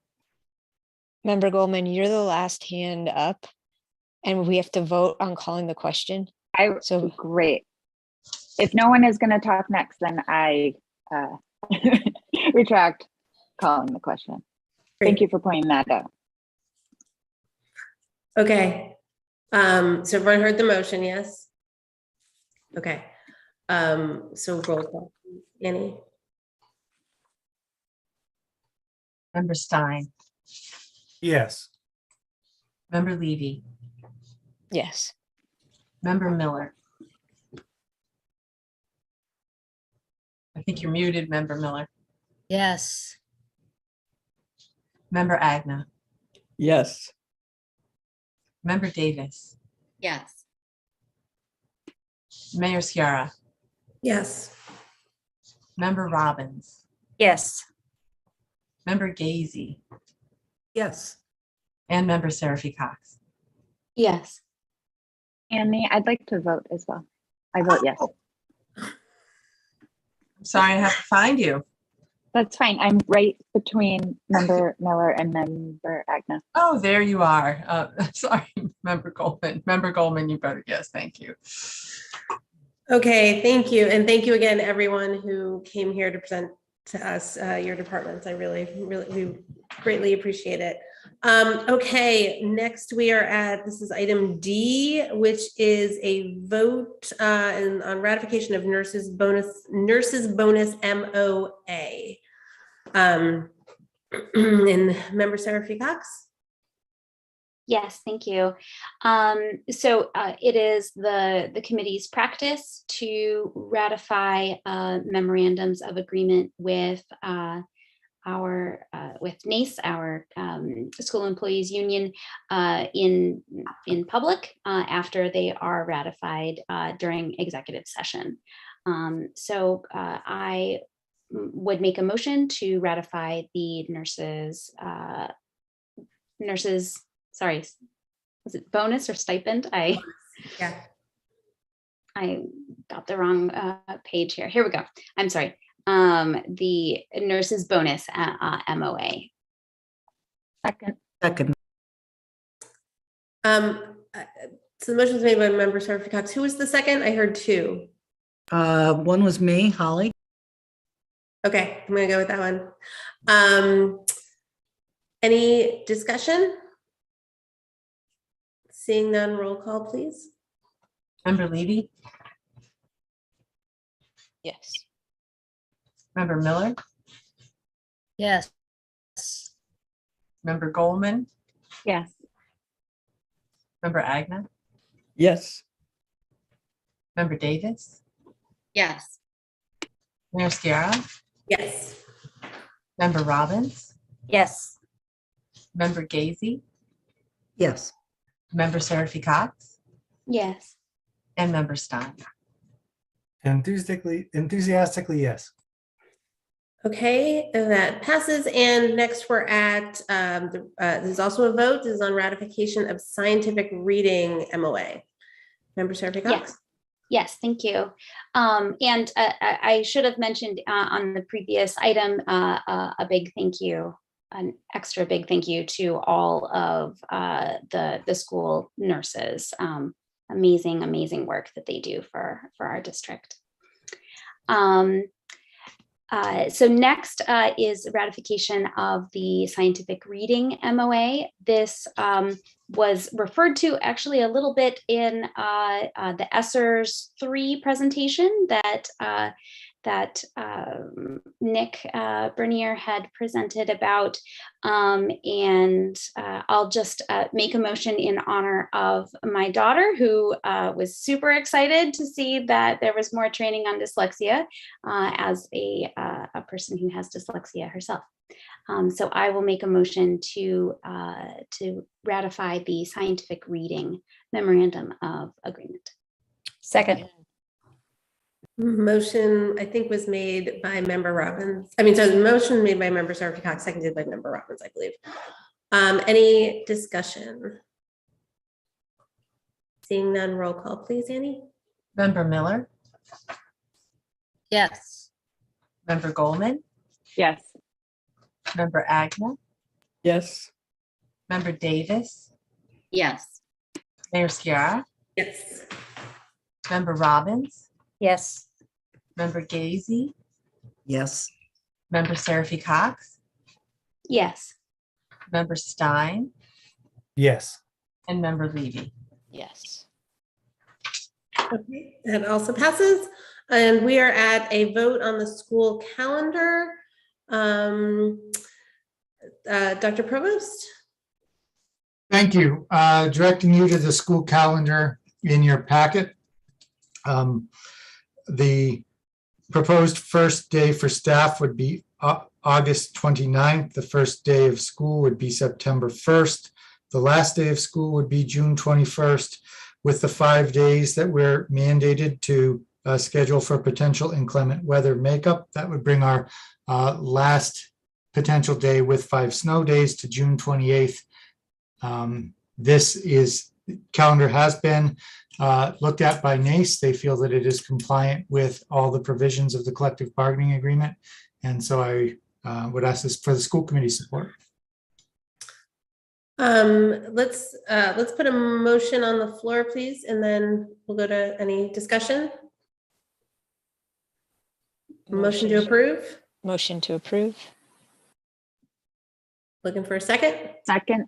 Motion made by Member Levy, seconded by Member Goldman. Member Levy. I have received some communications from folks in my district who are really concerned about how late in the summer the school year goes, especially with the 5 snow days. And so I'm wondering if it would be agreeable to NACE, if you think, Superintendent, to actually push this earlier a week. So may I respond to that? Yes. I think that's something that we probably should discuss in executive session. It would require a change to the collective bargaining unit. Got it. Collective bargaining agreement, rather. Okay. I actually proposed that then we table this until we can discuss this in executive session. Since I made the motion, can I make a friendly amendment to my motion? I accept it. And withdraw your motion. Yeah, you can withdraw your motion. Or we could let Member Goldman speak and then sure. Okay, Member Goldman. Thank you. Superintendent Provost, could you briefly speak about the placement of the conference days and why that was moved to January and why it remains in January on this proposed calendar? Sure. So that's something that also I think we should discuss in executive session.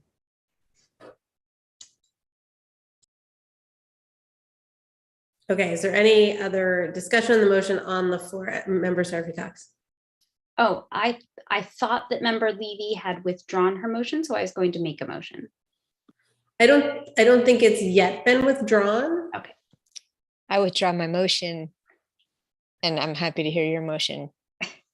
Then I would make a motion to table this discussion until after our executive session. Second. So just to be clear, so at the next regular meeting? I mean, the next regular meeting? Yeah, I mean, realistically looking at the calendar, you're right that we probably wouldn't come back from executive session to discuss it. So yes, the next regular meeting. So not the meeting on Wednesday coming up, right? I see. I see Superintendent Provost saying no way. Right, it would be on the agenda for the next regular meeting. Dr. Provost, will that work? Is that okay? I think the schools can adjust. I just will say, for the sake of the committee, our office has been receiving calls from parents for a few weeks already, wanting to know when the first and last day of school is for next year so they can plan vacations. So there is a public interest in getting this figured out as quickly as possible. So then actually, I would like to withdraw the motion that I just made and instead make a motion to determine what the first and last day of the year is, which actually technically is the only thing that the school committee has to do, is determine the first and last day, and then the rest of the calendar table to our next regular meeting. So I would I would make a motion that the first day of school for the school year 2022-2023 would be September 1st, and the last day would be June 21st, 2023.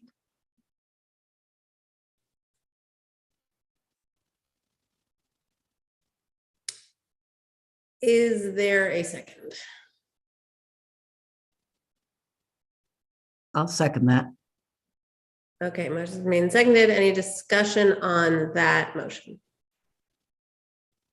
Member Levy, I see your hand is up. Do you want to speak to that? Yeah, I want to make sure we're making the best decision for our district, not making a decision because we're being rushed to. So I still think we should discuss this in executive session. And I also think, similar to what Member Robbins said earlier about the curriculum study, we need to have this conversation much earlier next year. Like, I would love to have this conversation in November, December, for the following school year. Next time around. I think this is too late. And I agree. It would be really nice to know the first day of school, but I don't want to know that without actually having the proper conversation that I think we need to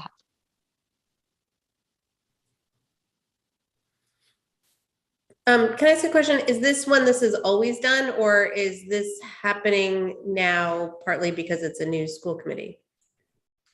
It's typically done this time of year. And my comment about, I think we can adjust, and that there's also public interest is based on, this was moving it up from when it was done prior. Prior, it was done a little bit later in the spring. So we definitely have the history that if we knew in March, let's say, we would be able to get everything set for the beginning of school. The reason we moved it is because families were telling us March was too late.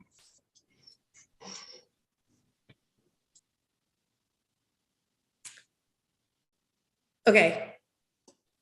Where So are we? I made a motion. I don't know if there was a second.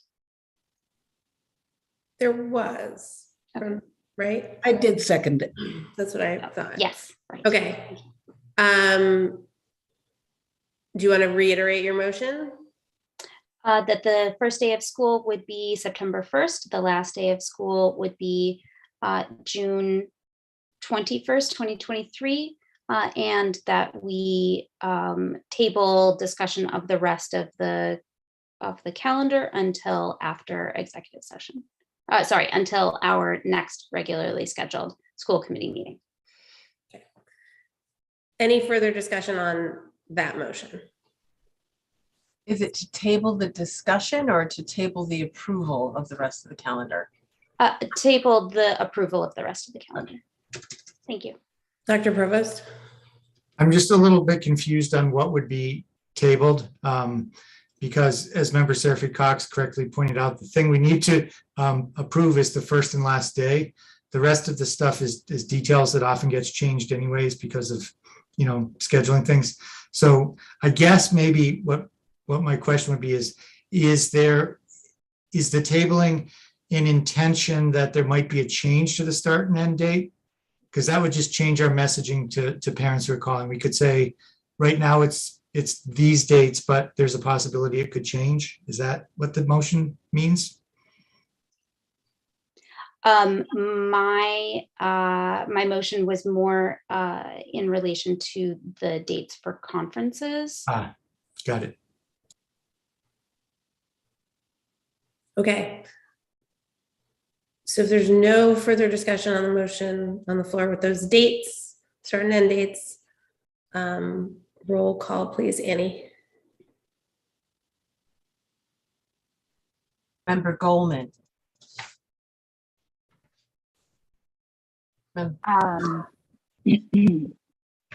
No.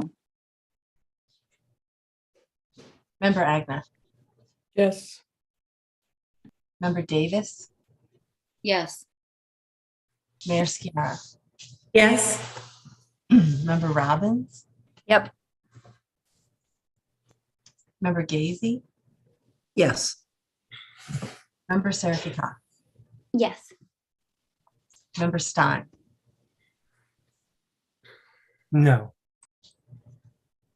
Member Levy. No.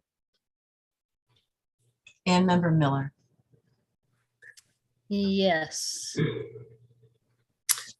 Okay, that passes, I believe. Okay, and we are moving to just the announcement of future meetings and future business and meeting dates. So Student Advisory Committee, Thursday, February 10th at 6 p.m. We had that. Okay. So the first two we are living in or have lived through. Moving down to Budget and Property Subcommittee, Thursday, February 16th at 4 p.m. Our regular school committee meeting, Thursday, February 16th at 6:30 p.m. School committee budget meeting, Monday, February 28th at 6:30 p.m. Negotiating subcommittee, Tuesday, March 1st at 5 p.m. And we now are going to move to executive session. Can I just note, I believe Thursday is February 17th. In case that matters for folks. No, it's not. It's the 16th. It's my birthday. I know. I think you're both partially right. The Thursday is the 17th, but the meeting is scheduled for the 16th. Yes, Wednesday, the 16th. Right. That's what I meant. The meeting's on my birthday. Okay, so Budget and Property Subcommittee is Wednesday, February 16th? It is. My apologies. Yep. At 4 p.m. Member Miller? I'm just clarifying the time. For which? For the 16th. There was a Budget and Property on Wednesday, the 16th. My apologies. It says Thursday on the agenda at 4. And then after that at 6:30, there's a school committee meeting to interview the candidates for the Director of Special Education. You will be receiving that. So that's also a Wednesday. And so I incorrectly said that was a regular school committee meeting. That is actually a special school committee meeting. It is. On a Wednesday. Okay. Okay. So executive session. Can someone say the words?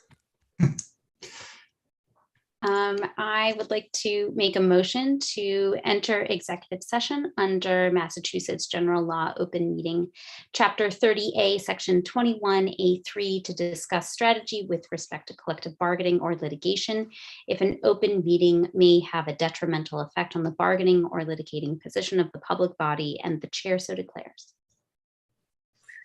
And this needs a second, yes? Second. And we need a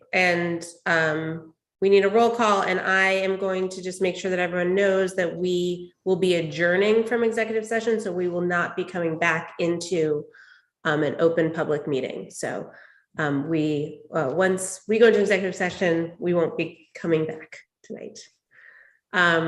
Roll call, any discussion? Roll call, please. Member Agna? Yes. Member Davis? Yes. Mayor Seattle? Yes. Member Robbins? Yes. Member Gazy? Yes. Member Sr3 Cox? Yes. Member Stein? Yes. Member Levy? Yes. Member Miller? Yes. I should have said and Member Miller. Everyone. Vote is 10 in favor. I'd be happy to vote as well. I vote yes. Oh, yeah, I'm so sorry. I don't know how that keeps happening. I don't mind. Jeez. Getting late. Makes me feel like I'm not the only one. The only one I keep forgetting. But not in my heart, Kyle.